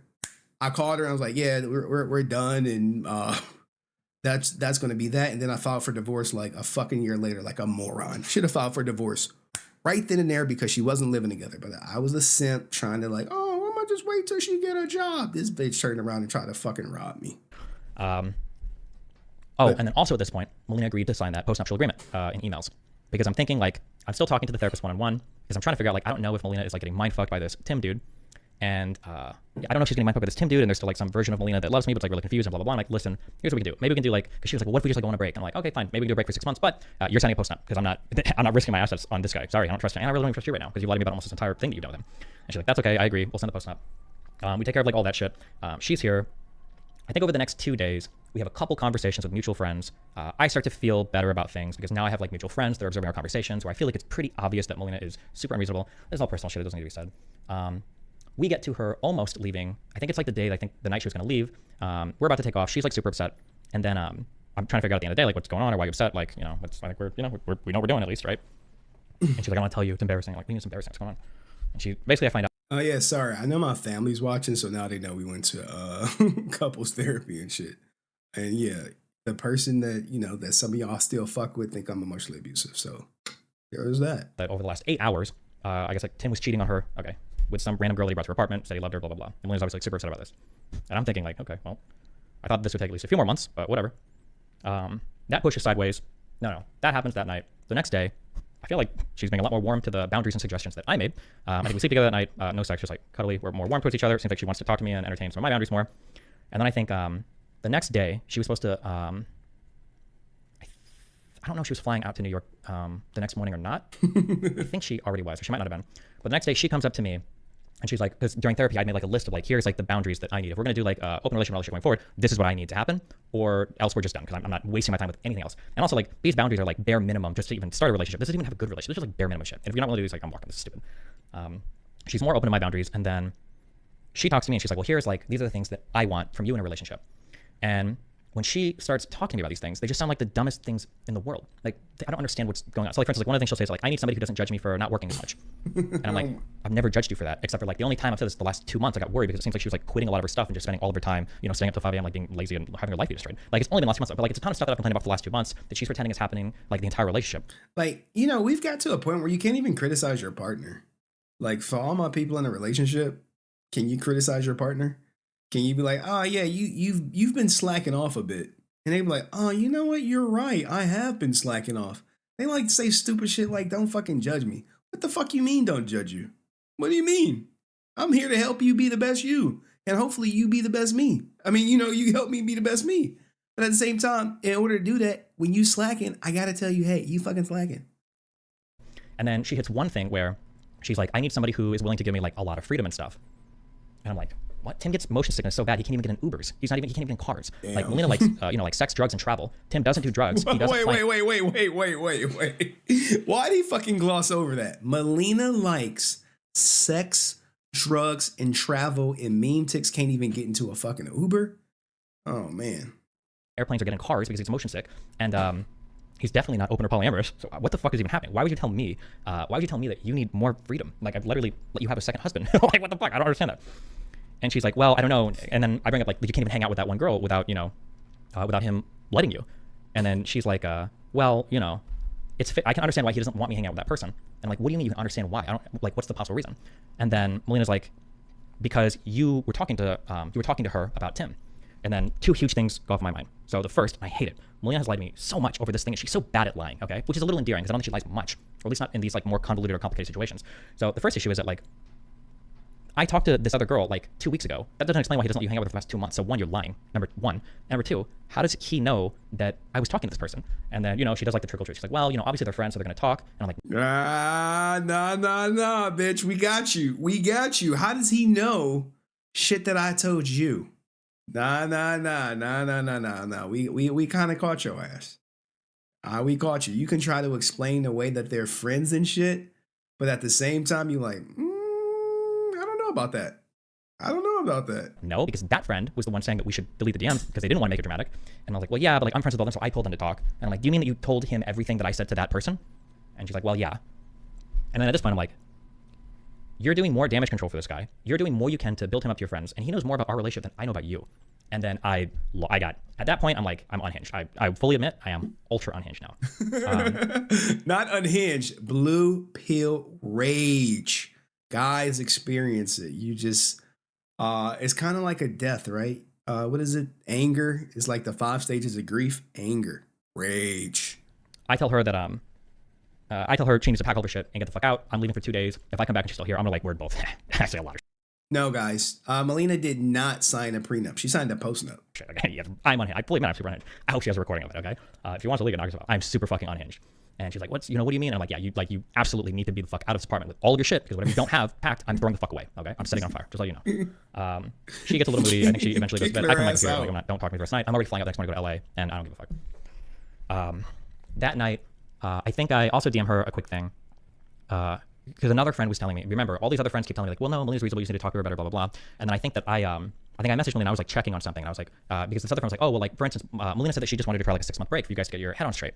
And I'm like, okay, all right. Also, pay attention, because I think the details in the next like 2 weeks are kind of important, so you can kind of understand why I was like going back and forth on things so much. So I messaged Melina, and I'm like, hey, so just curious, you said we were going to go on a break. Are you going to restrict yourself like romantic and sexually from this other guy that you said that you also need a break from? And she was like, I understand why you think that, but no, I don't think I can do that right now. I'm like, okay. What the fuck? What the fuck? Wait. Hey, Destiny, I need to take a break from you, but I'm not going to take a break from the other guy. Like, you'll be like, yo. Hey, yo, what the fuck? So when you say 6 months break, what you really want is to go try a relationship with him, and then if that doesn't work, then you want to come crawling back to me. That's not happening. We don't do that shit, okay? You fucked way too much of this up, and he's fucked way too much of this up for that to ever be a consideration. Why ask her that? Just curious, because it's really good to get a lot of things in writing, because one thing that Melina will do is if I don't explicitly ask something, she'll lie about what she would have said later, even though I know what her answer was. So for instance, Melina has said to a lot of mutual friends and to me that if I would have told Melina that she shouldn't go back to Sweden when she left Miami after TwitchCon, that she would have stayed here. That's a fucking lie. But I didn't explicitly ask her that. But she'll say like retractedly, oh no, I would have stayed, but she'll do that shit. Hey, chill. I'm a Sagittarius too, though. Like, what's up? We got smoke. We got smoke. Business walks. We got smoke. But damn, Mel is tripping. I'm gonna take a break from my husband to go explore a relationship with my boyfriend. So we have a conversation that's probably like 2 pages, I think. And I admit I am fully unhinged. I've already referenced this conversation. I'm super unhinged. I'm like calling her a selfish fucking cunt. I think I said this guy, I hope you guys kill yourself, blah, blah, blah. I'm like unhinged. She's answering everything perfectly, like very diplomatically, very kind of like lukewarmly, you know, like, oh, I love you, like denying that she's done things that she's already admitted she's done, all of this. I later realized that it's because she's going to use these logs to send to all of our mutual friends to show that I'm actually the super unhinged one and that she was the one trying everything the whole time, which they might actually believe because I've never shit talked Melina prior to this whole episode. And she's obviously dumping me the whole time, right? Are you ever going to leak that? What, my unhinged messages at the end? I think he about to leak his unhinged messages, guys. He's about to unleak them. He's about to leak them shits. And then he's about to go in on like, well, he's about to release the logs too. The logs is like, God damn.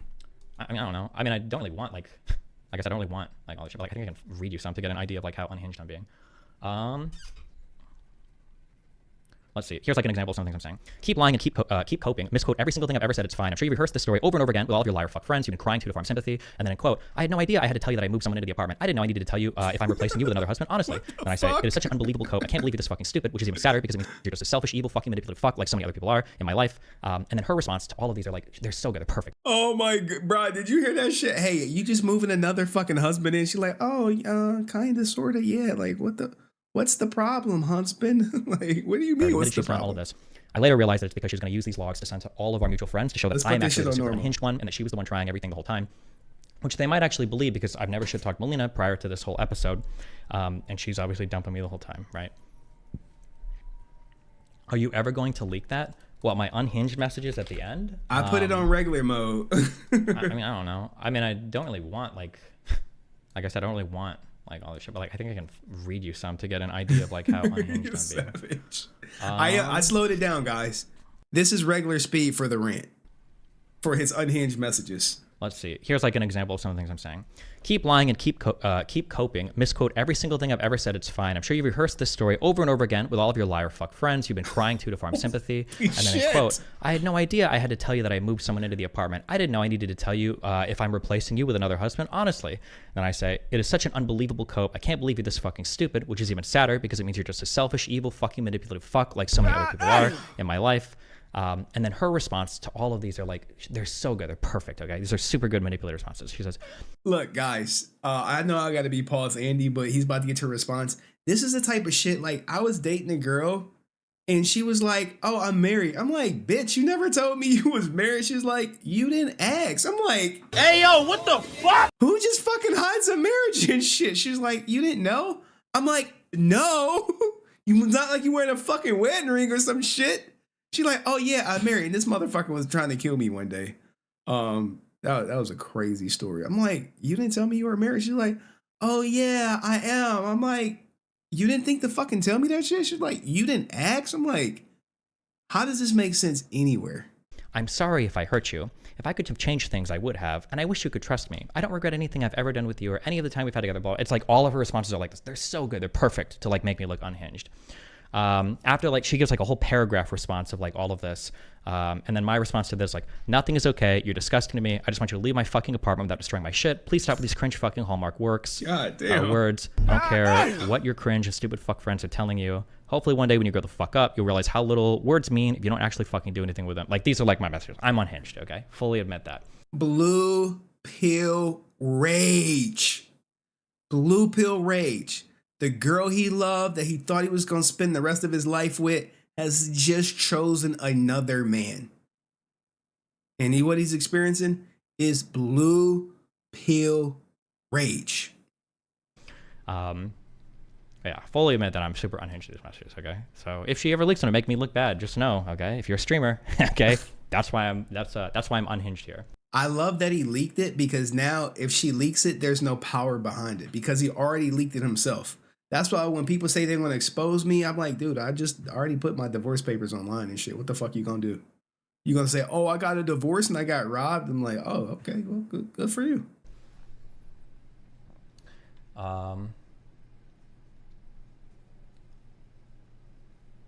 Yeah, somebody said that's not that bad.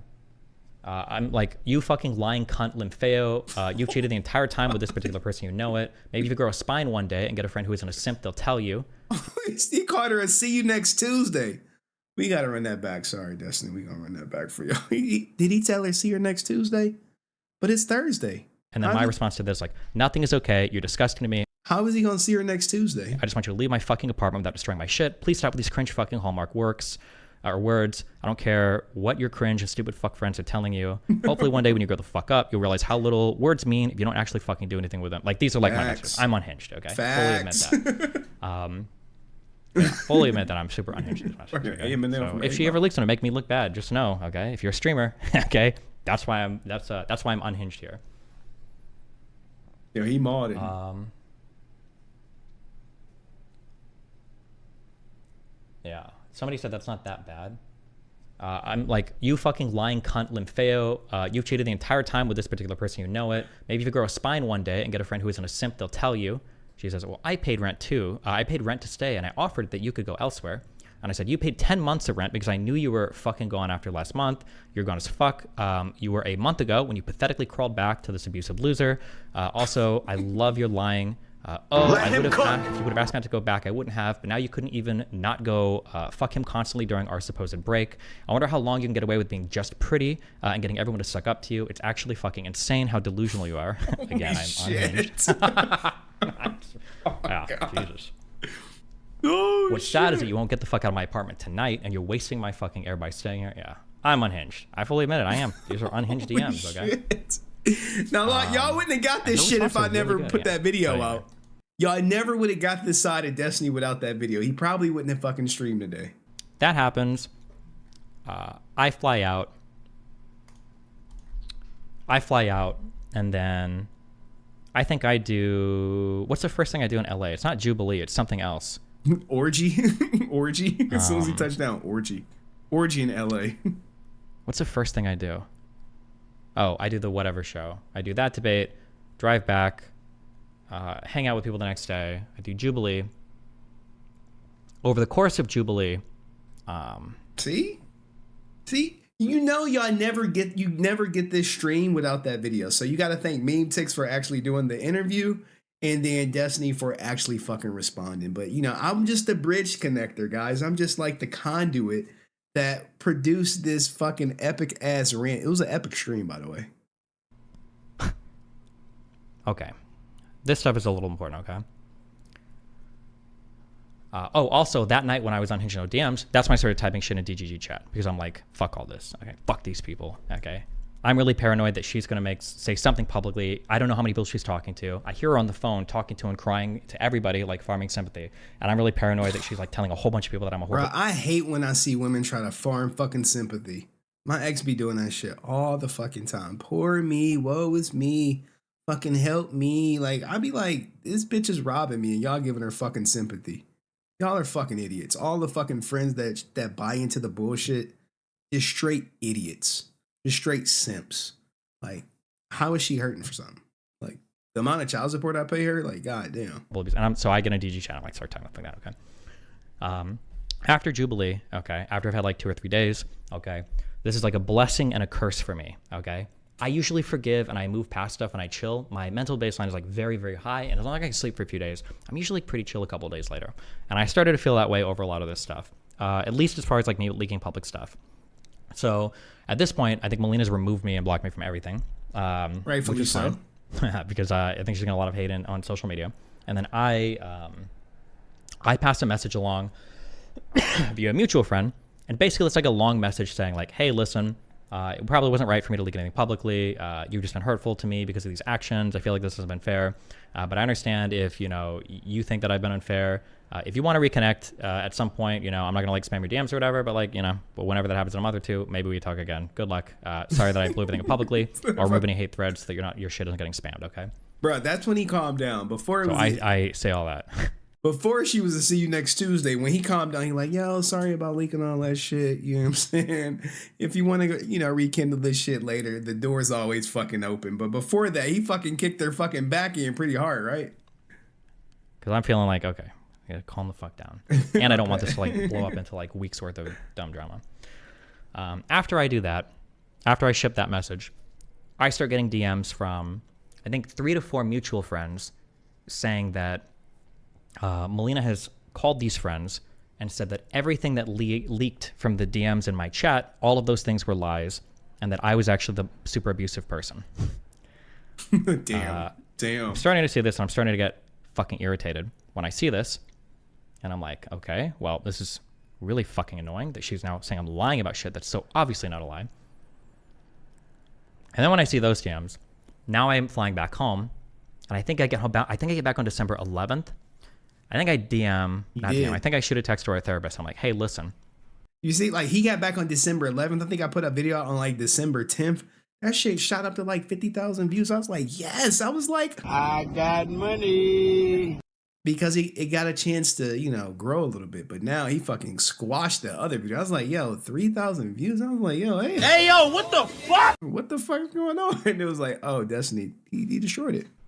I'm just curious if you want to have like a final chat just with me, because I think I'm about to go fucking nuclear and just talk about the last 4 months of my life with my wife. Okay, we need to have a chat. I have a chat with our therapist. It lasts about 3 hours, and basically in my mind, what I'm trying to figure out is, like, is Melina right now just like kind of confused and getting mindfucked by this other weird dude, but there's like some part of her that like still loves me and wants to work in a relationship in the future, blah blah blah, or is Melina actually like a super selfish piece of shit? And is Melina like the best, coolest person in the world as long as your interests are aligned? But as soon as they become disaligned, she becomes like a toxic, manipulative piece of shit. It's like every woman. I don't know which one of these is true right now. And if Melina is actually like kind of chill and she's just like in a mind-fucking mood. I mean, you can say this is everybody for the most part, right? When someone's on your side, you're like, yeah, cool, they're fucking great. But the moment you like, no, they like, well, fuck you then. Fuck you. It's crazy. Look, guys, it's an evil world we live in. It's an evil world we live in.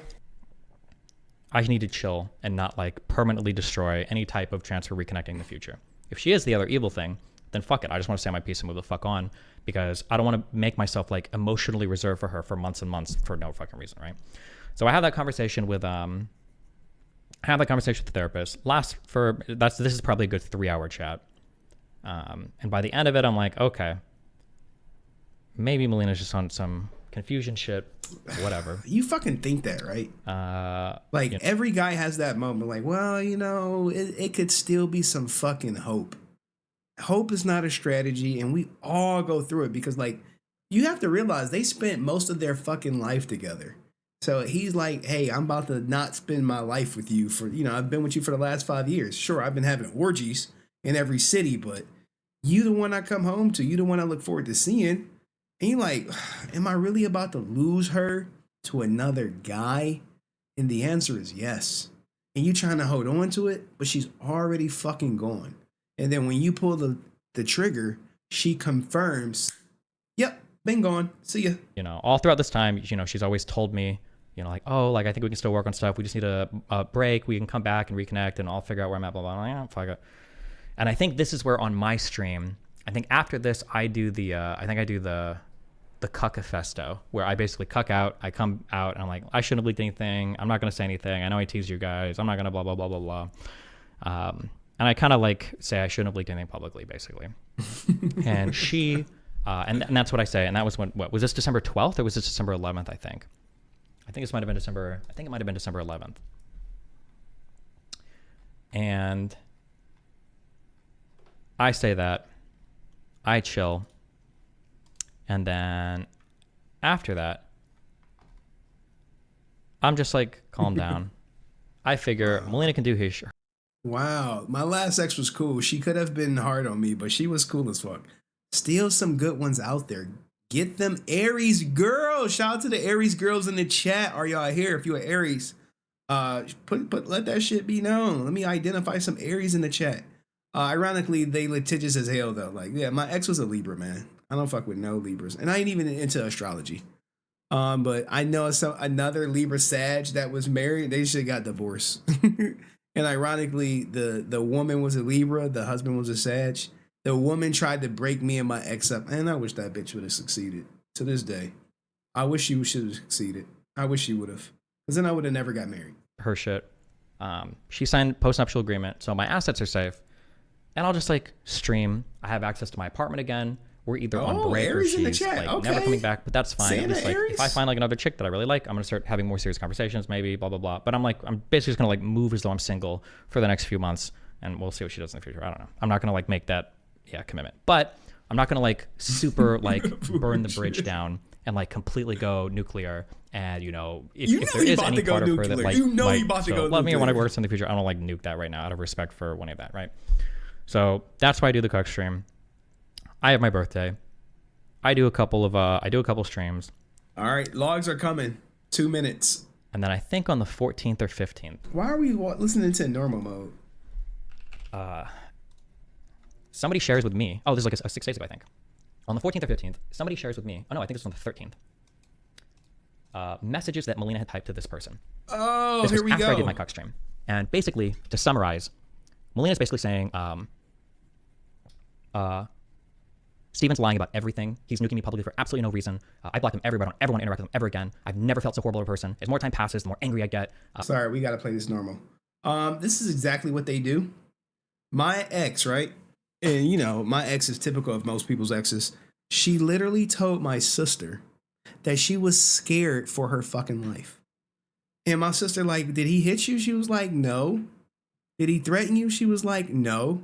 Then why the fuck are you scared for your life? I don't know what he's capable of. I'm like, bitch, I've been with you for 10 years. I never even raised my hands, let alone rarely raise my voice. And now all of a sudden you fucking scared for your life. Give me a fucking break.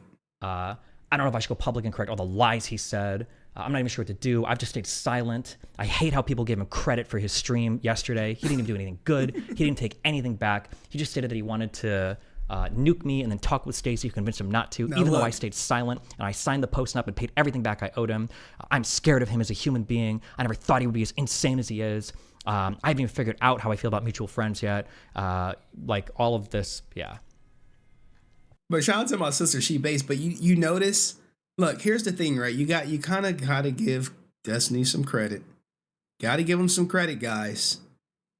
He's coming out and literally seemingly putting everything on the line.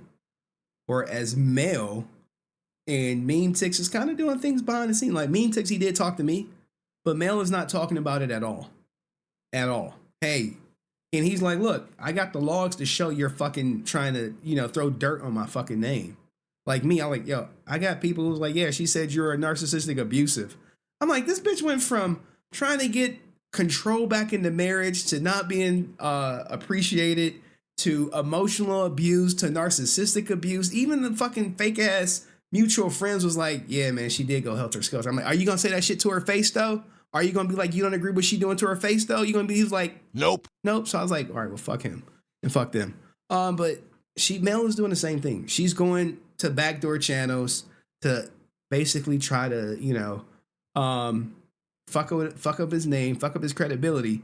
And then now when the shit hit the fan, she like, yo, he's coming forward and she ain't saying shit. But maybe she'll come back and say shit. Maybe she'll come on my channel and be like, yo, Henry, I want to set your ass straight. Fuck you and fuck Destiny. I'll be like, all right, cool. But she'll do it on her own platform. The logs are coming in 2 minutes. So, I understand what people mean now. I'm pretty sure that he knows. I just don't even think he cares. He told Tim to go kill himself, and that it's okay for his community to harass him yesterday. He's just handled this all in the worst way possible. I'm getting so much shit. He's reading logs, guys. Yeah. That's from mail to a mutual friend. This is fucked. So after I see this, I'm like, fuck this cunt. I call a few divorce lawyers to figure out like what is my exposure to an alimony fight. I made a lot of money this year. What's going on? I contact 3 different lawyers. Tim is Memetix. Memetix is Tim. Shout out to all the people on Twitch watching. Salute to y'all. Florida has like short-term marriage laws are not very favorable for alimony. We have no joint assets. We have no children. Her career hasn't been negatively impacted at all. She's made money the whole time. For a whole litany of reasons, if she wanted to fight, it would be a long fight and she would probably get nothing. Just because there's not like a strong or compelling case to be made for alimony in this case. So I'm like, okay, cool. If she wanted to. I send a mutual communication. I shoot divorce papers to her and I'm like, hey, fuck this. Sign this. I'm done. We're done. Okay. I'm just whatever. I don't even tell her why. I just shoot the divorce papers over to her via an assistant and I say, sign these, get them notarized, and we're done. She doesn't contest anything. She doesn't fight anything. She just whatever. We still haven't even talked to each other since she left, remember, because she blocked me. So we haven't even talked to each other for, I think, 10 days. She gets the divorce papers. She signs everything instantly. And then... That's a mistake. She made a mistake, guys. I was consulting with a person. They probably watching. And I'm talking to this person about their divorce. And they're like, hey, I didn't really agree to I don't think this is a fair deal. And some shit was wrong. I'm like, did you sign? It was like, yeah, I did. I was like, damn, bro. You fucking signed. You signed. The divorce papers are filed. The Florida court accepts. And then boom. Okay, we're done. Now the only thing I'm hesitant on is the whole fact that they're done. I mean, usually when you sign your divorce, and I can only speak from experience, you get what they call a separation agreement, like a divorce decree, like a piece of paper saying you're divorced. And the separation agreement is just basically you saying, hey, this is what I'm leaving with from the marriage. This is what they're leaving from with the marriage. And then the judge signs off on it and says, yes, this is cool. You have a de facto divorce date. I don't think that shit happens in 2 days. I don't think it happens in 2 days. In my state, you have to wait 30 days after you sign it, just in case you come back and be like, oh, I didn't sign it. I didn't dig too much into the process for Florida, but I mean, is that something you guys would be interested in to see when he'll officially get his divorce decree?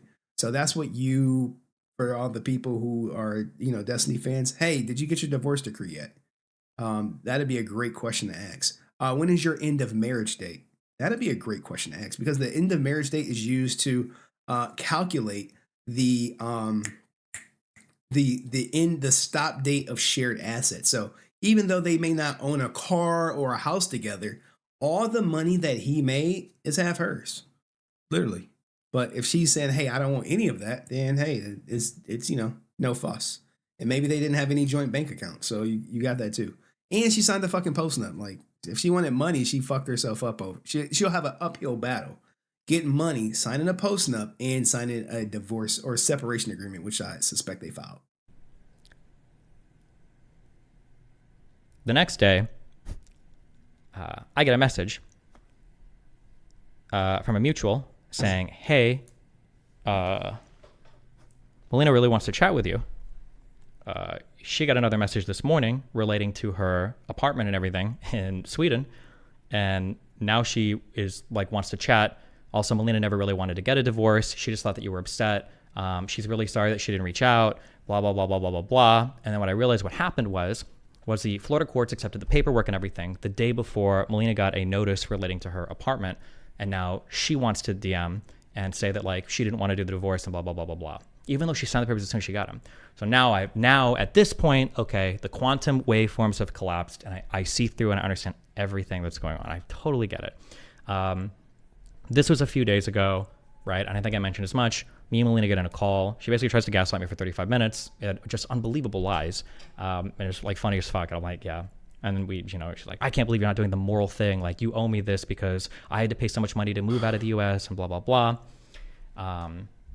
Yeah, basically that. You owe me.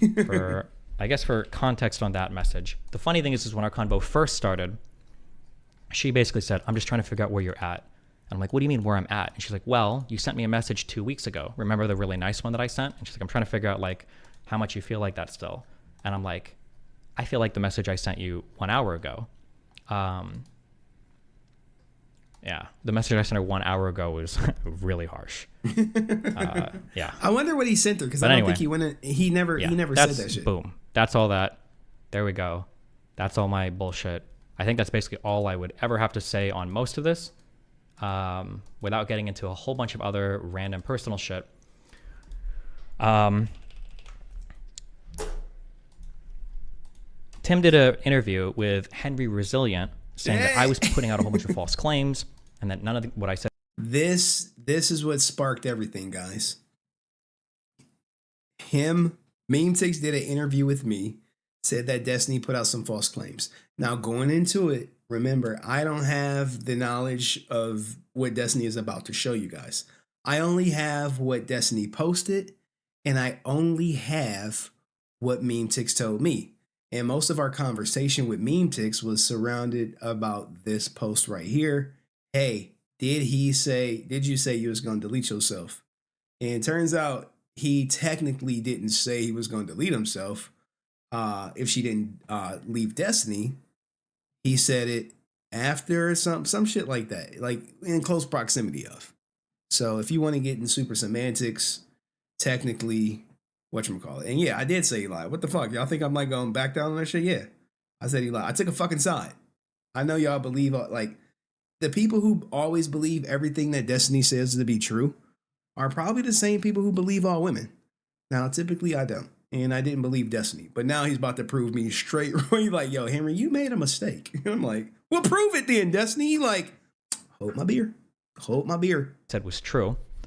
In my opinion, not in my opinion, if I put out a claim and somebody says that, if I put out a claim and nobody wants to contradict it, then I'm pretty sure my claim is true.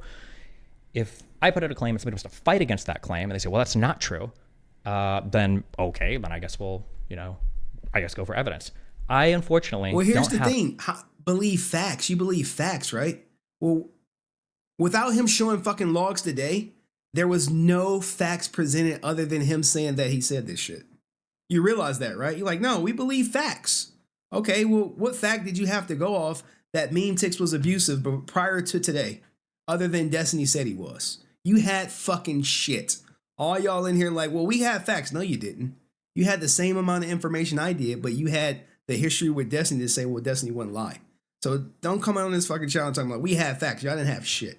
Y'all had Destiny said it. If Destiny said it, then it's true. That's what you had. Have access to Melina and Tim's cell phones, so I can't prove that those no one showed fucking logs.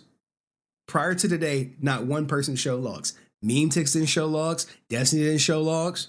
What the fuck? It is what it is. But anyway, let's not get derailed. But shout out to Mr. Everything. Thanks for being here. Like the video. Texts were sent. However, Melina has talked to so many people about this. Oh, he about to cook but her unfortunately, ass. I think she's lied to Tim about who she's talked to. So, for instance, Melina was really irritated when I was reaching out to mutual friends, and she had a conversation with these fucking logs right here. Oh my goodness. This shit killed my video, right? Because when I'm creating a video, it's Destiny word versus Tim's word, right? No one had logs. I had no idea. Destiny was like, dude, I wouldn't go live with this shit if I didn't have proof.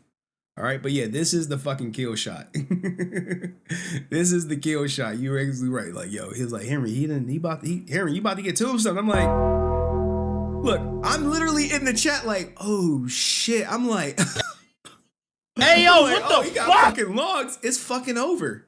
Because, you know, men lie, women lie, screenshots is like fucking forever. And this ain't no dream video faking evidence type shit. This is basically a summary of everything that Destiny has been saying for the last hour from Melina herself. So you have to take that and be like, oh shit. some of her other friends. He's talking about Tim because Tim went dramatic a month ago and stuff. He's been a little dramatic since, but he's been improving all the time. I don't find it abusive. I think Steven has made me feel 100 times worse by his actions. So it feels so weird that he has so many opinions right now. And then Melina says, Tim had a breakdown a month ago where he gave me an ultimatum when I didn't take the option he wanted. Shout out to TC Brady for sending Destiny the fucking link, the logs. This shows you loyalty right here. This shows you who's your friend and who's not. When your ex come dumping on your ass, someone like, oh, you trying to talk about my boy? All right, let me send these to my boy. Wanted me to. He had a breakdown where he said that he was suicidal. After that, he tried to beg me to come over. I said no, but he didn't really respect it, and he kept pushing, etc. After that, he chilled out. When I was at TwitchCon, he went off on me, saying that poly was bad for kids. He took it back when I said that he was acting manipulative. Later that week, he invited a girl over that I really wanted to see, and it seemed like he only did it to get a reaction out of me. He apologized for it, and we all hung out, and it was fine. I also found out that he had talked some bad stuff about me behind my back to a close friend of mine, which felt a bit controlling. After that, he had one more breakdown when I had to work instead of hanging out with him like I promised. That's like the worst things pretty much, so I understand. But things have gotten better. He says that he wants to change and get better. He apologizes and recognizes his mistakes and says he's learning and he wants to be good. And I see improvement every day, and that's what I'll go by. Then there's plenty of things that he brings to my life that makes me happy. Yeah. You see this shit? You see this shit? Like, oh my God. Oh my God. This is hard. This is a hard. This is hard to challenge, right? When the logs are coming from Melina, she confirms like, yo, Tim had a breakdown a month ago where he gave me an ultimatum. When I didn't take the option he wanted me to, he had a breakdown where he said he was having self-deletion thoughts. Now, he did not say that, and I get it. I get it. I want to know, like, if I talk to Memetix or I talk to Melina about this shit, we got to talk about these logs. Now, if she don't want to talk about these logs, you're like, holy shit, this shit must be true. If someone say some shit about you and you just let that shit ride, then it must be true, right? You like, no, I just don't want to get in the drama. You like, I'm not going to say, shut up, bitch. That's what you like yo. Like, yo, what do you mean you're not going to address this shit? I want to keep it private. Like, nah, this shit must be true then. If anyone say they want to keep this shit private and they don't want to talk about the post, then I'm automatically Team Destiny. Automatically. Ain't even no question. If no one want to talk about this post, then what the fuck we talking about? So she basically, every single thing that I just said, okay, is part of that. And yeah, so I have so many different conversations of Mel talking to other people or other people talking about this that Mel has communicated with, et cetera, et cetera. Nah, bruh. No, I don't know why anybody would try. Logs, bruh, logs can be used in fucking court. Like, logs will hold up in court. You be like, oh, like, I was trying to use my ex's logs against me to show that I gave that bitch money. I was like, no, I gave her money. She's like, he never gave me no child support. He never paid anything for our daughter. I'm like, you fucking full of shit. But here's the log. The judge didn't care. Try to deny any of this stuff when it's like so obvious what's happened. And yeah. I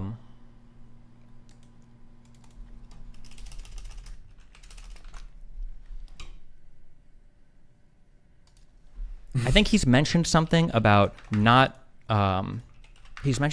living there. Oh, this is one super stupid part that I left out of the story. Now, here is the thing, right? Memetix did confirm that he talked to Destiny on call. Hey, yeah, that was a effing stupid of mail to have us meet there outside in the effing theater. LOL. I'm sure I'll be back at some point. Theater. Oh, I mean, the outdoor movie thing. Oh, I meant last time now. Destiny. Oh, wait, which last time? Like now, when you came here and I ran out of the apartment when you arrived. Bro, like 2 weeks ago. Oh, Lo, yeah, that whole situation was weird. Meh. Damn. So remember, he said that Memetix ran out the apartment and then threatened to delete himself. The logs is just like very fucking powerful. It lends to Destiny's credibility 100%. I mean, as an investigator, you're like, oh, you got logs? I don't even need to conduct the interview if you got logs. Just send me the fucking logs. One super stupid part that I left out of the story was I told Melina asked me when she was here in Miami, after Tim had threatened to kill himself, after he'd done all the manipulative shit, Melina was like, hey, you should add Tim on Discord and then you guys can have a conversation and then Tim will feel more comfortable with things. I'm like, are you going to like make up with any of my friends? She's like, well, I don't know. I was like, okay, fuck it. I'll add this guy and chat with him and, you know, why the fuck not? So we chat for like 2 days. Fucking kill me. Do you have any idea how hard it is to entertain these stupid fucking conversations? God damn, 2 days? But yeah, like he mentions in here, like, oh, when you came here, you know, like I ran out of the apartment when you arrived, blah, blah, blah. For some reason, he tries to say like, oh, well, I didn't live with Mel. I don't live with Mel. That's not true. I don't know why he's saying that. He clearly does. He has a key and he lives there every single day and he's there when she's not in town. Yeah, I don't know. And then he also mentioned something about how I'm making up like the money thing. But again, I think the oh, look, guys. Oh, shit. The money thing is about to come up. Look. Oh. I did ask him about the money thing. I asked him, was he jobless? Now, you know, the harsh reality is sometimes you see these people with 1 million views and they be broke. I don't know if that's the case with me because I didn't see his fucking tax return. But the logs tell a fucking different story. The logs tell a complete story. And it's not just anyone's logs. It's not like some random fucking person's logs. It's actually from fucking Melina. I mean, not, you know what I mean. It's from Melina, guys. Problem is, I don't think he knows how much Melina told me because Melina probably lies to him. One of the conversations we had, I think it was on November 1st, Melina says, do you want me to tell you about Tim or would you rather me not? LOL. And I said, yeah, go for it. And she said, look at her. She's confided in her husband about her boyfriend. Now, he does. He has a bit of cry today over financial stuff and got very aggressive against me verbally. Ooh, I don't know what aggressive is. You know, sometimes when people say aggressive, I'd be like, what is aggressive? It's a very subjective word. Aggressive in what way? Did he fucking ball a fist? Did he push you up against a wall and pin you down? What's aggressive? He had a bit of a cry today over financial stuff and he got very aggressive against me verbally. I kind of just ignored it. What financial stuff? And let him have a breakdown. Like, I said I pay for a lot pretty much and he should probably do his share, especially if he's here a lot. And it was just an interesting reaction. But yeah. Damn, sugar mama running her fucking pockets. Cha-ching. Yeah, I just got very cold. I wonder how much money he actually makes or has saved up.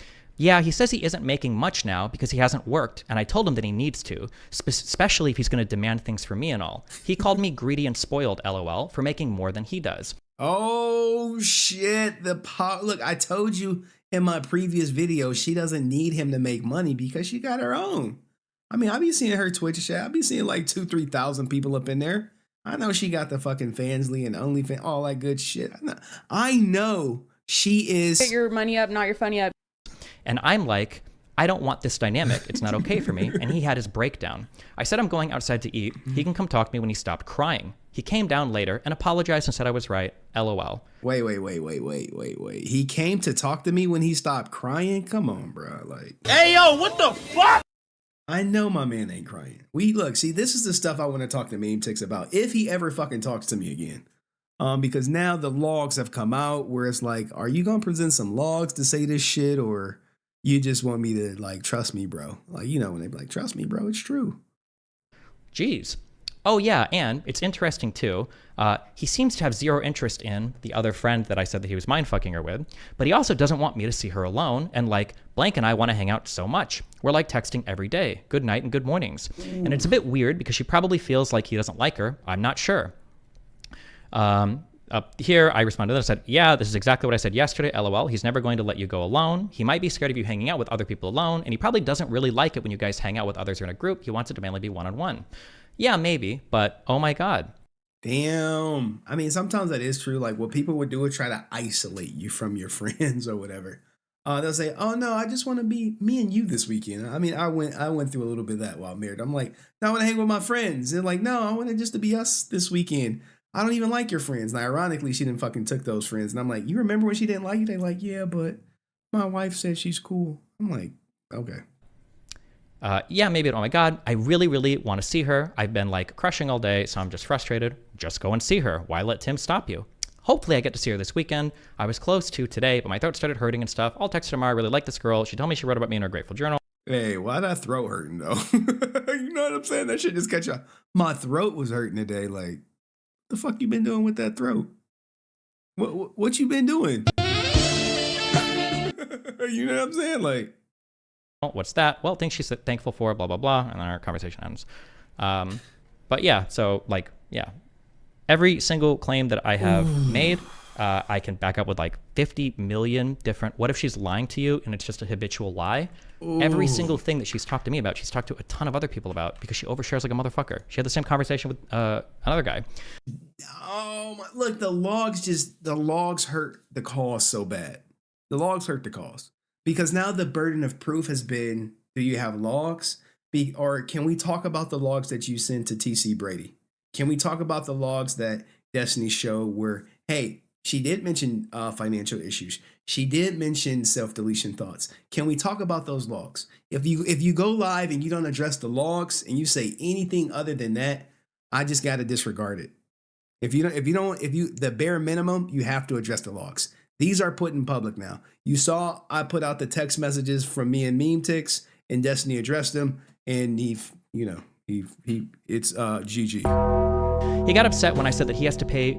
He got upset when I said that I pay for most things / everything. And if he wants to be in my apartment and take up space for his stuff, he needs to pay his share. And he called me greedy and privileged. He seems to. Damn, same conversation. And this is about a month ago. Almost 2 months ago now. Be more trouble than he's worth. I don't know. I'm just letting him cool off. He got extremely emotional for some reason. You're staying in someone's apartment. You can pay your way. By the way, he does live there. Yeah. Oh, and this is on. These stupid dates. 1/11. What is that? November or whatever the 11th month is on the 1st, right? Yeah, and I didn't even really tell him to pay rent. I just said pay more for groceries. Oh, is this just from when you were together in Sweden, or is he living there now? I'm in Sweden now, back for a month, so this just happened. Oh, okay. But damn. Okay. Yeah. What do y'all think? What do y'all think? Look, guys, GGG in the chat. I think that's game over, right? Like, well, I'm not gonna say game over. Let's try to play devil's advocate a bit. Let's give Memetix and Melina a chance to respond. If they respond, if they don't respond, then everything Destiny said is true. But Melina has some serious explaining to do, especially going off of those logs. The logs are the most damaging component of this whole ordeal. Most damaging component. You're like, oh, I thought they were going to be together forever. Well, yeah, they were until Memetix came about. And now it's not looking so good. I mean, this is Memetix. This is the guy who was, Mr. Steal Your Wife. And now it's like, I don't know. I mean, his TikToks is getting 350K with X, 30, 40. I mean, I don't know how much of a living you can make off of this. But is it GG? Is it GG? I don't know what they could say. Like here, I have the logs right here. I'm like, I got some of them. You're like, you got the logs? Yeah, I got the logs. This is damaging. This is damaging. Hey, he's having a cry over financial stuff. The other log was about the self-deletion riz. You like the self-deletion riz? Yeah, right there. Self-deletion riz. It's pretty small. You really can't see it. But it's right there in that first line, self-deletion riz. He never mentioned this, guys. I mean, I've showed you the logs of me and him talking about everything, and this never came up. In fact, when I asked him, he said no, he didn't. Let me put that up on the screen for you guys so you guys can see when he was like, no, man. I was like, yeah, I was pretty straightforward about the, hey, did you say you was gonna delete yourself? He was like, no. Is it? Right here. There you go. Right there. Hey, did you threaten to delete yourself if she did not divorce Destiny? Sure. No, I did not. So you have that, and you combine that with the Riz jokes or Melina's logs, and it makes things look very different. So you have, look at your pieces of evidence. You have Destiny's testimony, which is recorded, but the logs is going to hold more weight than anything he can say. The logs just serve as a way to corroborate the, I hate to say this post right here, the Riz, the sewer slide Riz. But what do you guys think, man? Did I put my foot in my mouth? Did I put my foot in my mouth, y'all? Do y'all forgive me? Here's the thing, guys. I know maybe the video was not the best, but when you get new information, you have to change your opinion, right? I can't die on the no, Destiny's lying when I have this new information. And see what happens when pig-headed men, or I'll just say people, I don't want to just bash men. What ends up happening is when people get new information, they still ride with the old assumptions that they made. You're like, well, no, my way is true. It's like, dude, you have new information. You can still have your same opinion, but you're discounting the new information, and now we know you fucking crazy. Now you'd be looking at me like, hey, yo, what the fuck? Like, Henry, you just saw the logs. If I was emotional, I'd be like, well, no, Memetix is telling the truth. I'm like, Meme, I saw the fucking log, man. You gotta come at me, man. You gotta counteract these logs. Can we talk these financial stuff? Shit like that, man. What do y'all think, though? Is this a W stream tonight? I know we started off with Power Rangers. I know I had about 100 people just waiting. But this log is just like, god damn. Hey, you gotta respect the leakers, right? I respect the leakers and logs as a drama fog. WTF, you did us a favor. You got Memetix logs, and we are. Now look, if I did y'all a favor, right? Why don't y'all do me a favor and like the goddamn stream? Let's see how many dislikes I got right here now. 340, like, god damn. 340 for content. 4,000 views. This is not nearly as much as I wanted. Let's see if it changes. But he can't. Damn, 448. Like, god damn. Shit. God damn. Why they all hating? Because I said Destiny was lying. What the fuck? I'm a man of my word. I'll admit, hey, I said it. Henry is the crowbar that bust open the content crate. Look, man. I give so much to this content creation, whether it's XQC divorce or OTK or I think what other shit have I broken? This Destiny stuff. It's been a couple videos on my channel that have done, RIP to the Green Ranger. You wouldn't have said nothing without it. Destiny, you don't get this stream without that video. He don't even stream today. But it's okay, Henry. All right, cool, Nicole. Thank you. I appreciate you. Goddamn. Salute to y'all. You hitched a wagon with a horse with 8 legs, though. Hey, man. Will Smith's husband. Oh, my goodness. Oh, man. Guys, guess what, right? I got to be up in about 4 hours for work. Now, here's the thing. I would love to call off, but it's Friday, and I got a big project due like January 1st or 3rd. And I got to take my ass to work, man. But any questions? You know, anyone want to come up, right? Let's see. Anyone want to come up? Anyone's like, you know what, Henry? Let me give you a piece of my mind on this Destiny shit. Let me give you a piece of my mind on Destiny. I'll drop the link if anyone want to come up. That's not Brent, that don't want to talk about Power Rangers, that has never been up on the show before. Please hit the link. You really gonna drop a link for us? I'm like, yeah, why not? Yeah, I'll drop the link for you guys. Give me a second. Present. No. And you have to cam up. Copy. Look, last time I brought a person up, they pulled a blicky out. Shout out to the #1 juicer. But if you click the link, you cam up, I'll bring you up. But you got to be on camera. You know what I'm saying? You got to be on camera. But what do y'all think, guys? What do you think of the stream? W stream or not enough? Look, they put #1 juicer in the chat. Look at them, #1 juicer in the chat. For people who don't know about the #1 juicer, I'll do it. #1 juicer. It is legendary. It got the case sealed. It got the case sealed. We can go to it real quick while we wait on you guys. Or #1 granny. Oh, I gotta clip that. Here we go. #1. This is the last time I brought someone up on stream. He was like, what the fuck you do? I brought him up on stream. What happened? Juicer. Can you hear me, #1 juicer? All right. This is what I want.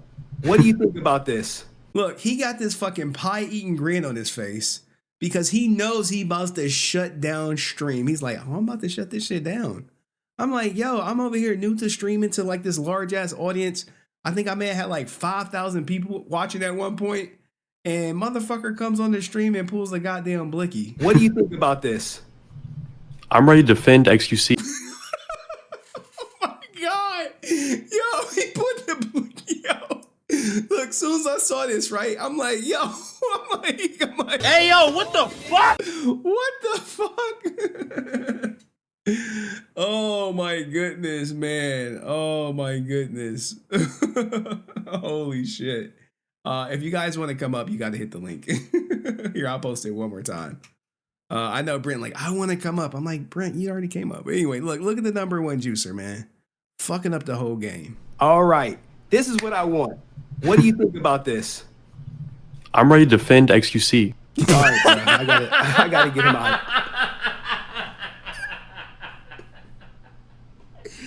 Holy shit. Bro, I was down bad back then, man. Are you gonna put out a correction video? Yeah. Hell yeah, I'm gonna put out a correction video. What the fuck you thought? We gotta milk this shit. Yeah, correction video come out. If my fucking editor would text me, it would be out in like 5 hours. But it's not. I think I got whatchamacallit, you know, shout out to people watching. Shout out to the people that love me, man. I love the people who love me, who watch my content and they send me messages. I love them. Thank you. Like, y'all are real ones. Like, they don't be on the stream and shit, but but anywho, guys, how is my reputation good with the DGG? I think only people that fucking hate me is like the Miz kids. DGG, we good. I think we good. I mean, let me go to the polls. Like, let me go to the poll. 24% of y'all, right? So 24% of y'all told me to kill myself. I'm like, God damn, 24%. So we got what? 231 times 0.24. 55 of y'all want me to tombstone myself? Like, damn. Shit. Yeah, man's kids despise me. That's why I'm banned off of LSF. They're like, Henry, you cannot go on LSF unless you posting positive XQC shit. They like, we'll allow it. They'll allow the XQC shit. They'll probably allow my next OTK court case cover because Adriana got cooked. Adriana Lee got cooked in court, and they're gonna be like, yeah, we'll let that shit rock. We'll talk to Asman. We'll talk to Nick. We'll talk to our people. But looks like no one wants to come up other than Brent. Brent, like, I'll come up again. #1 juicer. Can you hear me, number one juicer? All right. This is what I want.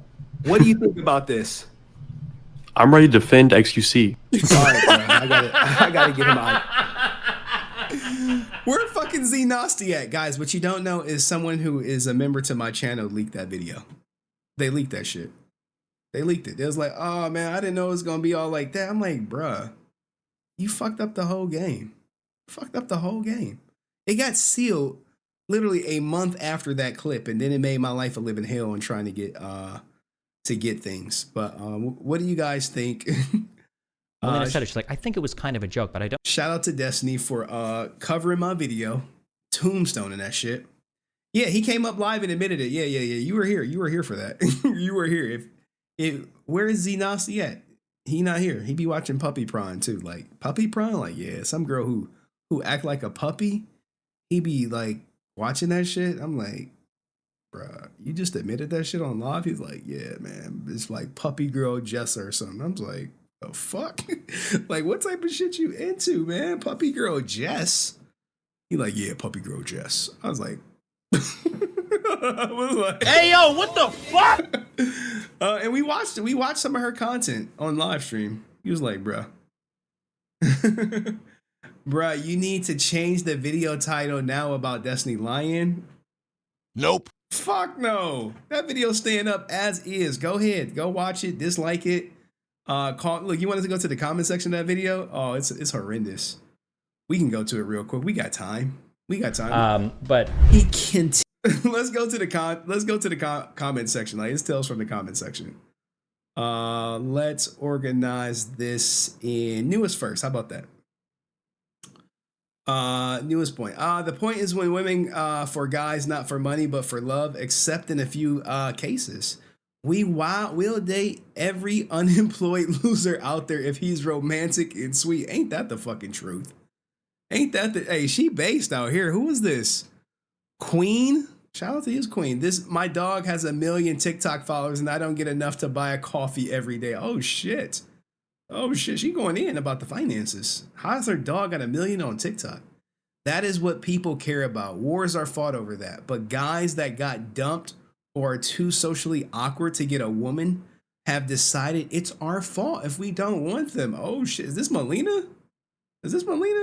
And really, dude, Destiny's thongs of Swedish fans are attacking him.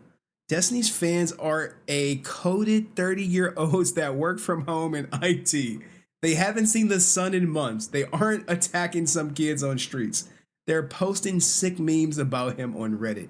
Use your head. Also, Destiny said he is mentally abusive, mostly manipulative, and women definitely fall for manipulative guys, especially if he showed her any kind of affection and talked about his feelings, which in number one thing that women want, which is the opposite of red pill and Destiny. Tiny is cold. He needs to find a gold digger for sure that this will keep happening. Goddamn. Now look, guys, I'm not prepared for this. Low drama farm for the wrong side. L plus Goofy plus you. Okay, Doofy. What is this? Garbage reporting by a garbage person. Did I say garbage? I meant trash. Like, goddamn. Like, goddamn. She look at this. Look at this, guys. Man, I'll drop the reply. Like, Jesus. Probably a good idea to delete this video, but I'm going to assume you won't since you're drama farming, which is fine. But you're going to struggle to grow, get access to popular YouTuber streamers with this type of shit stuff. Oh, cool. Based. What do y'all think? Based? Should I be commenting on this shit? Like, should I be commenting on it? I'm saying, like, what am I doing? I come to you for your accurate news. If you start clickbait, people are going to start seeing you as a content as unreliable. First off, my content is very reliable. You got Memetix. Who got a fucking Memetix interview on the internet? Nobody. None of y'all. None of y'all got it. And the Memetix interview sparked Destiny talking about this shit. So what the fuck y'all saying? What are y'all saying? How the fuck you fell off so fast? Impressive. Damn. Thanks for being here for my downfall. Like, Jesus. You know, a lot of people take this shit real serious. Next video. Next video better be how I got played by a cross-dressing BPD TikToker. No, man. When you get caught with your pants down, you have two choices. Either apologize or double down. Seem you chose the latter. But for what? For Memetix or your own ego? I mean, what? I don't get all this. Destiny, I said he clapped him. What do we do? Really pissed in your mouth, like a little bit, like, look, this is what be happening to me, y'all. Like, y'all want to be a content creator? Can you deal with this shit? Can you deal with people talking about people pissing in your mouth? Interesting that you stated your intent was to show him lying, not to find out the truth. LMO, good research. Thanks, buddy. Cringe. Look, man, look, every video is not gonna be a fucking home run. I swung for the fences and they fucking climbed the fence on my head. Well, Destiny climbed the fence. Quit covering this. You're biased. Like, dude, I'm always been biased. But anyway, guys, I think that's it. I mean, the dislikes is up. We had -408. If you dislike my video, if you personally went to the video and you disliked it, put a 1 in the chat. I just want to see something. I just want to see something. You can be honest. You're not going to get blocked or banned, I promise you. But anyway, guys, goddamn, what a fucking day. Man, I spent way too long editing that video just for it to get fucking destroyed in like, it had like maybe 5 minutes to live. I just like it. I'm just not going to watch it. What do you mean? Destiny watched it. Why won't you watch it? That's odd, man. That's fucked up. I thought you supported Destiny. But 5,000 people watched it, or 5,000 people went on it, clicked thumbs down, and then bounced.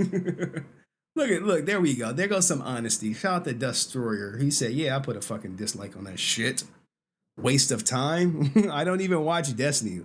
What the fuck are you here for, then? Look, I don't even watch Destiny. Like, well, who do you watch? Like, this is trolls. This probably, I think I know who it is, but it is what it is.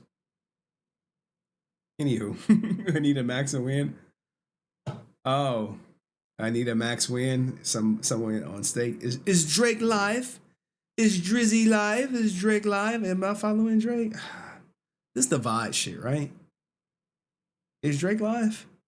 I think Drake is live. No, I don't think he's live. Anyway.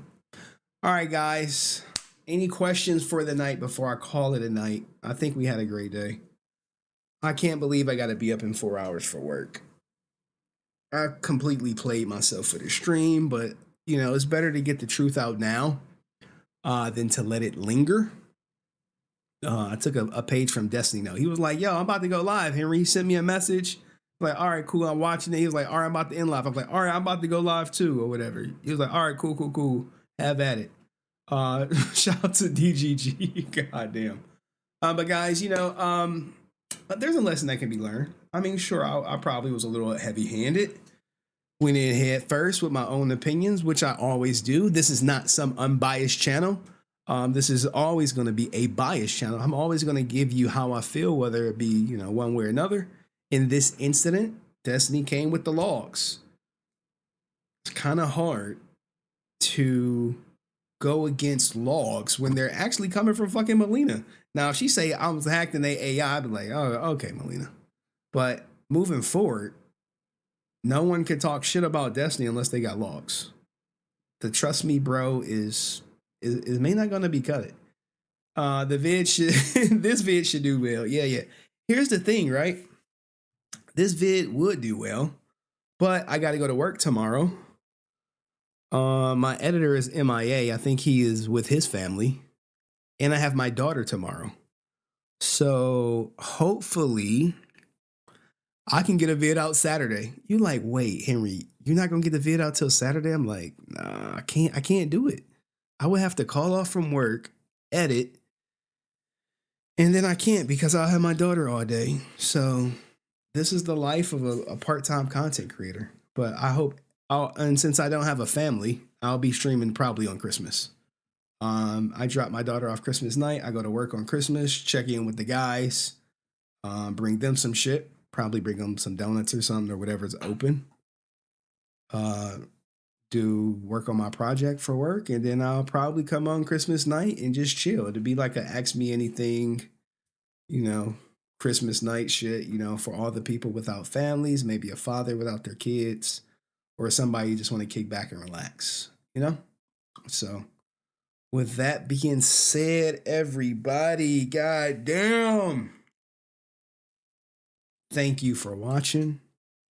I appreciate you. Go tell Destiny I said what up. I don't know how to get on his shows if he'll let me. You know what I'm saying? They'd be like, nah, Henry, you was fucking talking to Memetix. I fucking saw you. I saw you said you wanted to catch me in a lie. And unfortunately, the log said otherwise. So, fucked around and found out. Don't be like me, guys. Be better. Be better. But anyway, guys, W stream from a person who disliked my video. I can respect it, man. A lot of people thought I was gonna have a different response. I was gonna be like some Destiny hater or something. But I gotta give it to Destiny. He did see through everything. He was like, no, he's just doing his fucking job. He's covering the content. He got a fucking Memetix to talk about this shit publicly. And take a caffeine pill, bro. I took a fucking Brent. You remember the drink we had at Starbucks when we met? I had the venti version of that before stream. I'll probably have it again in about 6 hours. That's how fucked up I am right now. I'm cooked. My editor, I couldn't even get in touch with him. I messaged him. But I don't know where the fuck he at. But anyway, any last words from chat? any advice? I need some advice from chat on future video ideas. Go. I'm taking all advice. Oh, snap. Oh yeah, that was the tip. That was the whatchamacallit. Someone did the TTS, which he came through. You could join his Discord and ask his mods to drag you in. I'm already on his Discord. I just don't post nothing. Like, you didn't see? I didn't leak it. I thought I leaked my Discord. Here we are. Damn, hold on, let me check these message requests.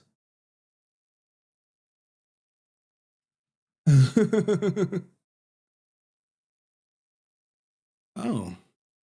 I gotta get out my DMs. All right, but here's my Twitch chat. Not Twitch chat, but here is my Discord for all the people who want to see, like, well, whose Discord am I in? I'm already in Destiny's. It's right here, right? Sorry, I'm over here trying to click right there. Yeah, I'm in there. And where should I go? Where should I post? Memes? No. I can't be scrolling, man, because people be posting like NSF shit and then they just get the stream clapped. Like, what the fuck is that? Like, what's going on in y'all? Yo, what up, y'all? What up, DGG? DG. It was a DDG or DGG? Salute to y'all. Thanks for the love. How about that? Thanks for the love. Like, do you think I'm gonna get blocked or banned instantly because someone's like, yo, I fuck you, Henry? I never know. But I'm there. What do you want me to do? All right, y'all got nothing? General, my dude? Yeah, I'm in general. What the fuck? I mean, anyway. I like people like, what do you be doing online? I'd be like, I'll be everywhere. But anyway, guys, it's been a great day. Thank you for all your support. Thank you for the people who like the stream. Thank you for the people who dislike the stream. Thank you for the people who messaged me telling me to watch Destiny's live. Thank you for the people who will be sending me information. Thank you, everyone. I hope you guys have a safe Christmas with your family. If you celebrate that, you know, I know some people I'm not going to say what race, what people. We know I can't say that. may not celebrate it, but, you know, just enjoy time being with family and be grateful that you have one. Because, you know, sometimes I miss my family, but I'd be like, nah, fuck them. So, all right, guys, peace, love, salutations. Who's going to be here for the Christmas stream? Who's going to pop in and be like, Merry Christmas? Merry Christmas, Henry. Merry Christmas.